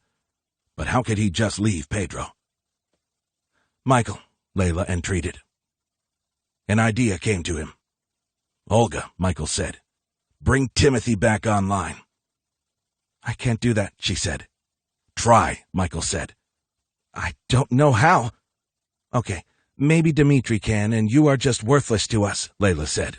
She aimed the gun at Olga's head. Okay. The officer sat at a terminal and tapped the screen. After a few moments, she pressed a key and glanced up. A familiar, polite voice surged from unseen speakers. "Hello, my name is Timothy Pepper. How may I assist you?" "Timothy, I need you to arm the missiles," Michael said. "Ah, Chief Michael Everhart. Pepper, do it fast and target the Capitol Tower." "Sir, may I ask why you are targeting—" "Do it now, Timothy." "Stand by, sir." "Tell Chalmers what you're doing," Michael said. "Tell him if he doesn't send Pedro up, we'll take out the tower." Layla held the radio up, but before she could get off the transmission, the airship jolted hard, shaking the entire room. Michael stared down at the monitors, which showed flashes of light sparking across the rooftop.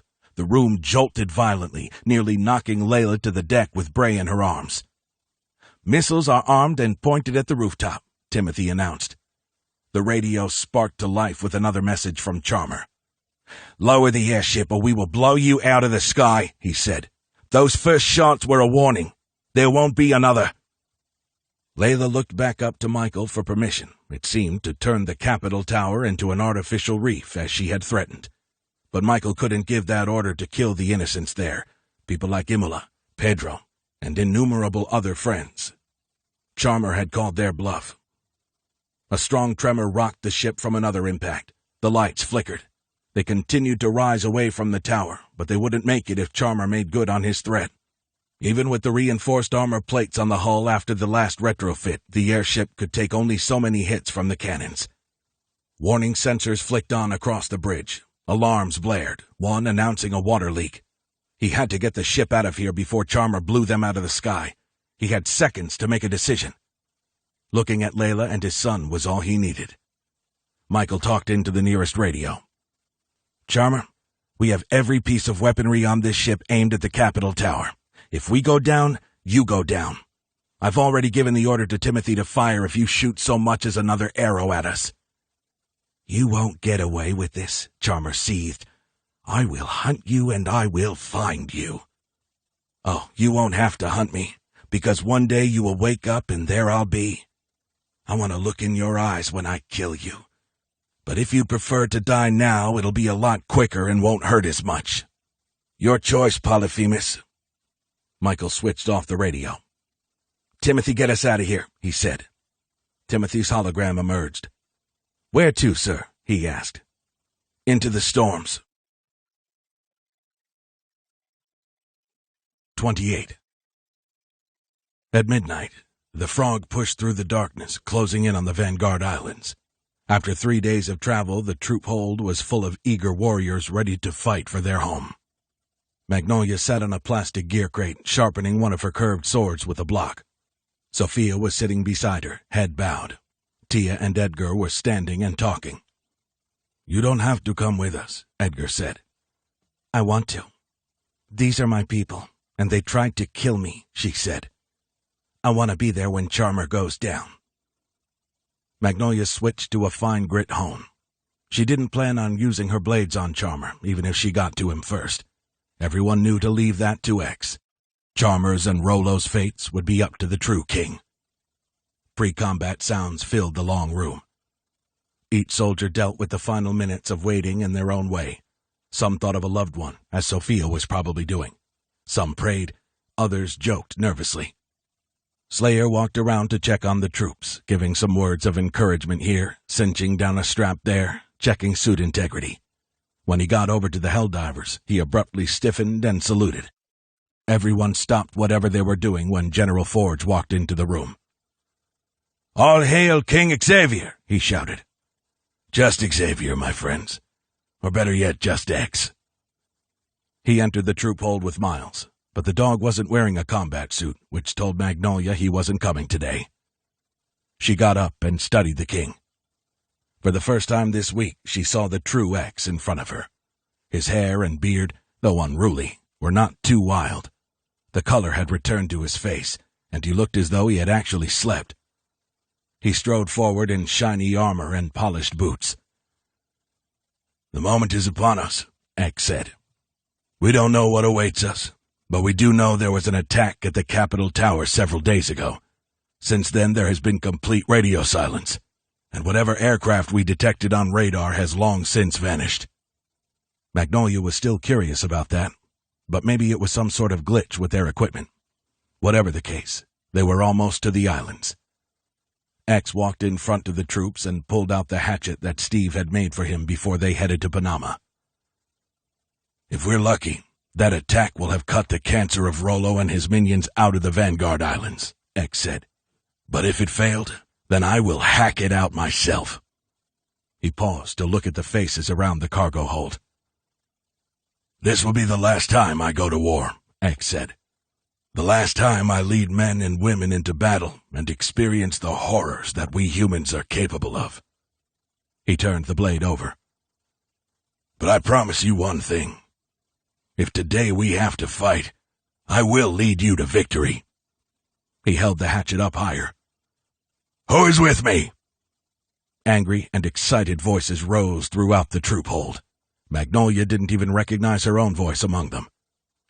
"Grab your weapons and prepare to take back the Vanguard Islands," Forge shouted. Most of the soldiers moved over to the racks of rifles and spears, but Slayer gestured to Granjefe. "Jorge," Slayer said. Granjefe stepped away from the line. The hulking warrior had swapped out his Helldiver gear for traditional cazador armor. An axe with a curved blade hung over his back. On his duty belt, he wore a saw-toothed cutlass. But those were the only two weapons he was going to get. Slayer explained this to him in Spanish, and to Magnolia's surprise, Granjefe didn't curse or argue. "I no need gun," he said with a laugh. "They need gun." The giant walked away just as General Forge gave the order for the fire teams to move to the weather deck. He put on his red feathered helmet and walked with King Xavier through the doors, repaired since the Cyclopes had broken them open. 32 warriors followed them outside into a light rain. Lightning forked across the dark sky. If Magnolia didn't know better, this could be anywhere in the world. But the Vanguard Islands were mere miles away. Not far behind, Magnolia could see the Osprey trailing off the Frog's starboard quarter. She couldn't make out the 20 soldiers on the deck, all headed to Oil Rig 15 to take it from the other sky people. Yet June had been moved back to the ship where he would spend the attack locked away in his cabin for his own protection. Shouting in Spanish rang out across the weather deck of the Frog. Forge barked orders to the soldiers who marched in lines to the aft elevator. On it, 4 black assault rafts waited to ferry them to the Capitol Tower. The former Zodiacs had been found in storage on the immortal supercarrier and transferred to the Frog. Magnolia followed Edgar, Sophia, and Tia onto the elevator with the Cazadores and X. They would be in the first wave, tasked with taking out Charmer and any guards unwise enough to fight back. Of course, they had the Wave Runners to deal with, but Granjefe had already assured King Xavier and General Forge that he would handle his cousin Jamal, their leader. Magnolia wanted to believe him. She had fought with Granjefe long enough to know that he wasn't evil. He had saved her life on several occasions, and he had felt the loss of Arlo. She had to trust that he wouldn't betray them when the time came. The real wild card was the airship Vanguard. It was the only real threat to the Frog, and Captain Two Skulls had been ordered to deal with it by any means necessary, even if that meant shooting down the airship. 1 mile out, Forge shouted. All teams move into position. The teams boarded their motorized inflatable assault rafts as the elevator clanked down toward the ocean. Miles stayed on the deck above, barking. It'll all be over soon, boy, X called out. See you in a few hours. He got into a raft with the Barracudas, which included Slayer, Blackburn, Granjefe, and 4 more soldiers. General Forge got into another boat with a fire team of 6 Cazadores, and Magnolia and her Helldivers joined 6 Cazadores in yet another raft. A 4th raft was being boarded adjacent to them. Memories of fighting El Pulpo and his cannibalistic warriors surfaced in her mind as she took a seat next to Sophia. But so much had changed since then. They each had lost their best friend and lover, and yet there was still life to be lived. We will find Rhino Jr. Don't worry, Magnolia said. He's going to be fine. I can't lose him. I should never have left him in the first place. It was the first time Magnolia had heard Sophia show any regret. She had been firm in her belief that heading to Panama and Australia was the best thing for her son. Accept your past without regret, Magnolia said. You'll be with him again soon, I promise you that. I'll be with you, Edgar said. Me too, Tia said. Magnolia bowed her helmet with the other 3 divers, clacking them together in solidarity. She still didn't know Tia that well, but she had shown a lot of bravery since Brisbane and losing Cade. The elevator lowered the rafts to the choppy water, and as soon as the deck submerged, all 4 craft headed out. The boats fanned away from the stern of the Frog and spread out over the waves, leaving the warship behind for now. Only a handful of soldiers remained on the ship with the crew, with cannons and machine guns ready to fire. Soon it would begin its search for the airship Vanguard. Magnolia feared what would happen to her former home, The thought of it being blasted from the sky again was hard to stomach, but this was a fight for their home. They had to do whatever they could to save it. The boat's twin engines roared, skipping it over the waves in the darkness. All 4 inflatables sped toward the invisible wall that separated the wastes from paradise. Behind them, the Osprey chugged along. It was just after 1 a.m. when they caught the first lights from the distant rigs. Magnolia prepped her laser rifle and looked quickly back to see the Frog as it continued its hunt for the airship. She watched X, standing casually in the bow. The next instant, he was gone. The boat had passed through the barrier of darkness into light. Magnolia's raft did the same a few moments later. She cursed when she saw an almost full moon glowing above them. "There's a rig," Tia said. She pointed west to a tower with 3 wind turbines churning lazily in the mild breeze. Magnolia thought of Michael, who had overseen their construction to generate more energy for the islands. The thought of losing Michael, on top of losing Roger, made her broken heart ache. Yes, there was that ghost of a chance that Tin was still alive, but she had learned better than to hope. She patted the pocket where she had placed Roger's mangled glasses. "I'm sorry, Rog. God, I'm so sorry." Seeing Sophia beside her reminded Magnolia that she had to keep strong for her friend, for the people who were still alive. Rhino Jr., Layla, Bray, X, Edgar. The raft motored around another rig. Pinpricks of light outlined each level. This was a civilian tower that 1,000 cazadores called home. Magnolia brought her rifle scope up and zoomed in. She raked the sights over the decks. Only a few people were still awake on the various levels. Lowering the weapon, she focused on the open water and the sky. They had yet to see the airship Vanguard, but if Magnolia had to guess, it would be hovering over the Capitol Tower. She checked over her shoulder, searching for the Frog. That she couldn't see it in the moonlight was a good thing. She hoped that meant no one else could either. Until it's too late for them. Magnolia stared up at the rig. This was the largest of them all. Bridges connected the 2 towers of concrete and rusted steel. It was not so long ago that she had passed under the bridges on a small boat after she was captured by the cazadores. She remembered those hostile, barbaric-looking people clacking their sharpened teeth and looking down at her as if she were an alien. In the glow of torchlight, she saw guards with spears patrolling the bridges and the various decks. No one seemed to notice the boats, though. They gave the rig a wide berth as they passed. "Almost there," Edgar said. Magnolia studied the horizon until she saw the dome of the Capitol Tower. To her surprise, the airship wasn't hovering overhead. It wasn't mounted there either. "What's that?" Tia asked. "The Capitol Tower," Magnolia said. "No, over there." Tia pointed to the left. Magnolia followed her finger to a tiny dot moving across the water. It wasn't one of the other rafts. She raised her rifle and zoomed in on a jet ski zipping toward them at full speed. "Shit, we got company!" Magnolia shouted. The other boats didn't seem to notice. "X!" she yelled. Slayer turned toward them from the King's boat. Magnolia pointed in the direction of the jet ski. The rider had eased off and was standing with a pair of night vision goggles. "Oh, no, you don't," Magnolia said. The Cazador soldier lowered the glasses and began to turn his jet ski. "Don't let him get away," Edgar shouted. "He's a wave runner," Granjefe yelled. "Shoot that fucking jet ski," Slayer ordered. Gunfire immediately cracked from 2 different rafts. The hostile rider slumped off the idling jet ski. Granjefe went to the edge of his boat, looking out as if he were in shock. It struck Magnolia then. The Cazadores with X were going to have to kill other Cazadores, and they already had. "Let's hope he didn't get a radio transmission off," Sophia said.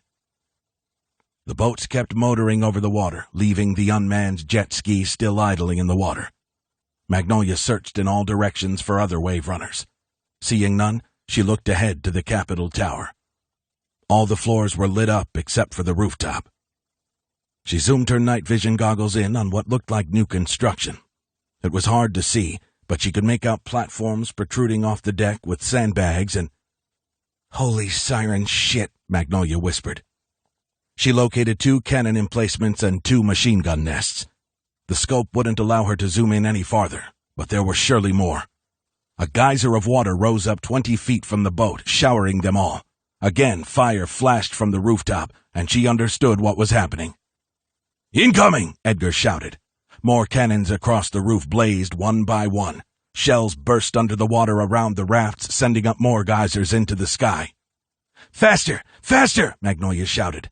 "Get under there, artillery!" The Cazador pilot needed no coaxing to open up and go at full throttle over the waves. Magnolia aimed her rifle at the rooftop, but it was still too far away to bother wasting any shots. She slung the weapon and grabbed a handhold instead as the boat bounced along. More shells exploded as they closed in on the tower. Bright green tracer rounds arced away from machine gun nests. The boat carrying X curved away, right into a huge foaming explosion in the water. Magnolia held her breath as the newly formed crater in the ocean slammed shut, sending up a pillar of water. In the green view of her HUD, she made out the boat and its occupants still miraculously on board. One Cazador hung over the side, but was hauled back in. Machine gun fire forced her down, bullets whizzing right over their boat. She glanced up over the edge as screams rang out behind them. The other boat went up in the air, bodies cartwheeling in all directions. Magnolia stared for a horrified second. Now that their stealth approach had been blown, the comms fired with a message from X. "Frog 1, we're under heavy fire," X said. "Do you have eyes on the airship?" "Negative." "Fuck. Then head to the Capitol Tower. We need covering fire now." Magnolia kept low as the boat sped toward the objective. She pulled Tia down to the bottom of the raft. "Stay down," she shouted. The Cazador pilot was doing a crackerjack job keeping them away from the machine gun spray, but it was guesswork where the artillery would land. Another shell burst somewhere in front of them, showering the craft with water. Magnolia looked up. The rooftop was within accurate firing range now, but her muzzle flash would give away their position again. The only thing to do was stay down and hope they could get to the marina without being blown up. "Miren! Look!" shouted the Cazador on the motor. He was pointing at more jet skis ahead. A dozen of the little speedsters were spreading out from the marina of the Capitol Tower. Gran Jefe's voice came over the open channel. Magnolia listened, trying to pick up something useful, but not getting much. "What's he saying?" she asked Sophia. "He's telling Jamal to stand down, to join us," she said. Magnolia watched the riders approaching, hoping they would listen to Gran Jefe. The response came in the form of bullets as every rider opened fire with small arms. "Down!" Edgar yelled. Magnolia ducked down with everyone else on the boat. A gruff voice came over the channel in reply. It was Jamal, according to Sophia, who translated. "He says he is general and for us to stand down," she said. A scream came from behind Magnolia. She turned to find one of the Cazadores shot in the gut. The other soldiers needed no further motivation to fire back. Magnolia sure as hell didn't. She aimed her rifle at a jet ski, then pulled the trigger. The laser bolt flashed a 3-inch wide tunnel through the rider, who splashed into the water as the jet ski skidded to a stop. Magnolia searched for her next target, waiting for the boat to even out. When it steadied, she pulled the trigger. She only got off a few shots before she was suddenly rising up in the air with the boat somehow still under her. She didn't know what had happened until she hit the water. Another shell burst 50 yards away, sending another massive column of water into the sky. She flailed in the waves, her armor weighing her down. Machine gun fire striped the ocean around them. Magnolia kicked and struggled to stay above the waves. She slipped under, bullets whizzing around her. Reaching down, she shucked off her left boot, then the right. It didn't help much, but at least she could kick now. Breathing the oxygen supply from her helmet, she took another terrifying moment to pull off her chest armor. It was the second heaviest thing. Losing it was tough, but it was no decision really. Either this or death. Probably death no matter what. She broke through the surface, treading water and searching for the others from her boat. 2 Cazadores had resurfaced, and Sophia was also treading water. A round of bright explosions lit the rooftop. Debris rained down, along with a burning soldier, kicking as he fell. Magnolia looked for Edgar and saw that he had surfaced with Tia. Behind him, a ship was moving across the water. Fiery bursts from cannons and muzzle flashes from machine guns lit up the deck of a warship. Magnolia braced herself to be obliterated, but the shells and bullets screamed and zipped high overhead. above the water. They were aimed at the Capitol Tower. "It's the frog!" someone shouted. She kicked around and watched explosions across the rooftop. Still, they weren't safe yet. They still had to swim to the marina, break inside the Capitol Tower, and take it back from forces that knew they were coming. 29. "We're almost there," Bulldozer said over the short-range comm channel. "They're ready for anything," Lucky said. With every mile that brought them closer to the Vanguard Islands, Cade's fury grew.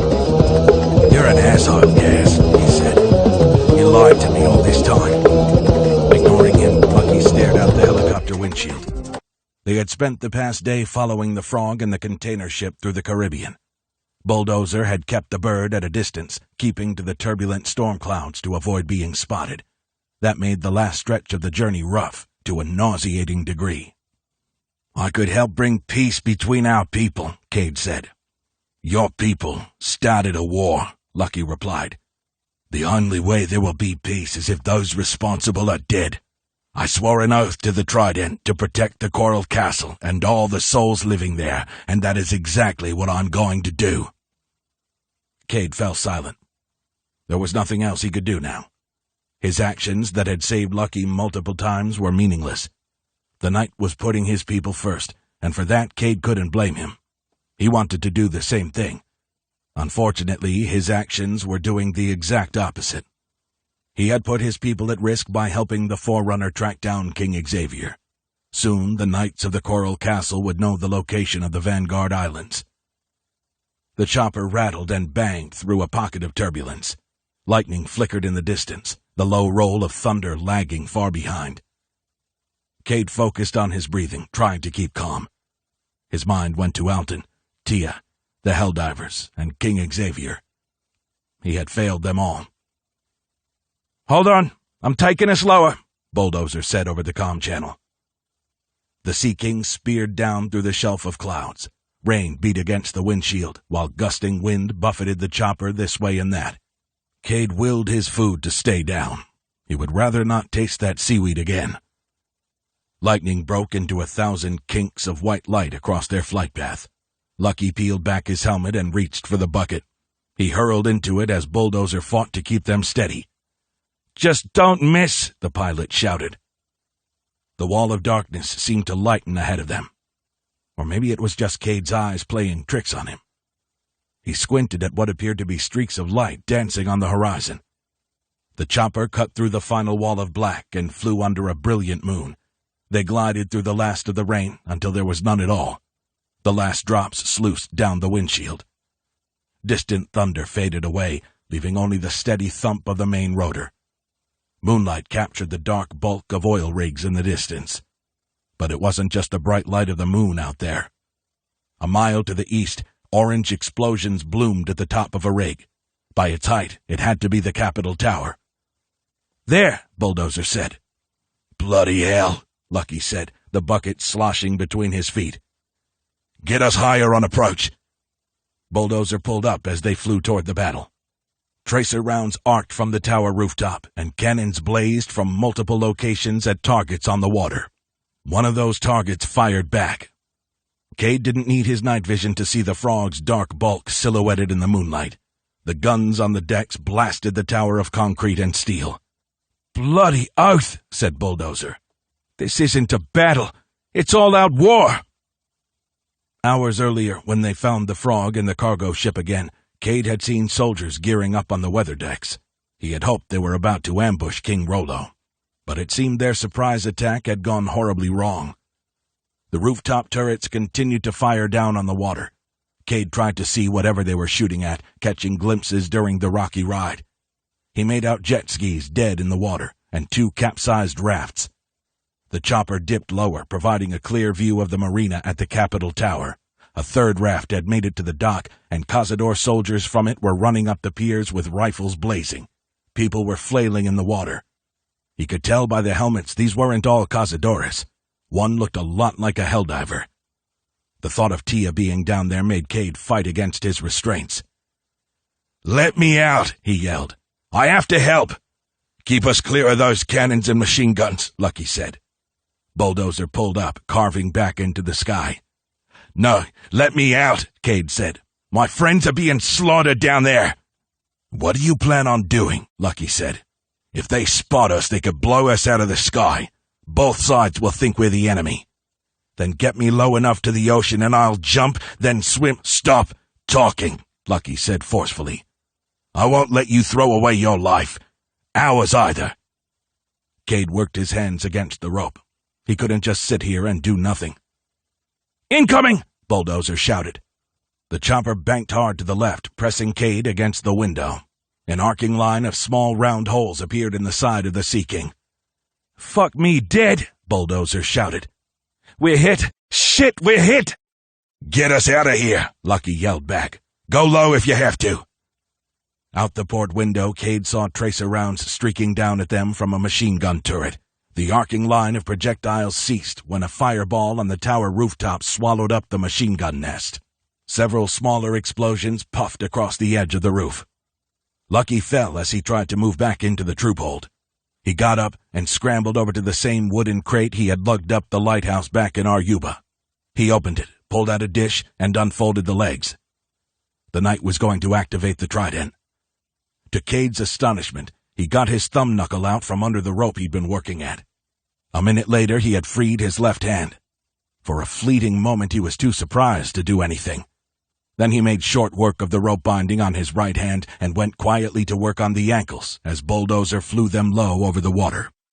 Now, with his feet free, Cade sprang up and lunged straight for the cargo hold door as Lucky pulled something from his duty belt.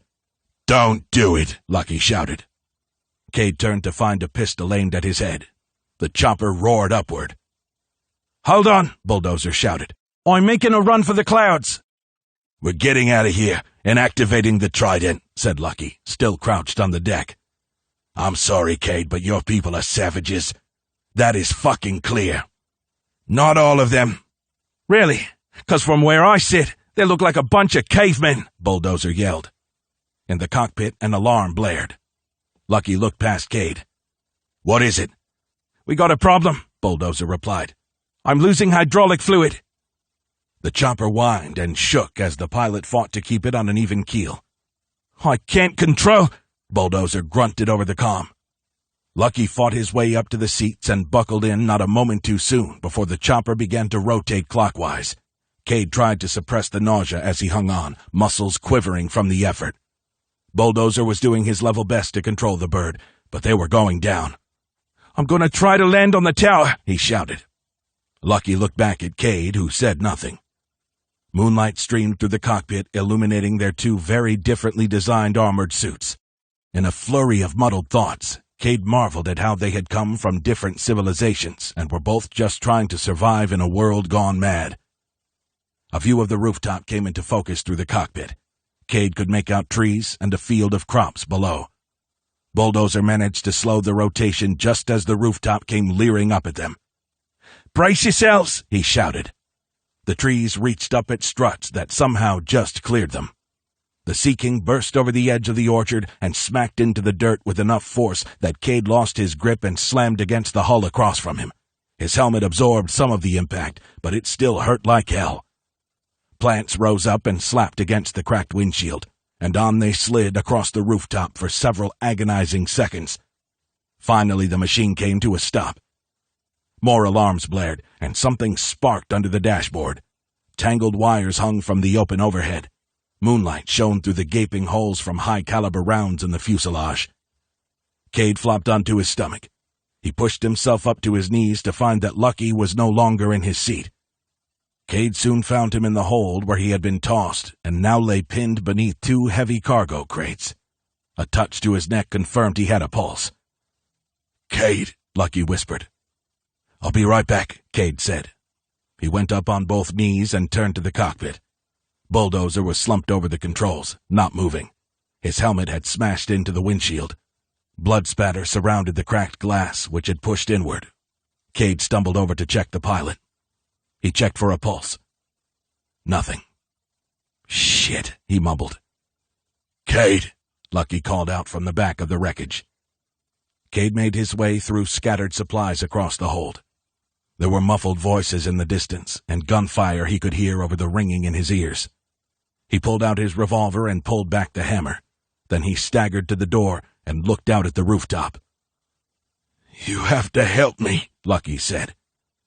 He reached out to Cade, then pulled his hand back with a whimper of pain. Cade went aft. "How bad are you hurt?" "I can't feel my legs," Lucky said. Cade looked for blood, but saw nothing. It sounded like a spinal injury. That meant moving him now alone was too dangerous. "I'll come back for you," Cade said. "No," Lucky groaned. He grabbed Cade's arm. "I have to activate the trident," he said. Cade looked at the crates, then back to the night. He felt a trace of empathy for Lucky, but he wasn't going to help him activate the trident, that was for damn sure. "Please help me, mate. Please." Cade got up and banged open the side door. "I've been risking my biscuit to help you," he said, "and you still treat me like a criminal. Well, from here on in, you dag-snapping mongrels are on your own. It's time for me to help my people and our king." 2 days after leaving home, the airship Vanguard cruised through storm clouds just above 20,000 feet. Lightning flashed beyond the viewport, illuminating mounds of clouds that looked like dark ocean waves. Layla had never thought she would be looking at this view again. It was a far cry from the sunshine and clear water of the Vanguard Islands. She had traded the view to be with her family, and didn't regret it one damned bit. Being with them was a gift. "A gift, right, Bray?" she asked. The child hung in the harness on her chest. He reached up and patted her chin. Michael was below decks with Steve fixing panels damaged during the escape from the Capitol Tower. They would soon know just how bad that damage was. "Timothy, you there?" Layla asked. Bray waved at the hologram of Timothy that emerged in front of them. "Well, hello there, Bray," Timothy said. "And Layla Everhart. How are you?" "That depends on the condition of the ship. How about a sit rep?" Timothy blinked while digesting information for the report. She already knew most of what he explained. The ship had taken severe damage to sections 14 and 15 directly under the water treatment plant, rupturing a pipe and causing it to leak over 20% of their water supply. The water had also caused a power outage. Steve and Michael were checking it out now. Layla let out a sigh, which Bray mimicked. "What else?" she asked.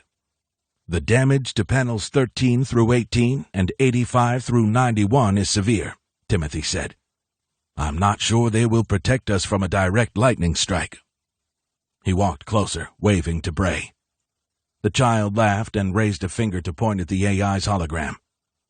"The good news is the damaged panels can be replaced, and with the proper wiring, Chief Everhart and Deputy Schwarzer should be able to get the plant back online. But of course that means diving," Layla said. "I'm afraid so."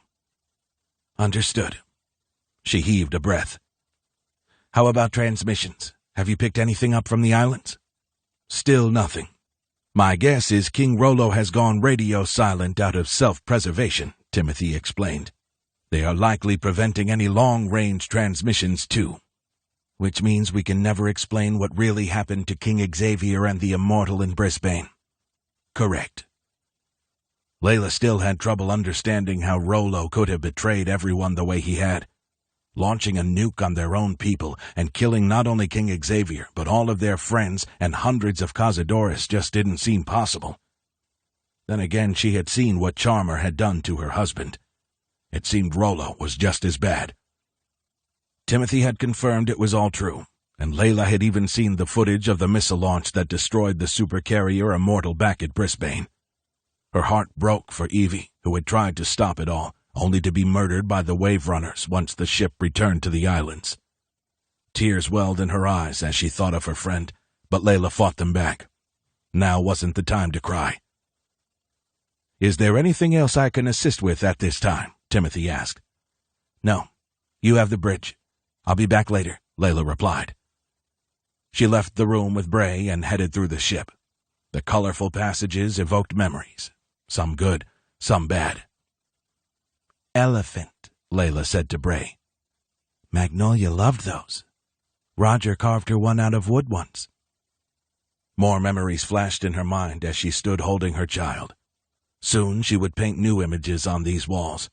Bray would paint with her, so they would never forget the Vanguard Islands, despite all that they had suffered there. Maybe someday they would return home, but for now there was no turning back. Layla walked the dimly lit corridor to the sick bay. The doors whisked open, and she entered pure darkness. "Timothy, lights," she said. The overhead turned on. At the end of the open room, she could see Victor sleeping peacefully. "Dim lights," Layla said. She moved as quietly as possible down the aisle of empty beds to Victor's side. He was alive thanks to Timothy and one of the crew members who had agreed to help in exchange for being let go. 10 people had been on the airship when the escapees took it. After the crew's surrender, they were lowered to the ocean in a raft and allowed to return to the islands with a written message to Charmer from Michael and Layla. "Your time is coming. Someday. Maybe not today, maybe not tomorrow, maybe not even a month from now, but someday. You will wake in the middle of the night to a knife at your throat. Or perhaps you will stroll through the gardens in the moonlight when a figure steps out from behind a tree. Someday when you least expect it, we will return, and we will make you pay. Depend on it." Layla checked Victor's vitals. His heart rate was faint, and his oxygen level was down. He wasn't out of the woods yet. "Hi," Bray mumbled. He reached out and waved. Victor cracked open an eyelid. He managed to smile when he saw the child. "Sorry, we didn't mean to wake you," Layla said. Victor tried to sit up, but grimaced and reached down to the bandage around his waist. "Take it easy," she said with a warm smile. "Hi," Bray said again. Victor reached up to meet Bray's tiny fingers. "How are you feeling?" Layla asked. "I'm okay," Victor said. How is the ship?" "We're still figuring that out, but it seems we're going to have to put down for parts sooner rather than later." "I feared this." "I know, but don't worry. Do you need anything?" Victor shook his head. "Okay, get some sleep," she said. "I'll be back later." Victor rested his head back on the pillow and waved at Bray. She left the sickbay with her son and turned off the lights before heading to her next stop, the farm. The hatch creaked open to the long space. The grow lights blasted the room with a brilliant glow. "Nana," Bray said, pointing over her shoulder at the crops growing across the space. "No banana, but plenty of other fruit." "Like a strawberry?" Bray chirped, a sound that always made her smile. He was like a little monkey, the way he clung to her and loved fruit. She walked out for a better view of the crops. It was plenty of food for the small crew, but it wouldn't survive without water. Neither would they. Layla went down several levels until she got to an open hatch. Clanking and voices sounded inside. She stepped into the entrance, feeling a draft of heat that made her back up. "Michael?" she called. "Yeah, in here," he replied. She stayed outside the hatch, looking at the machinery that Michael knew better than anyone. He emerged, covered in grease, from behind a boiler unit. Steve walked out after him, carrying a toolbox. They followed Layla into the corridor, where both men took off their breathing masks. "Damn, it's a furnace in there," Michael said. "Sorry to disturb you at work, but Timothy has an update," she said. The AI flickered to life in front of them. "We have to get the water treatment plant on," Michael said. "It's the only way we and our food supply survive." "So where do we get the supplies we need?" Steve asked. "We could go to Rio, but that's too predictable," Michael said. "If Pedro is alive and they force him to talk, he'll likely tell Charmer that's where we might go." "Yeah, but will Charmer send people to find us there? I highly doubt that." "We can't take that risk," Layla said. "I quite agree," Michael said. "Okay then, where should we go?" Steve asked. "If I may, I think the question is where can we go?" Timothy said. "The current status of our ship makes journeying to most places a difficult and perilous undertaking." "Do you have any suggestions?" Michael asked. Timothy's hologram paced a few steps in front of them, blinking as he searched some archive or database. Layla could tell when he stopped and massaged his beard that even the AI was nervous about their options. "Outpost Gateway should have everything we need," Timothy said. "However, the last message received spoke of an attack. I fear that something terrible has happened there." 30. King Xavier pulled himself up onto the dock, feeling as if he might cough up a lung. Gunfire ripped over the piers and sparked off decks and rig pillars. He took a moment to catch his breath. He had nearly drowned after their assault raft capsized. Fortunately, most of his team had made it to the docks after the initial attack from the wave runners. He searched for Magnolia and the Helldivers, but didn't see them anywhere on the piers. A bullet whizzed past his head as he searched the moonlit ocean surface. Idle jet skis bobbed in the water, their riders draped over the handlebars, or missing altogether. About 50 feet out, he spotted swimmers. Edgar, Magnolia, Tia, Sophia, and 3 of the 6 cazadores from their raft were floundering to stay afloat. From what he could tell, they had shucked off at least some of their armor, enough for them to thrash their way to the dock. "We have to get off these piers," Slayer yelled. He and Blackburn crouched down with shields to protect X as bullets slammed into the dock. X turned toward the hostile gunfire. The rest of his teams had taken cover behind boat hulls and stacks of supplies. General Forge and his men were farther up the docks, closer to the entrance to the Capitol Tower. Some were even inside boats, firing from concealment at the tower's defenders. It was clear now that Gran Jefe had failed to get his cousin to stand down. There was a civil war going on between the 2 different Cazador factions. The insurgents led by Jamal and the Loyalists under General Forge. So far things weren't going to plan, but in war things rarely did. For the first time, X feared that they might somehow lose this battle, especially now, having lost the element of surprise. He also feared that if the enemy had Michael captive, they would try to use him as a bartering tool. If Tin was still alive, X had to find him. First, though, they had to get into the tower. At the other end of the docks, 500 feet away, he saw the main double doors leading into the rig. 2 defenders lay beside the doors, both riddled with arrows from Forge's soldiers. Another 100 feet off to the right was a smaller door that led into the enclosed marina where he had once stored his boat and the Seawolf. That door was sealed off now. X looked up for the elevator cage. It was halfway up the tower and carrying the last of the dock's defenders who had abandoned the area. The rest lay bleeding on the dock or had already sunk beneath the waves. The biggest rooftop defenses seemed to be idle now, thanks to the Frog's naval artillery, but X had already told Captain Two Skulls to forbid them from shooting into windows or balconies. They could take out snipers there, but only if they could keep their projectiles outside the dwellings. It was too dangerous with civilians inside. Due to their low numbers, X and his forces had to move across the piers and inside without much covering fire. The Helldivers and surviving Cazadores from their raft joined him on the dock. "Lay down covering fire from this position," X said. "Barracudas on me." Slayer and Blackburn ran with X, holding their shields out front.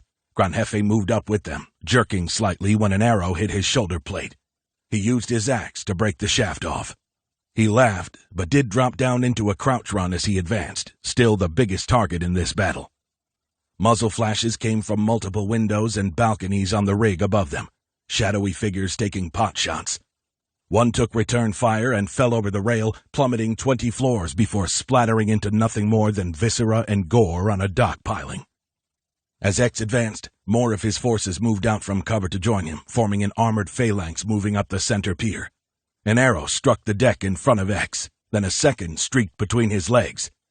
"Sir, get to cover!" Forge shouted from behind a stack of crates up ahead, waving. X glared up at the cascading balconies on the rig. "Can you hear me, Rolo?" X shouted.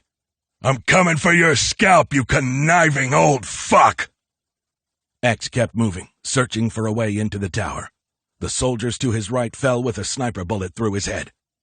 "Take that shooter out!" X yelled.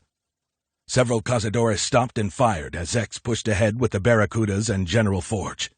Bullets pounded the side of the building, the balcony, and finally the sniper, whose lifeless body slumped down against the metal railing. Gunfire exploded from several windows about 10 floors up. More allied warriors fell around X as they bolted for cover. He slid down behind the crates with Forge about 200 feet from the main doors. Glancing over his shoulder, X saw Magnolia and the other divers behind him working their way up the dock. None of them had a chest rig on. "Stay back!" X yelled. Forge pulled on him to get down. "Sir, we have to take out those other snipers," he said. X sneaked a glance at the 10th floor. A shot immediately forced him back down. They were pinned here. "Two skulls," he said into his comm.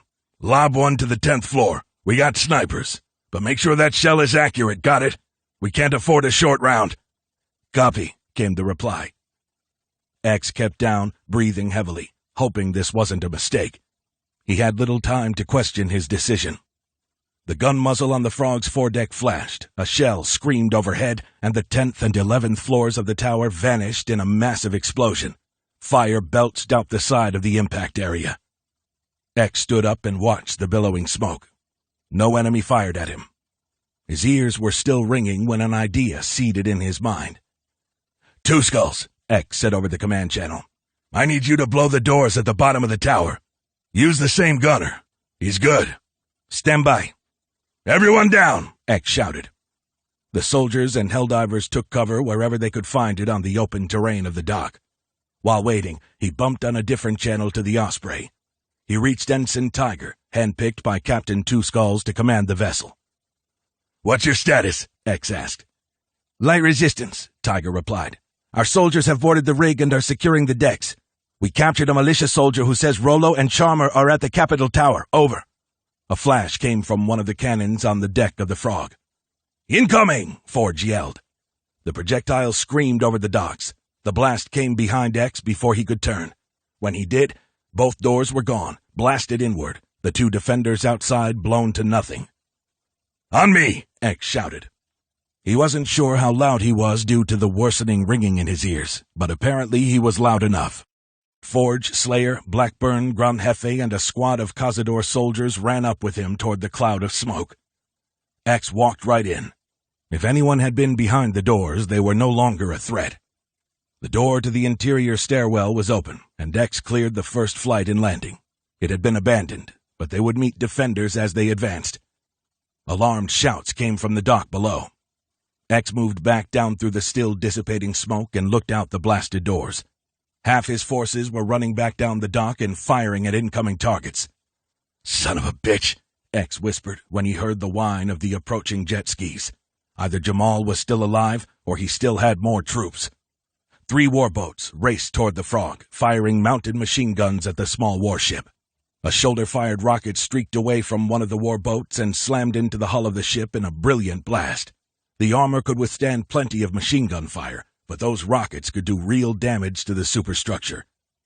Gran Jefe emerged from the smoky stairwell, sword and axe in hand.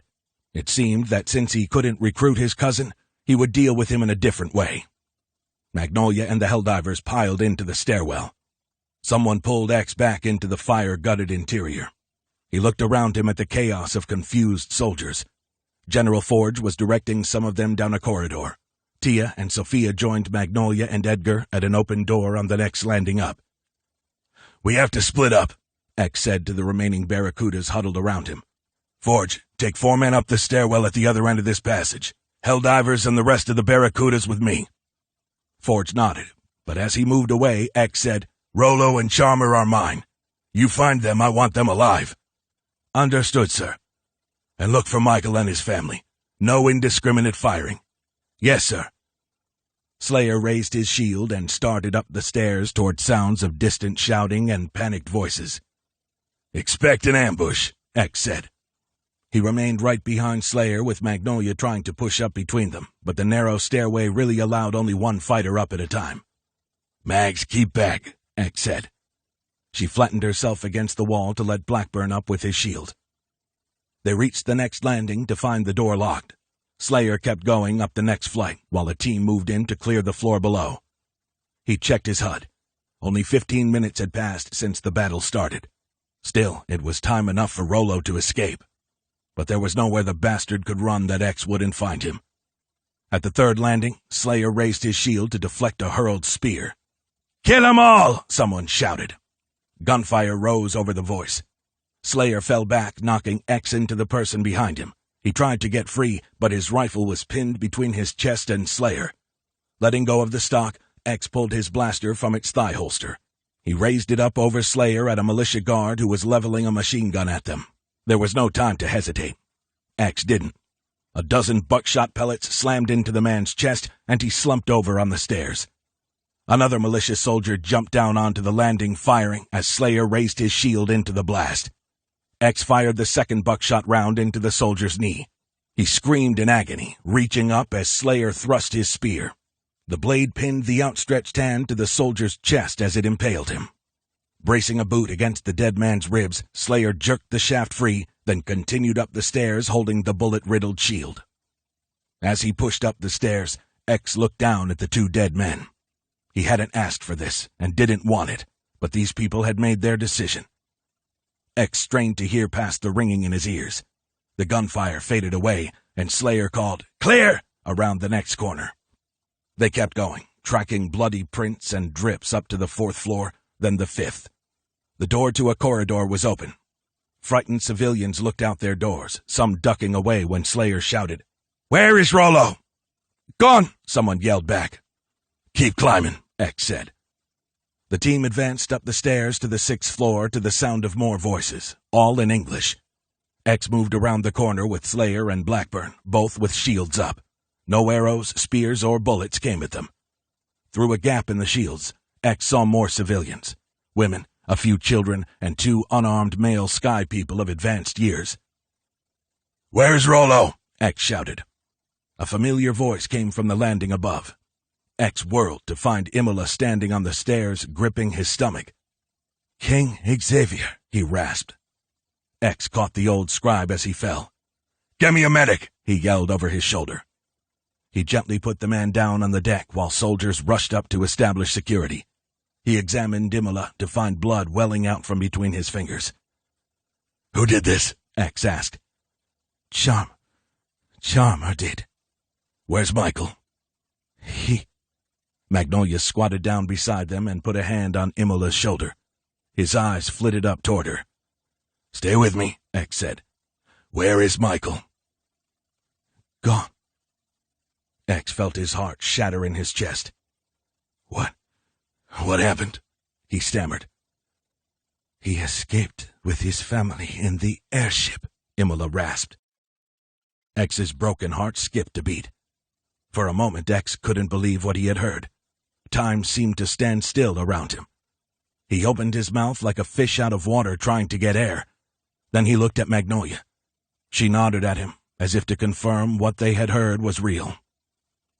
"Michael and his family are alive?" X asked, just to be sure. "Yes, but how are you alive?" Imola whispered. "Call it shithouse luck," X said. "Where's Rollo?" "Rooftop. With guards." "You're going to be okay," Magnolia said. "Just keep pressure on your wound." "Imola," Sophia said. She pushed closer as the knot of warriors moved up the stairs. "Where is my son?" "Jamal took him. But he is here," Imola said. "In the tower." "Where?" I don't know." "We'll find him," X said. He tried to rise, but Imola grabbed his wrist.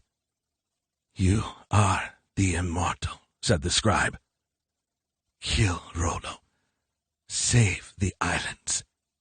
"I have to find my son," Sophia said. Magnolia said, "I'll go with you." "Edgar, Tia, go with them," X said, "and take 2 of Forge's men." Then he was moving with Slayer and Blackburn up the stairs. On the way, he bumped on the command channel to the Frog. "Two Skulls, give me a sit rep," X said over the radio. No response. He tried again, then again. Either they had lost comms with the ship, or the ship was in major trouble. "Someone get eyes on the Frog," he called out. "I want to know what the hell is going on out there." "Aye, aye, sir," came a reply. X pressed on, his mind racing. Michael was alive, and they were winning the fight for the tower. But the Wave Runner seemed to have damaged the Frog at the very least, and they had the means to ravage it beyond all hope of repair. Now The frog is still in this fight, and Miles is fine. Still, X feared the worst, especially with the Osprey so far away and unable to help. He bumped on the channel to the ensign in charge. Tiger, what's your status? Rig 15 is secure, sir. Good work. Proceed to Capitol Tower to provide backup. Filled with new confidence, X moved up the rest of the stairs like a teenage boy who thought he was invincible. Each landing was clear. It seemed Rollo and everyone else had fled. By the time they reached the last few flights, X was feeling it. He slowed to catch his breath, wanting to be fresh for what could be an ambush. The door at the top was open and bathed in soft moonlight. A blast sounded in the distance, a truly massive explosion, and it wasn't coming from the rooftop. X signaled to advance. Slayer and Blackburn started up the stairs and vanished through the door. X was right behind them with more Cazador soldiers and General Forge following. They filed out into the night at the edge of a scene of devastation. Smoke plumed away from craters in the rooftop where shells had burst. Trees burned along the eastern edge of the roof. In the center, at the end of a long gouge carved in the dirt, lay the wreckage of what appeared to be a helicopter. Where in hell did that come from? X said. Something clicked in his mind. Was this the craft that had been following them showing up on the radar? He moved out with the soldiers, searching for Rollo and his guards. "The frog!" someone shouted. X ran to the eastern edge of the roof. The sight took his breath away. The ship was venting smoke and surrounded by small watercraft. X counted 8 jet skis and 2 warboats. Soldiers on boats loosed shoulder-fired missiles at the frog, while their mounted miniguns dumped 100 rounds per second onto its weather deck and superstructure. Sparks danced across the hull and the command tower. At the top, smoke plumed into the sky. X had his answer why Two Skulls wasn't answering on the comms. A single cannon was trying to engage the 2 warboats, while Cazador soldiers on the bow and stern fired small arms and 2 mounted 50-caliber machine guns. One of those gunners went down, his legs blown off by an enemy rocket-propelled grenade. They wouldn't be able to hold out much longer. X said to Forge, "General, take half the soldiers and head back to the docks. Get up there and take command. I want those wave runners dead on the water." "Understood." Forge took off with 3 men, leaving X with 10, led by Slayer and Blackburn. They advanced across the roof, through the smoky darkness, and into a forest, their weapons sweeping the shadows. Slayer came out of the forest and stood in a field of peas. "Over there!" he shouted. The soldiers cleared the area, moving past the wreckage of the helicopter. X saw the pilot still inside, blood smeared against the cracked windshield. He moved around it and saw 5 or 6 people just past the sky arena. They seemed to be trying to find a way off the rooftop. Slayer led the Cazador soldiers toward them, with X running to keep up. On approach, he saw the white hair of the man he had been hunting since Brisbane. Rollo stood with his hands up, a pistol muzzle at his head. 5 of his guards were pointing their rifles at the man holding that pistol. That man was a helldiver. "Drop your weapons!" Slayer shouted. The guards with Rollo turned their barrels on the approaching Cazadores. They needed only a moment to see they were outnumbered. They lowered their weapons as Slayer and Blackburn moved in with shields and spears. X switched to his axe as he stared at the helldiver, who kept his pistol to Rollo's face. "Why?" asked the diver. "Why did you do it?" That voice, that accent. Could it really be? "Cade," X whispered. He looked back to the helicopter. Cade had somehow taken the bird and returned from the dead. "You!" Rollo shrieked, spittle forming at the corners of his lips. He raised a shaking finger at X. You are a demon!" "You're the demon," Cade said. He pushed the rusted barrel of the revolver between Rollo's wild eyes. "Look what he's done to your home," Rollo roared. "It burns because of him, and it has burned before because of him. I am the only one who can save you all. You must slay this evil beast of a man." Rollo pointed at X, ranting to the men surrounding him. "If it weren't for me, he would have destroyed this place, destroyed everyone, destroyed humanity." "You dropped an atom bomb on the Vanguard army, you crazy old bat," Cade said. "You killed hundreds of innocent people and poisoned the land." That land was already poisoned, and those innocent people would have killed us all if they had the chance, Rollo snapped back. You must kill him. You must kill X before he dooms us all. Charmer was right. He has to be removed to save us all. Charmer, of course. So the cunning bastard was behind this all along. Rollo was just a puppet, and Charmer was the one pulling his strings. Now that puppet ranted on, trying to justify his actions. His panicked eyes flitted about. He was like a trapped beast with nowhere to flee. Cade, you know me. You know that everything I've done is for our people, he stammered. Maybe that was true once, Cade said. But after we got rescued and brought here, everything you've done has been for you and that simpering turd you listened to. You lost your way, Captain. You lost sight of your humanity. Rollo turned to his guards, but they all backed away.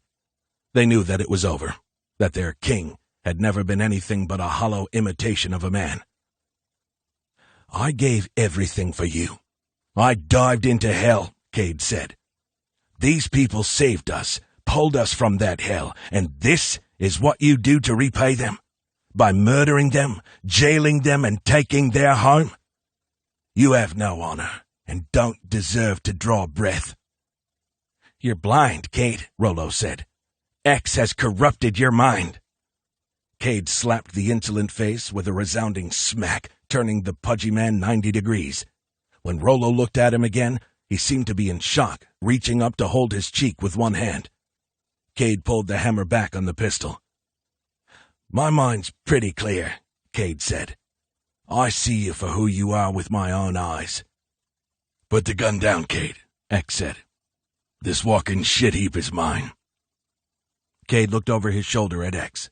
In that instant, a snarling Rollo lunged and grabbed Cade by the wrist in an attempt to snatch the gun. A shot cracked. Rollo staggered back, his crazed eyes locked on Cade. He stumbled away as a cherry-sized hole blossomed in the center of his chest. The former airship captain took another step back, then another, right into the railing, where his momentum carried him over the side. X ran over with everyone else as Rollo hit the water 20 stories below. It was the most anticlimactic way X could have envisioned to kill the bastard, though he did get the desired outcome. And X was still standing. The reign of Rollo is over, someone said. All hail King Cade Long! X turned toward Cade, who held the pistol in his shaking hand. Of course. A memory flashed from the day he'd killed El Pulpo, inheriting the crown. It was Cazador custom. But there hadn't been two kings back then. A few of the soldiers looked confused. Gunfire cracked in the distance, and not just sporadic shots. The battle wasn't over yet. Any questions of royal succession would have to be dealt with later. Come on, X said. It's time to find Charmer. 31. Where's my son? Sophia yelled in English and then Spanish as she rushed down the hallway, frantically banging on doors. Magnolia was just behind her, with Edgar, Tia, and the two Cazador allies assigned to help them. They had searched an entire floor already, but the only information they had was from Imola, and no one else was talking. Magnolia passed a door that was slightly open. A young woman looked out through the gap. "Hey," Magnolia said. She went over to the door, but the woman closed it right into Magnolia's boot. With a kick, she launched it back open. The young woman staggered back, wearing an expensive low-cut dress and turquoise jewelry. To Magnolia's surprise, it was Charmer's lover, Jacqueline. She had seen them together a few times before leaving for Panama months ago. "Hands up," Magnolia said. She had her laser rifle up just in case Charmer was around, but if she had to guess, the sneaky shit was long gone. After a quick search, Magnolia lowered the barrel. "I'm not going to hurt you," she said. "We're looking for a baby named Rhino Jr." Jacqueline turned slightly to the window. "Why?" she said. "Why are you killing us?" Magnolia thought about the quickest way to explain what was happening. "Ask your boyfriend," she said. "He started this war together with Rollo. It is a war that my people will win. You should consider which side you're on, and tell me where the baby is." Jacqueline hesitated again. Charmer left you, Magnolia said. Why would he? Because he knows it's over. Now tell me where the baby is. Heaving a sigh, Jacqueline looked down. I saw him with the Cazador soldiers the floor below us. I heard he was being kept there. Which room? I don't know. An explosion outside drew Magnolia to the window. It wasn't the best angle, but she could see the naval battle between the Wave Runners and the Frog. The ship continued to put up a fight despite 2 fires burning on its weather deck. Muzzle flashes came from the last defenders in both the stern and the bow. The Wave Runner soldiers circled the beleaguered vessel, firing small arms from jet skis to keep the gunners on the Frog busy. A well-aimed rocket streaked away from one of the warboats and slammed into the command tower, which was already spewing flames. The last cannon on the deck swung around toward the 2 warboats. The barrel blazed, firing a shell that burst in front of the boat. Water geysered up. Footsteps approached. Max, come on, Edgar said. She left with him and joined the others in the hallway. Sophia searched for her child while Tia held security with 2 Cazador soldiers. I think I know where he is, Magnolia called out to her friend. Sophia whirled about. Where? Maybe 1 floor below us. Let's go, Edgar said. Magnolia rushed back to the stairwell and loped down the stairs with the other Helldivers and Cazadores right behind. She yanked the door open to a dark corridor that seemed abandoned. Sophia moved out in front of her, and Magnolia yelled, Be careful! Just as Magnolia had ignored her friend's cautionary words in Panama, Sophia ignored hers now. Where's my son? She shouted. Magnolia and Edgar ran to keep up with her, while Tia hung back with the 2 guards to hold rear security. Sophia pounded on doors. None opened. Open up, she shouted. Open or I'll blast my way in. Magnolia ran to catch up, then skidded to a halt at the sound of gunfire ahead. Bullets ripped through the door across the hall from where Sophia was busy knocking. She cried out and fell on her back. Sophia! Magnolia shouted. She raised her laser rifle and flashed a bolt through the door to the room where the shots had originated. The gunfire stopped. Cover me, she shouted to Edgar. He moved over with her as Magnolia went to Sophia. She was on her side, reaching down to her legs. Blood ran from bullet wounds to both calves. Magnolia immediately put pressure on the wounds. She could tell by the steady blood flow that no artery had been nicked, but that didn't guarantee survival. Edgar kicked the door off its hinges and went inside to the sound of a baby crying. Sophia tried to sit up. No, don't move, Magnolia said. I have to get to my son. I have to. Magnolia looked over her shoulder to a body sprawled behind the broken-down door. Edgar moved inside, sweeping with his rifle for contacts. Clear, he shouted. The crying grew louder and closer. Edgar emerged with Rhino Jr. in his arms. He cradled the child and bent down to Sophia, who reached out as Magnolia kept pressure on the wounds. Tia, medkit, she said. Tia got down on one knee and started pulling out supplies. My baby, Sophia kept saying. She hugged her crying child as Magnolia and Tia applied tourniquets. You're gonna be okay, Magnolia said. This is gonna hurt, though. Sophia cried out as Magnolia tightened the tourniquet just below the left kneecap. I'm sorry, Magnolia said. One more, okay? Sophia managed a nod while squeezing her wailing baby even tighter to her chest. Magnolia tightened the second tourniquet to another grunt of pain, then she pulled back to check her work. Her friend had lost blood, but she would survive. Bumping on the comms, Magnolia called for a medic. A response fired back. We need all teams to the marina, Ford said. Taking heavy casualties. We're pinned down on floor 18, X replied. Civilians are blocking our way, and several of them have weapons. Magnolia, report position, over. On floor 3, she replied. Sophia's been wounded, but we found her baby, and he seems fine. Copy that. Stay put, X replied. General, I'll be there as soon as I can. Things weren't sounding good, and with so much going on, Magnolia could hardly concentrate. Max, Sophia whispered. I'm right here. Everything's going to be okay. Go help the others. We have to win this fight. We aren't going to lose. Magnolia stood up, bloody to her elbows. Tia, you stay here with her and the guards. Edgar, with me." They raced back down to the marina 2 floors below. At the blown-out doors to the dock, smoke was still thick.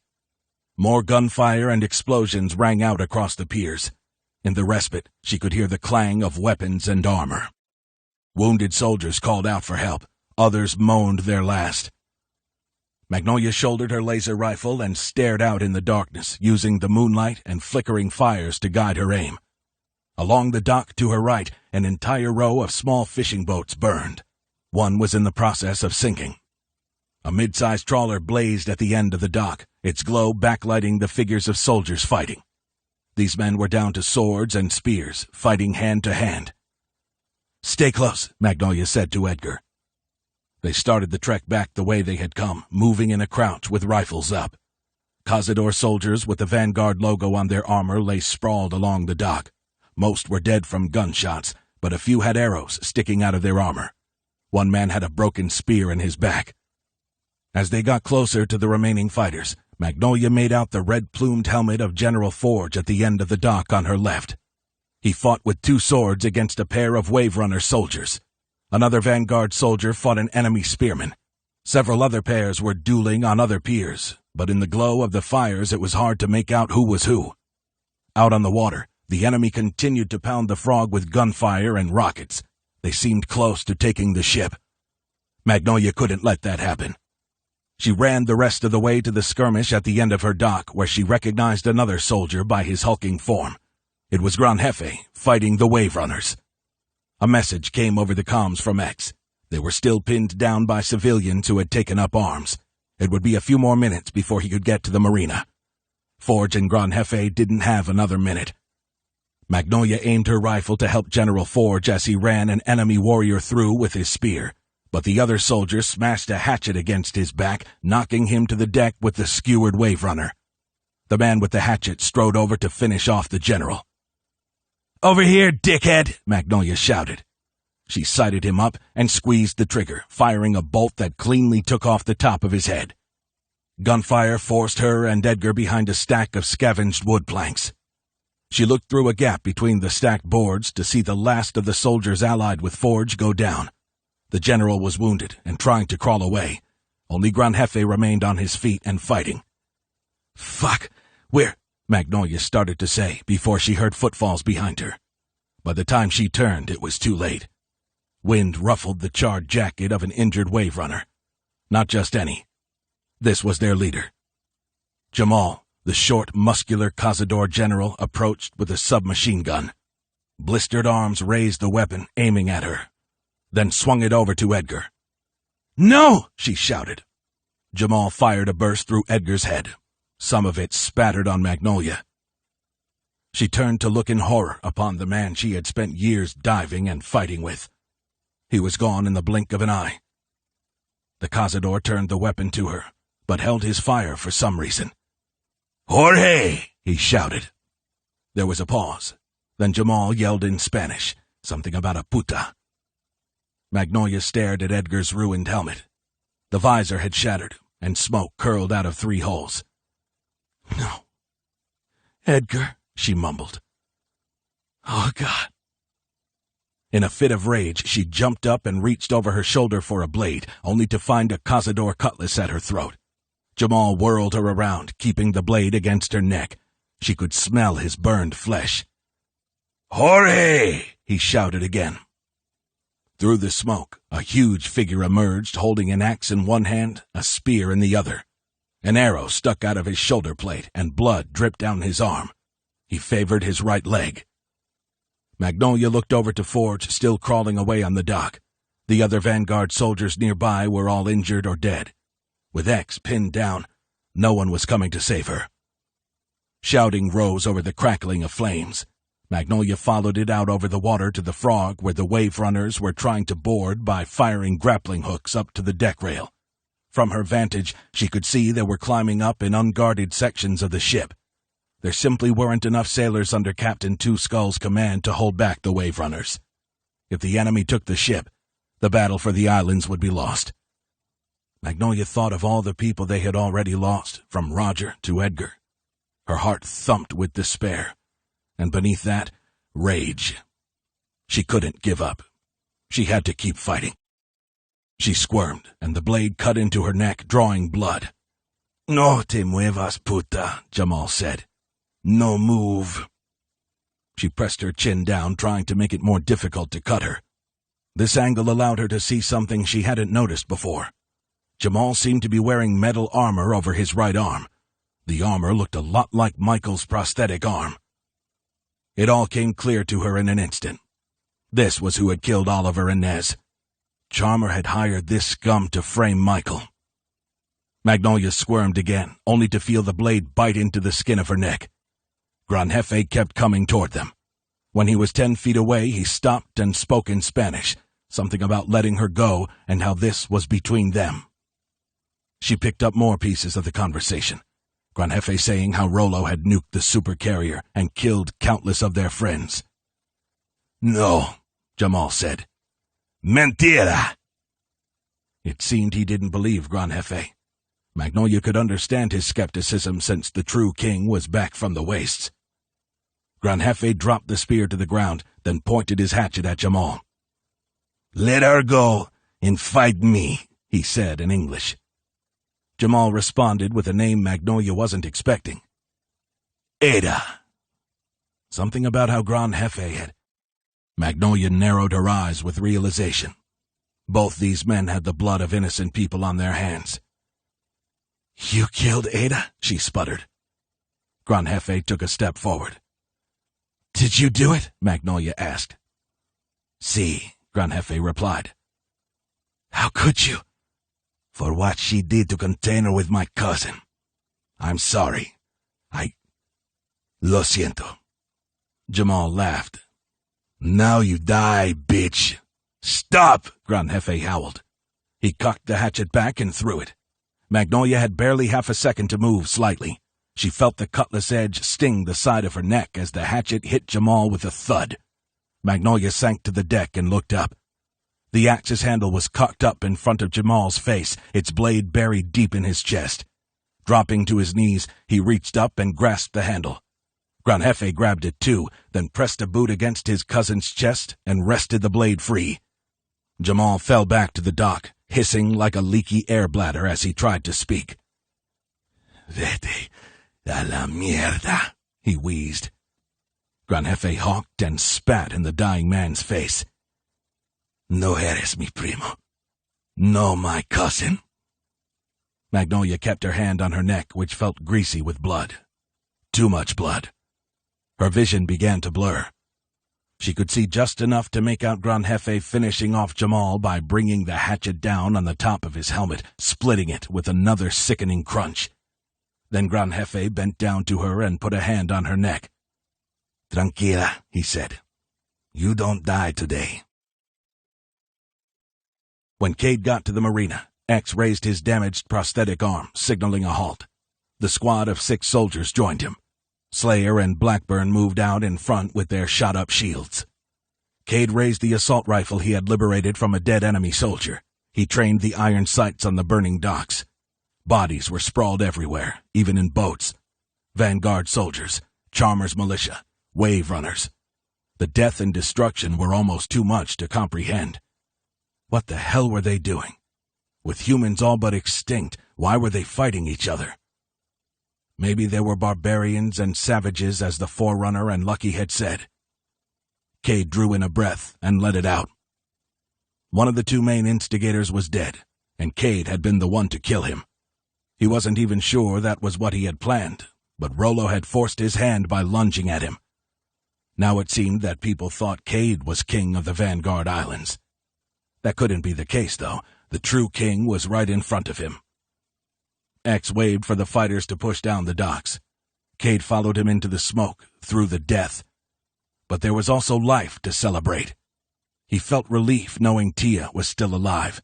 Last he heard, she was on the 3rd floor of the tower with Sophia, who had been shot in the legs.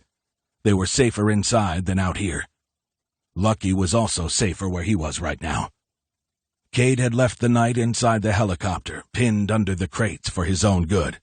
If the Vanguard military won this battle, Cade would see that Lucky was taken care of. First, though, they had to pull off a victory. an outcome that was far from certain. Smoke drifted across the path ahead. When he pushed through it, he saw the ongoing battle for the frog.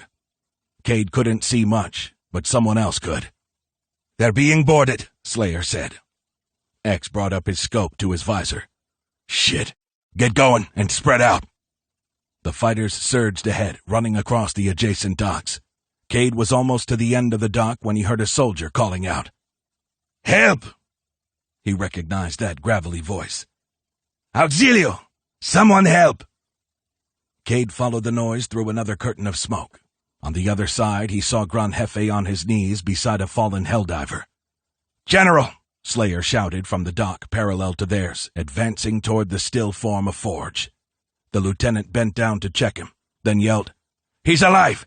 We need a medic!" X ran up with Cade all the way to Magnolia and Gran Jefe, who had a hand on her neck. "Mags!" X cried. Even from 10 feet away, Cade could see the blood. It was everywhere, her hands, arms, legs. Less clear was whether all the blood was hers. If it was, then she would soon be dead. Gran Jefe spoke to X in fast, broken English mixed with Spanish. Something about how she had her neck cut. As Cade arrived, he saw it wasn't just her. A cazador with a hatchet in his head lay dead by her side. Behind them, Edgar lay slumped against crates, with half his head gone. 2 more Vanguard soldiers arrived. One had a medical pack. "Help her!" X shouted. Cade saw Magnolia's hand move. She was alive still, but it didn't look good for her. "We have to get to the frog," someone yelled. "Charmer is out there!" X looked out over the water, growling under his breath like a wild animal. He turned away and crouched to the medic. "Don't let her die," X grumbled. Then he got up and stumbled over to Cade and said, "I don't know how the fuck you're standing next to me, but I need you now, cowboy." "I'm with you, King Xavier," Cade replied. "Let's get our raggedy asses to the frog." The remaining soldiers boarded one of the surviving assault rafts that had brought them here. As the boat thumped away from the burning docks, Cade pulled out the magazine. 10 rounds left, and his pistol was empty, its last round now inside Rollo's body, drifting toward the ocean floor. Cade looked back at the rooftop of the tower he had crashed onto not an hour ago. Smoke tendrilled into the air, and flames licked out from many windows. The assault boat thumped over the waves. Cade checked his rifle and studied the ship in the green hue of his night vision goggles. Shots were coming from the frog, but Cade didn't see any of the fighting. The raft closed in on the stern of the ship. "This is it," X said. "We secure the ship and we will have our home back. Fail, and we lose everything." "So we don't fail," Slayer said. The engines burbled as the boat slowed on approach. It bumped against a hull pockmarked with bullet scars. Slayer grabbed a dangling rope and started shinnying up the side. The second the cazador was up, he wiggled the rope, signaling X, who went next, followed by Cade. By the time Cade was up, most of the gunshots had ceased. Shouting, most of it in Spanish, replaced the noise. That didn't tell him much. He followed X over the rail and onto the deck to a scene of carnage. Vanguard soldiers lay scattered everywhere he looked. He saw a few wave runners among the corpses, but not many. Slayer flashed hand signals to the team. Fanning out into combat intervals, they began the search for Charmer. It didn't take long. His smooth voice called out from a platform 2 levels above them, where he stood illuminated in soft moonlight. "Don't shoot!" X shouted. A moment later, Cade saw why. Charmer stood with his boot on Miles's back, and he held a chain that was wrapped so tightly around the dog's neck it could hardly snarl. In his other hand, Charmer held an Uzi, which he pointed down at X.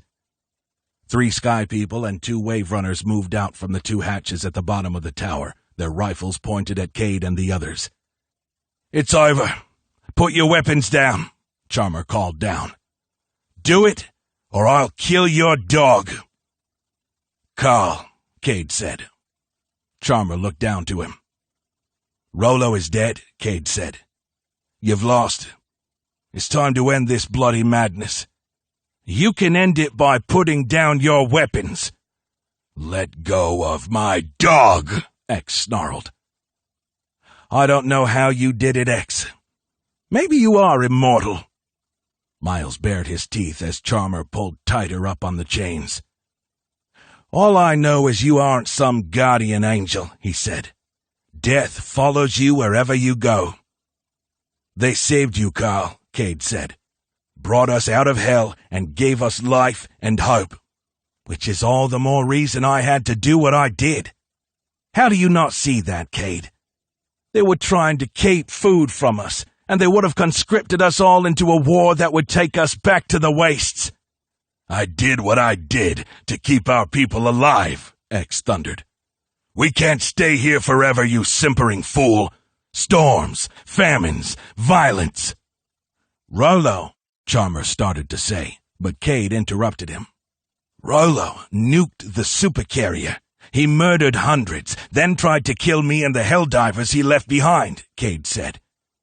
"We all know the truth of what happened. I'm the truth. King X is the truth." "He isn't king anymore," Charmer said. "And he never will be again." "I don't need to be king to finish you," X said. "Fight me like a man, hand to hand, no weapons." Charmer turned his monocular gaze from Cade to X. "Me fight the great immortal? Why, when I have your beloved pet? You have one choice. Surrender, or your dog becomes fish food." "You got 4 seconds to let go of him, shithead. Then the pain begins," X snapped back. Somewhere above Charmer, Cade heard a faint, almost subliminal chittering sound. Above Charmer, a shadow seemed to float down the exterior of the superstructure. 3, X said. The shadow separated from the superstructure and dropped onto Charmer, knocking him over the rail. He fell the 20 feet to the weather deck, landing with his arm under him.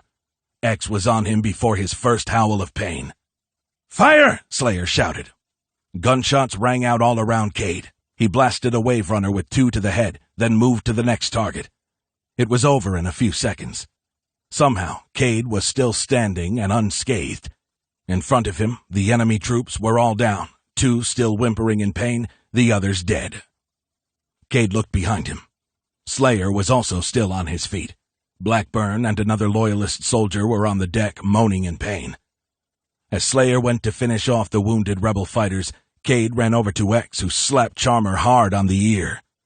"Where did Michael go?" X shouted. He punched Charmer in the nose, breaking it, then slapped the other ear. "Where did he take the airship?" X yelled. "Hey," Charmer tried to say. Then he grinned. A mistake. A gloved hand slapped the grin away, along with a couple of teeth. X hit him again, then grabbed him by the throat and squeezed. "Wait," Cade yelled. "We need him alive to explain what happened, to admit to the truth, not just about Oliver and Nez, but also what really happened to the supercarrier." X wasn't letting up, and Charmer's face turned a deep red. "King Xavier, stop!" Cade shouted. "Slayer, help me!" They grabbed X, but he had an iron grip. Charmer's eye bulged. The 2 men finally yanked X away from his gasping, coughing victim. "No!" X shouted. He fought free and scrambled back to finish the job. Luckily for Charmer, Cade and Slayer managed to once again stop the enraged king from killing him.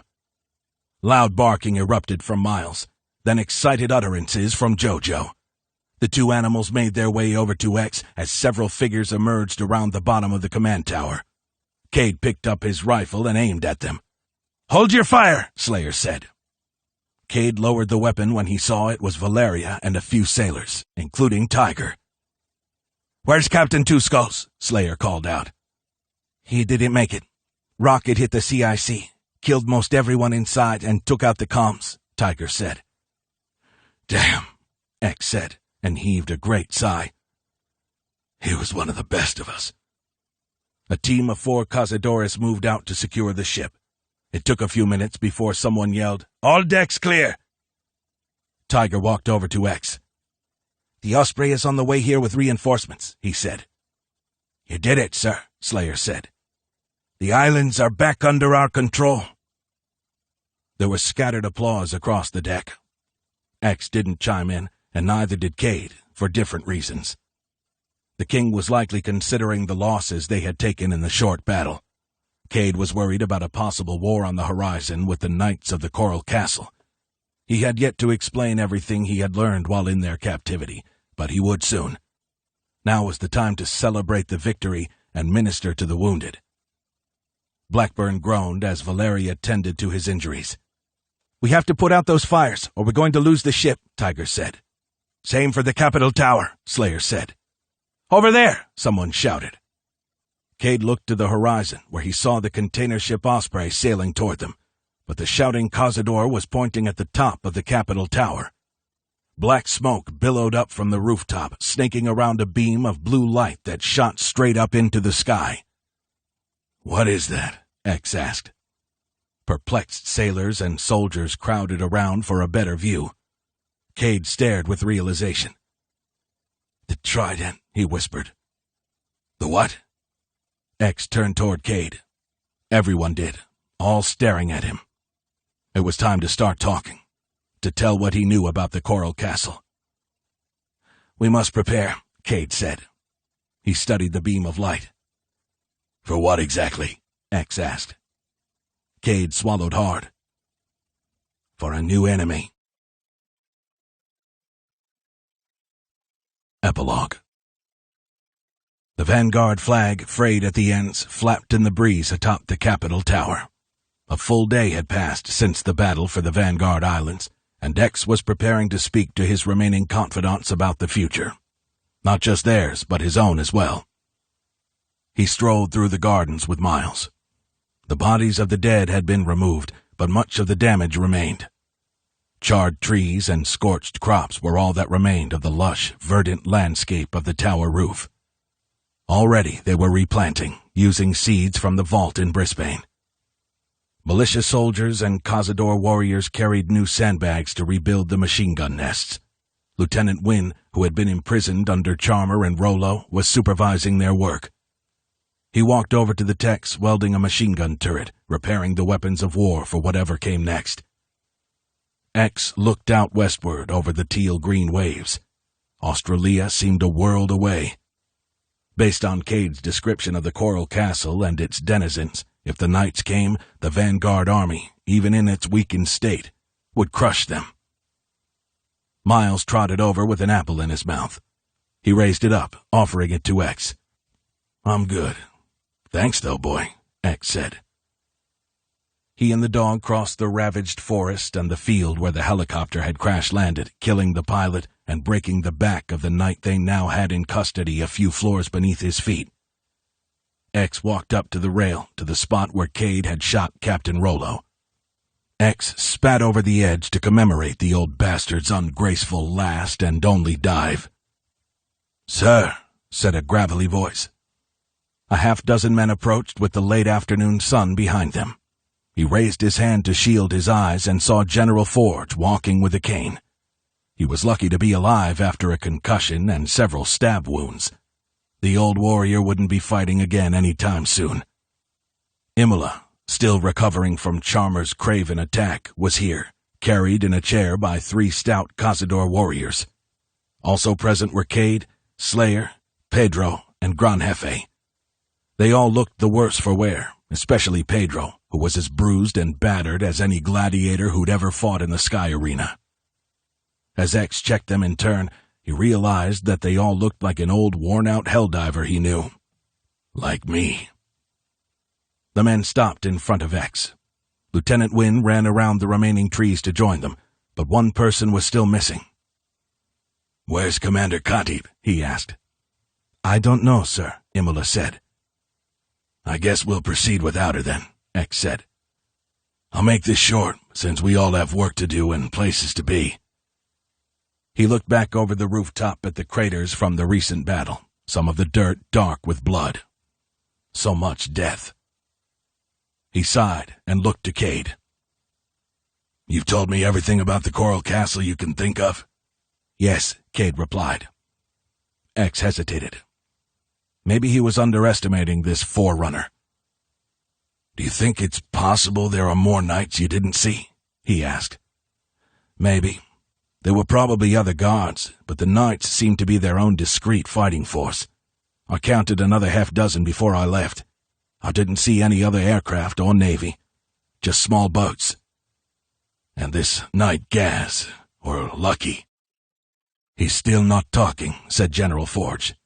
"He won't say what the trident is, but we think it's a beacon." "So they know where we are?" X asked. "Possibly," Cade said. "I'm sorry. Not your fault. They would have found me and followed me regardless. And besides, that's what those are for." X pointed to the cannons that were positioned along the edge of the rooftop.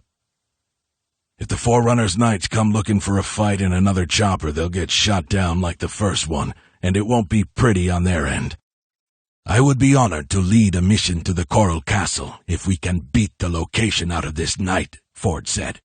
"Perhaps going on the offensive is better than waiting for them to plan an attack." X rubbed his forehead. "Try and learn the location, but do not send out troops. The journey is too long and dangerous," he said. "Besides, we've been on the offensive too much. It's time to play defense. You're needed here, General, to protect the islands." "Aye, aye, sir." "Lieutenants Slayer and Wynn, I'm counting on you to beef up our forces and train new ones to help General Forge keep our home secure." "We've already had new volunteers," Wynn said. "Sky people from Tanzania who said Charmer wouldn't let them help us when they arrived.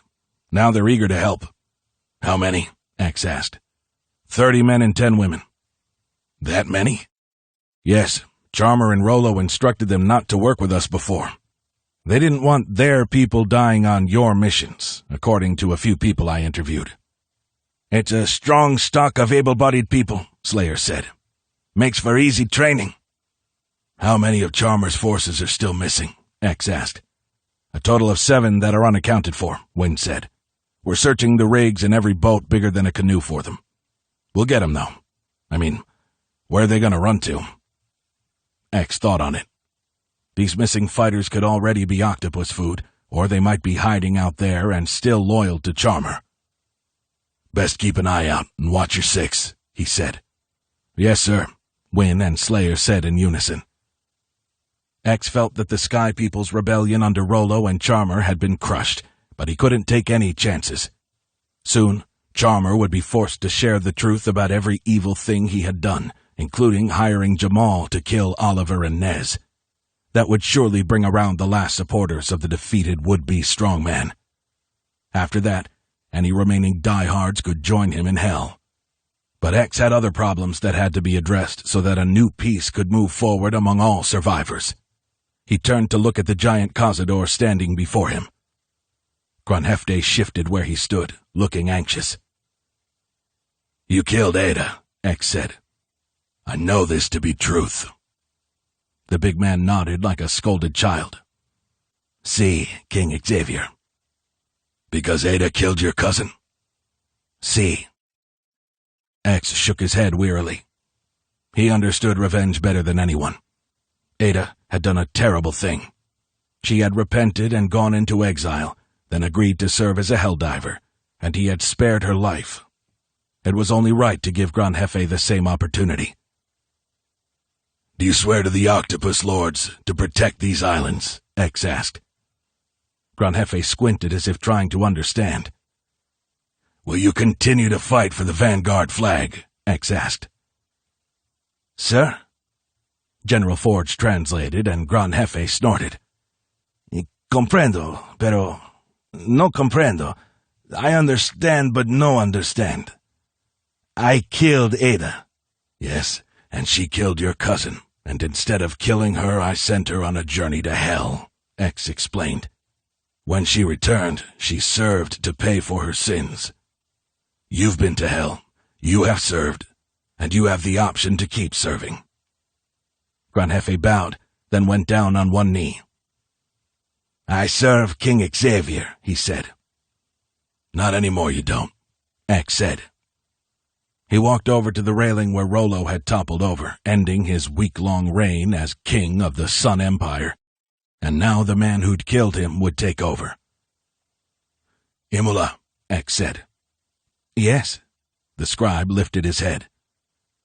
"According to Cazador law, If a king is killed in battle, the person who killed him becomes king, correct? X asked. Yes, Imola said. That is how you became king. X looked out over the distant oil rigs. It was time to crown a new king of the Vanguard Islands, a man whom X trusted to lead this place better than he himself could. It was time to pass the torch, just as he'd promised back on the Frog. The islands needed a fresh start. Cade Cowboy Long, by killing King Rollo, you inherit the crown, X said. Every eye turned to Cade, who took a step back. Bloody hell, I don't want to be king, Cade said. I don't blame you, said X. But when you pulled the trigger and killed Rollo, you took that on, and to be honest, I'm glad you did. You are the true king of the islands, Xavier, Forge said. Rollo was never a real king. That isn't precisely accurate, Imola said. He was voted in as king after X was declared dead in the wastes. I understand, Forge said. General, X said, I've made too many mistakes to continue to lead the islands. I failed my people, I failed your people, and I failed Michael. Cade, on the other hand, survived hell in Australia, survived capture by these knights, and made it back here to avenge us. X put his hand on the Helldiver's shoulder. Cade, you are a hero, X said. People trust you, and we need a new leader that can bring us together. Cade tried to shrug it off. I did what any Helldiver would have done, but that doesn't qualify me to lead the islands, he said. X rubbed the back of his sore neck. I'm an old man, he said. My days of leading are over. We need fresh blood. Yours, mate. But you are the immortal, Forge said. A curse, like Gran Jefe said. No, Gran Jefe said. Jorge incorrecto. Forge glanced down, then looked back up. There was disappointment in his eye. We need you, sir, he said. Look, I understand, X replied. It may seem like I'm running away, but Michael thinks Rollo's still king, and he also thinks I'm dead. This isn't the first time he thought I was dead, and I won't wait another decade to see him again. He heaved a sigh. Once I find him and his family, I'll return. You have my word. Until then, you give the islands a fresh start. X stuck out his hand to Cade. Good luck, he said. Cade hesitated, then shook. I will arrange a ceremony to make this official, Imola said. X threw up a salute to Forge. Instead of returning it, Forge limped forward and embraced him. Take care of this place, X said. Protect it. I will, sir. Slayer, Wynn, Gran Jefe, and Imola all nodded. Safe travels on your journey, said the scribe. I hope you find Michael. Good luck, Slayer said. I see you again. We fight together someday, Gran Jefe said.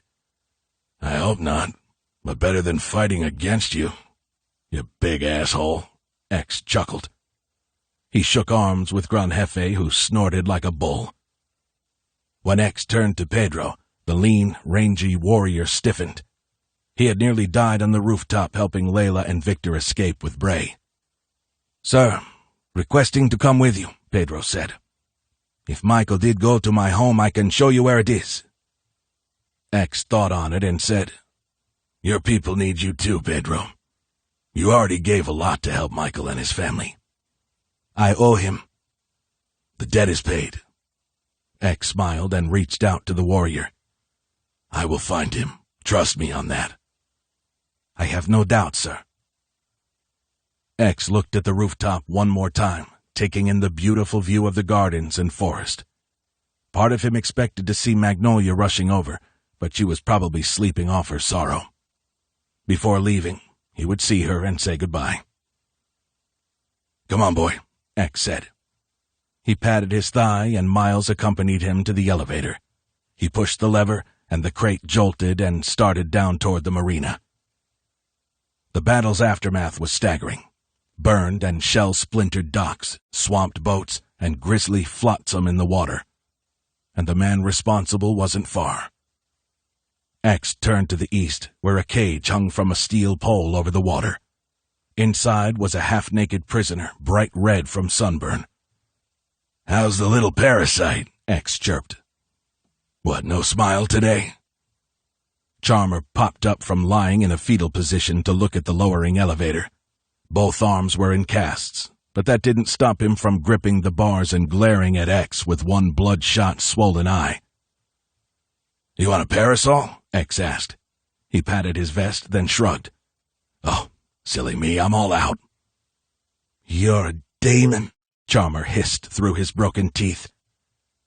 X wasn't sure that keeping the man alive was the right call, and he had really hated that they wasted medical supplies on him. But when they were back on the Frog, Cade had persuaded X to spare Charmer for now. They still needed him to admit publicly to all his wicked doings, and soon Charmer would do that very thing at the Sky Arena in front of everyone. Then they would crown Cade as the new king. X wished he could be here to see both things, but he and Miles would be long gone by then. Glancing down, he saw their old ride, the Seawolf, moored at one of the piers. The railings were wrapped with new razor wire, and stacks of crates waited on the deck, full of fruit, both fresh and dried, root vegetables, and jerky. The robotic arm Charmer had stripped off Michael was also there, along with Cricket 3.0, which had been stolen when Jamal's wave runners took Michael captive. X looked forward to returning both to Michael soon. The elevator clanked to the bottom, and he opened the gate for Miles to hop out. The dog trotted straight to the boat.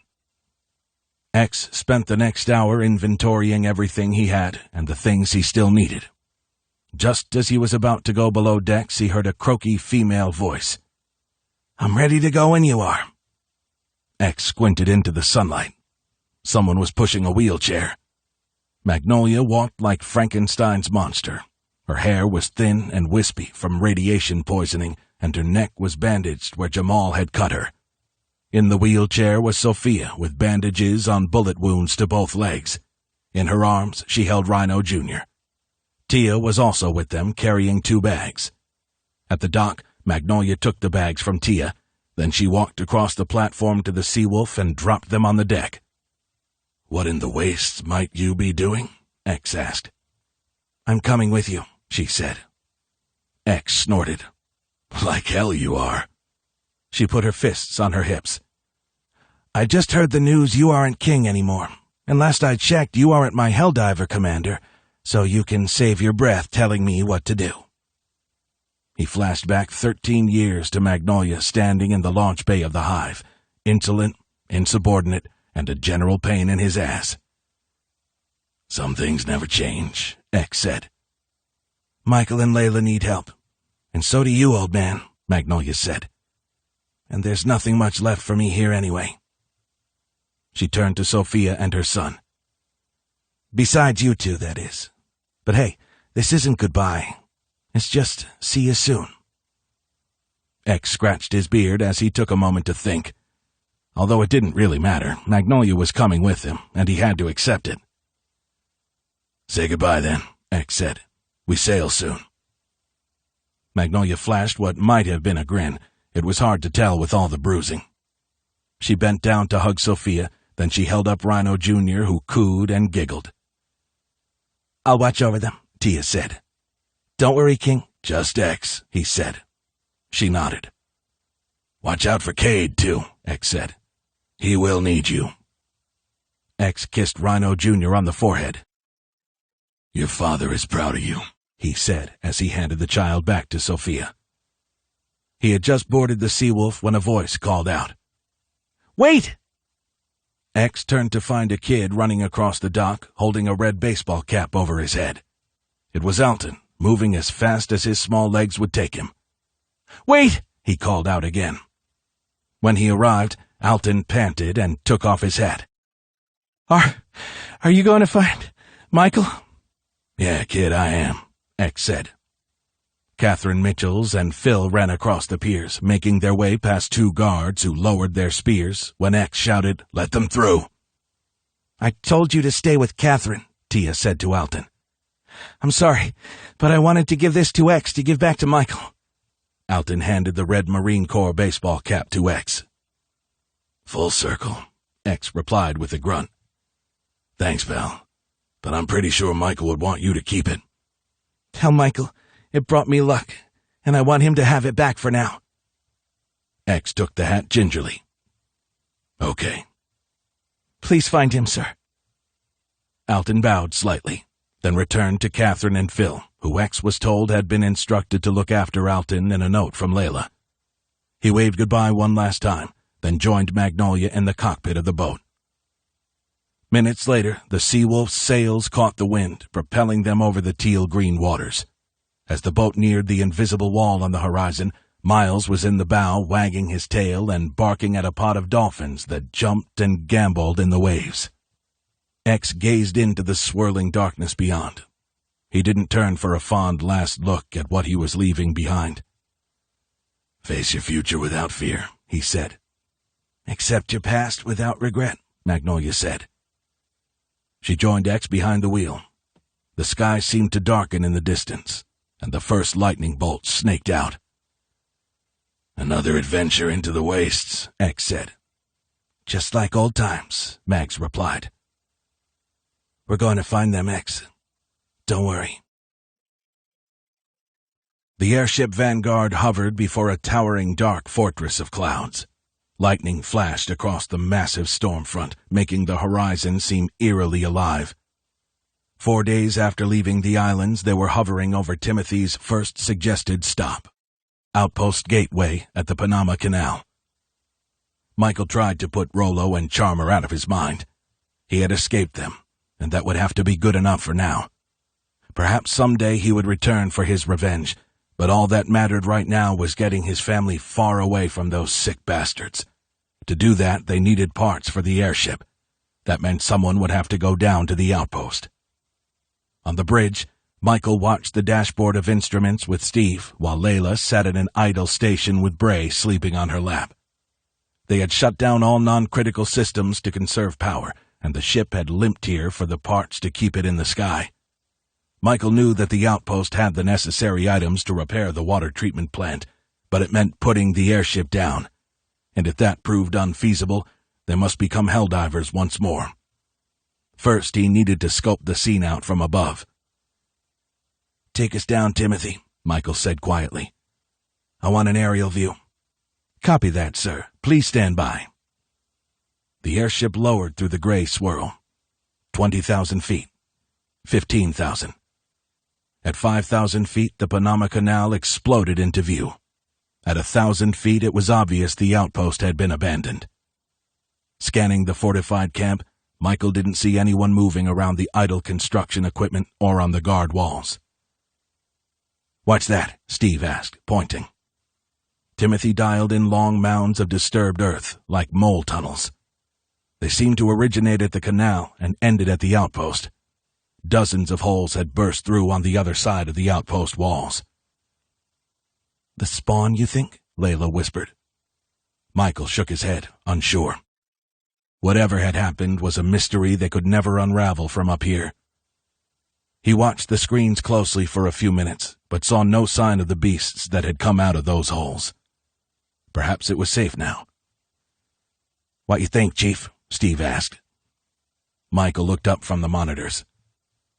"I think we put down and scavenge for parts, starting with that desalination equipment. It should have everything we need to get our water treatment back online."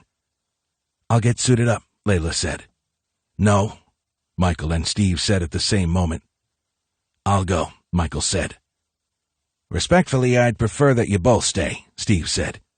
"You two have been through enough. Let me go. I know what I'm looking for." "You shouldn't go alone." Steve smiled. "Let me do this. I can handle myself. Just get me on the ground." Michael didn't like it, but with just one arm and a banged-up head, he was in no shape to go, and he certainly didn't want Layla going. "Okay," he finally said. "I'll be in the launch bay with a gun watching your back. Timothy, take us down right above the outpost and do a life scan." By the time Steve and Michael were suited up in the launch bay, the ship was 100 feet above the ground. "All life scans completed," Timothy said. "Nothing identified."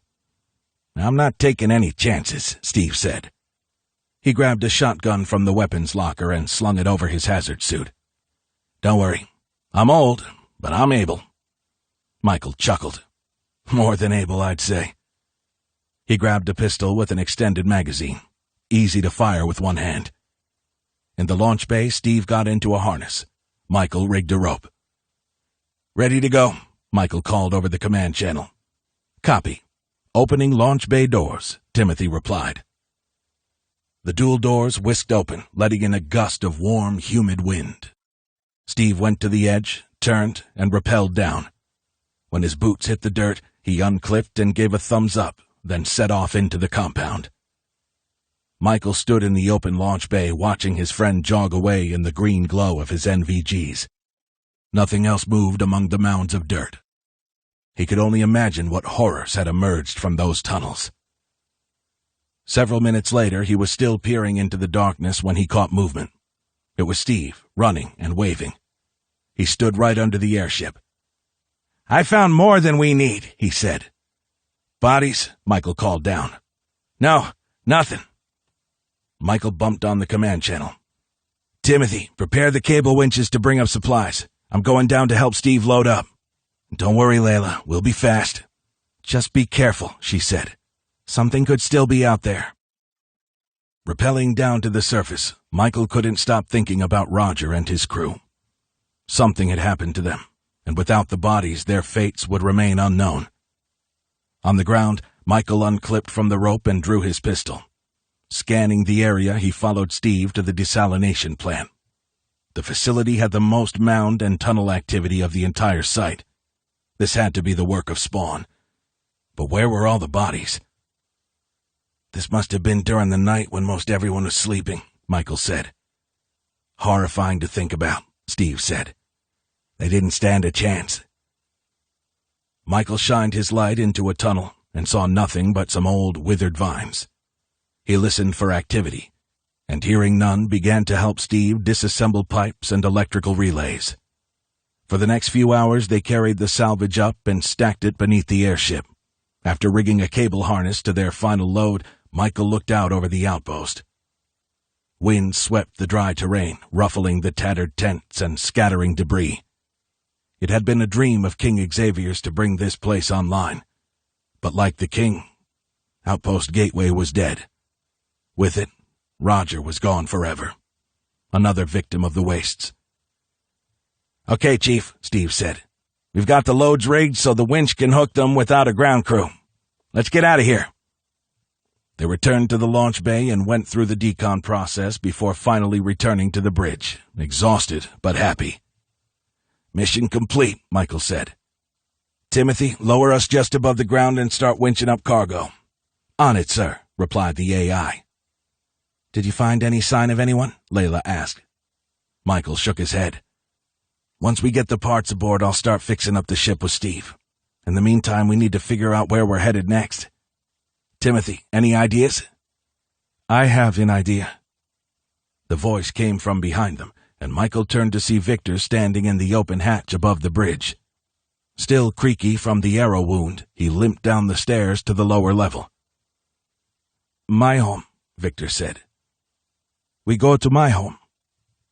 Michael felt guilty not knowing where that was. "Where is it?" "Canary Islands," Victor said. Timothy pulled up a map of the area.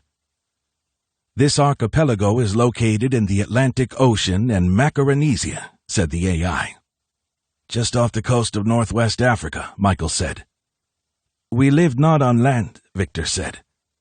"My family lived on boats." "Boats?" Layla asked. "Yes, a city of boats in a bay." "Excuse me," Timothy said. Michael ignored the AI. "How come you never told us about your home?" he asked Victor. "Because my home was broken in a war with, como se dice piratas, pirates." "Like cazadores?" "No, these no cazadores." but you were captured by cazadores. Yes, but first, Tan and me run away from that war on a boat.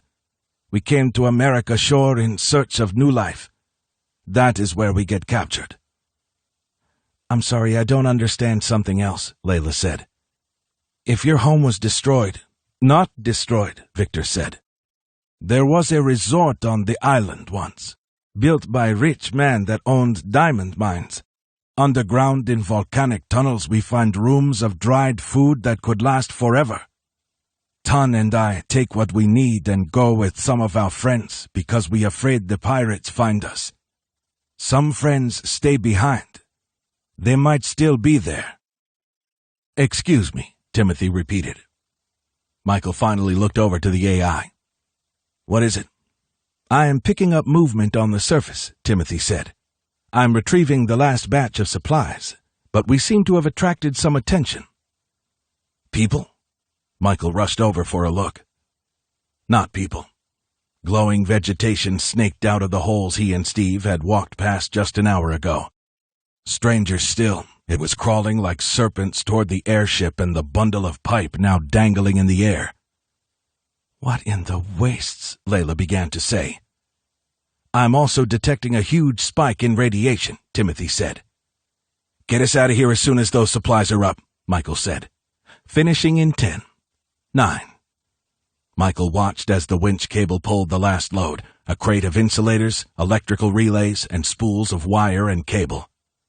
The turbofans clicked on, and the ship jolted away from Outpost Gateway.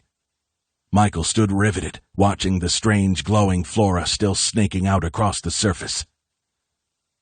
Now we know what happened, Layla said. Poor Roger. Michael pushed aside his sorrow for his friend. He had an airship to fix, and they couldn't do it here. They also had to figure out where they were going after they fixed the ship. As they rose into the clouds, he felt the weight of that decision. Let's put it to a vote, he said. All in favor of Canary Islands, raise your hand. Victor and Michael both raised their hand. If not for Victor, we wouldn't be here right now, Layla said, raising a hand. If you want to try going home, I support you.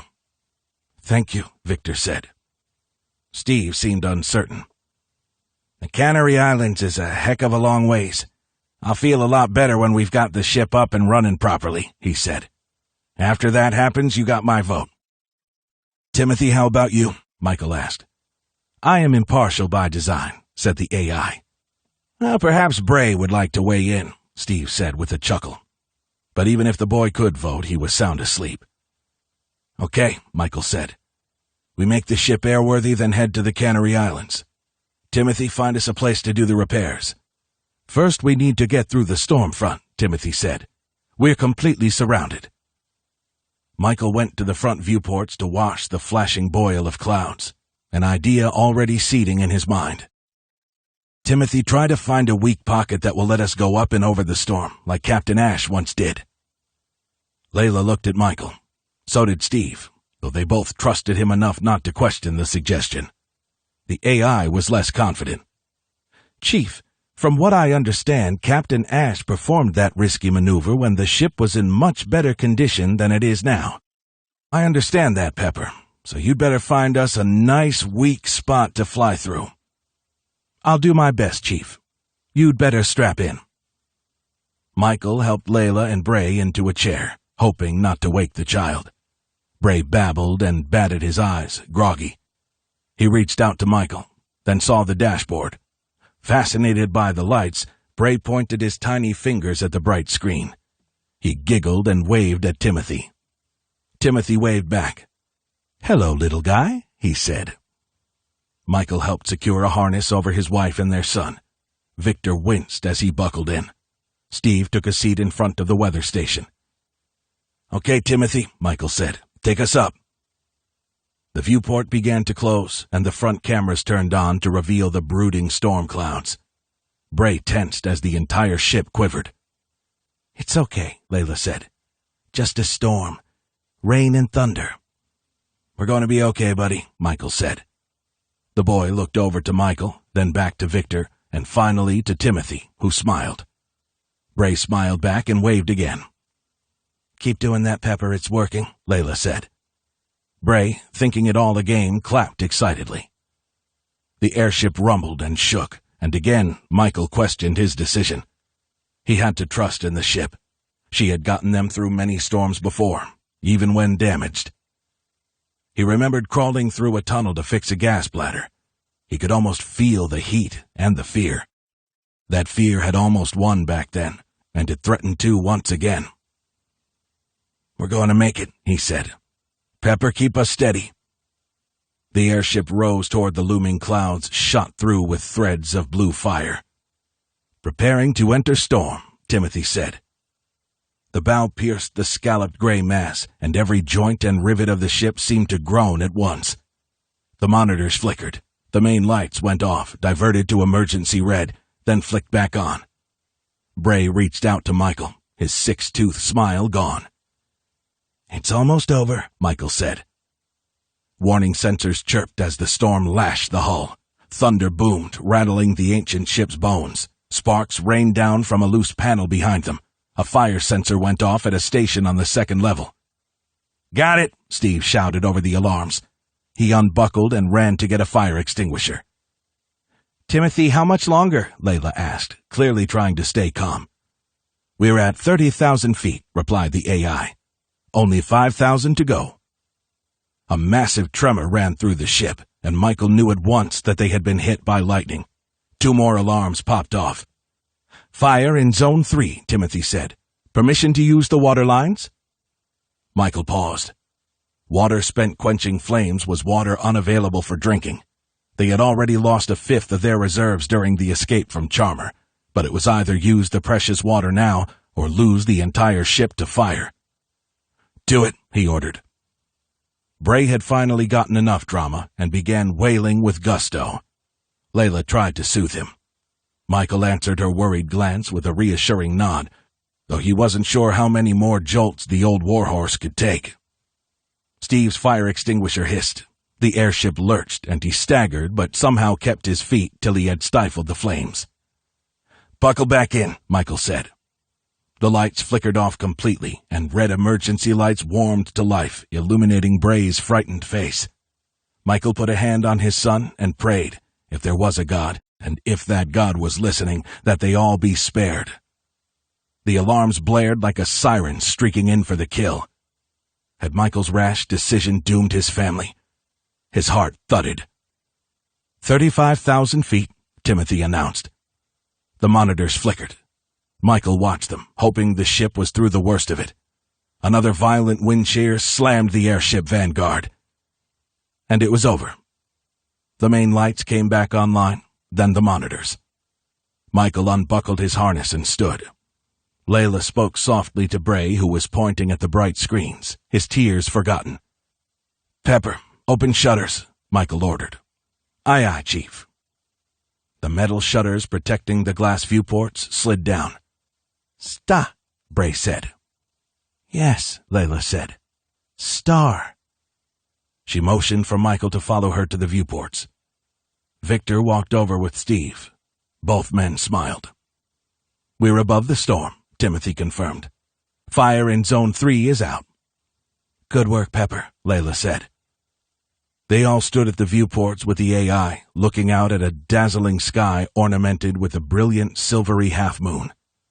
Michael put a hand on Bray while Layla sang, "As your bright and tiny spark lights the traveler in the dark, though I know not what you are."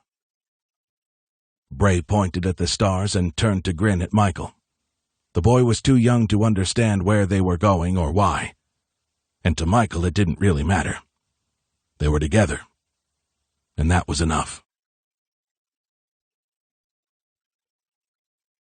This concludes the reading of Helldivers 10, Fallout, by Nicholas Sansbury Smith. Copyright 2023 by Nicholas Sansbury Smith. This book was read by R.C. Bray. This unabridged recording was produced in 2023 by Blackstone Publishing, which holds the copyright. Neither this recording nor any portion of it may be reproduced or used for any purpose without prior written authorization from Blackstone Publishing. Helldivers 10 Fallout is also available in print and ebook from Blackstone Publishing. For a complete listing of our titles, visit our website at www.downpour.com. Thank you. Audible hopes you have enjoyed this program.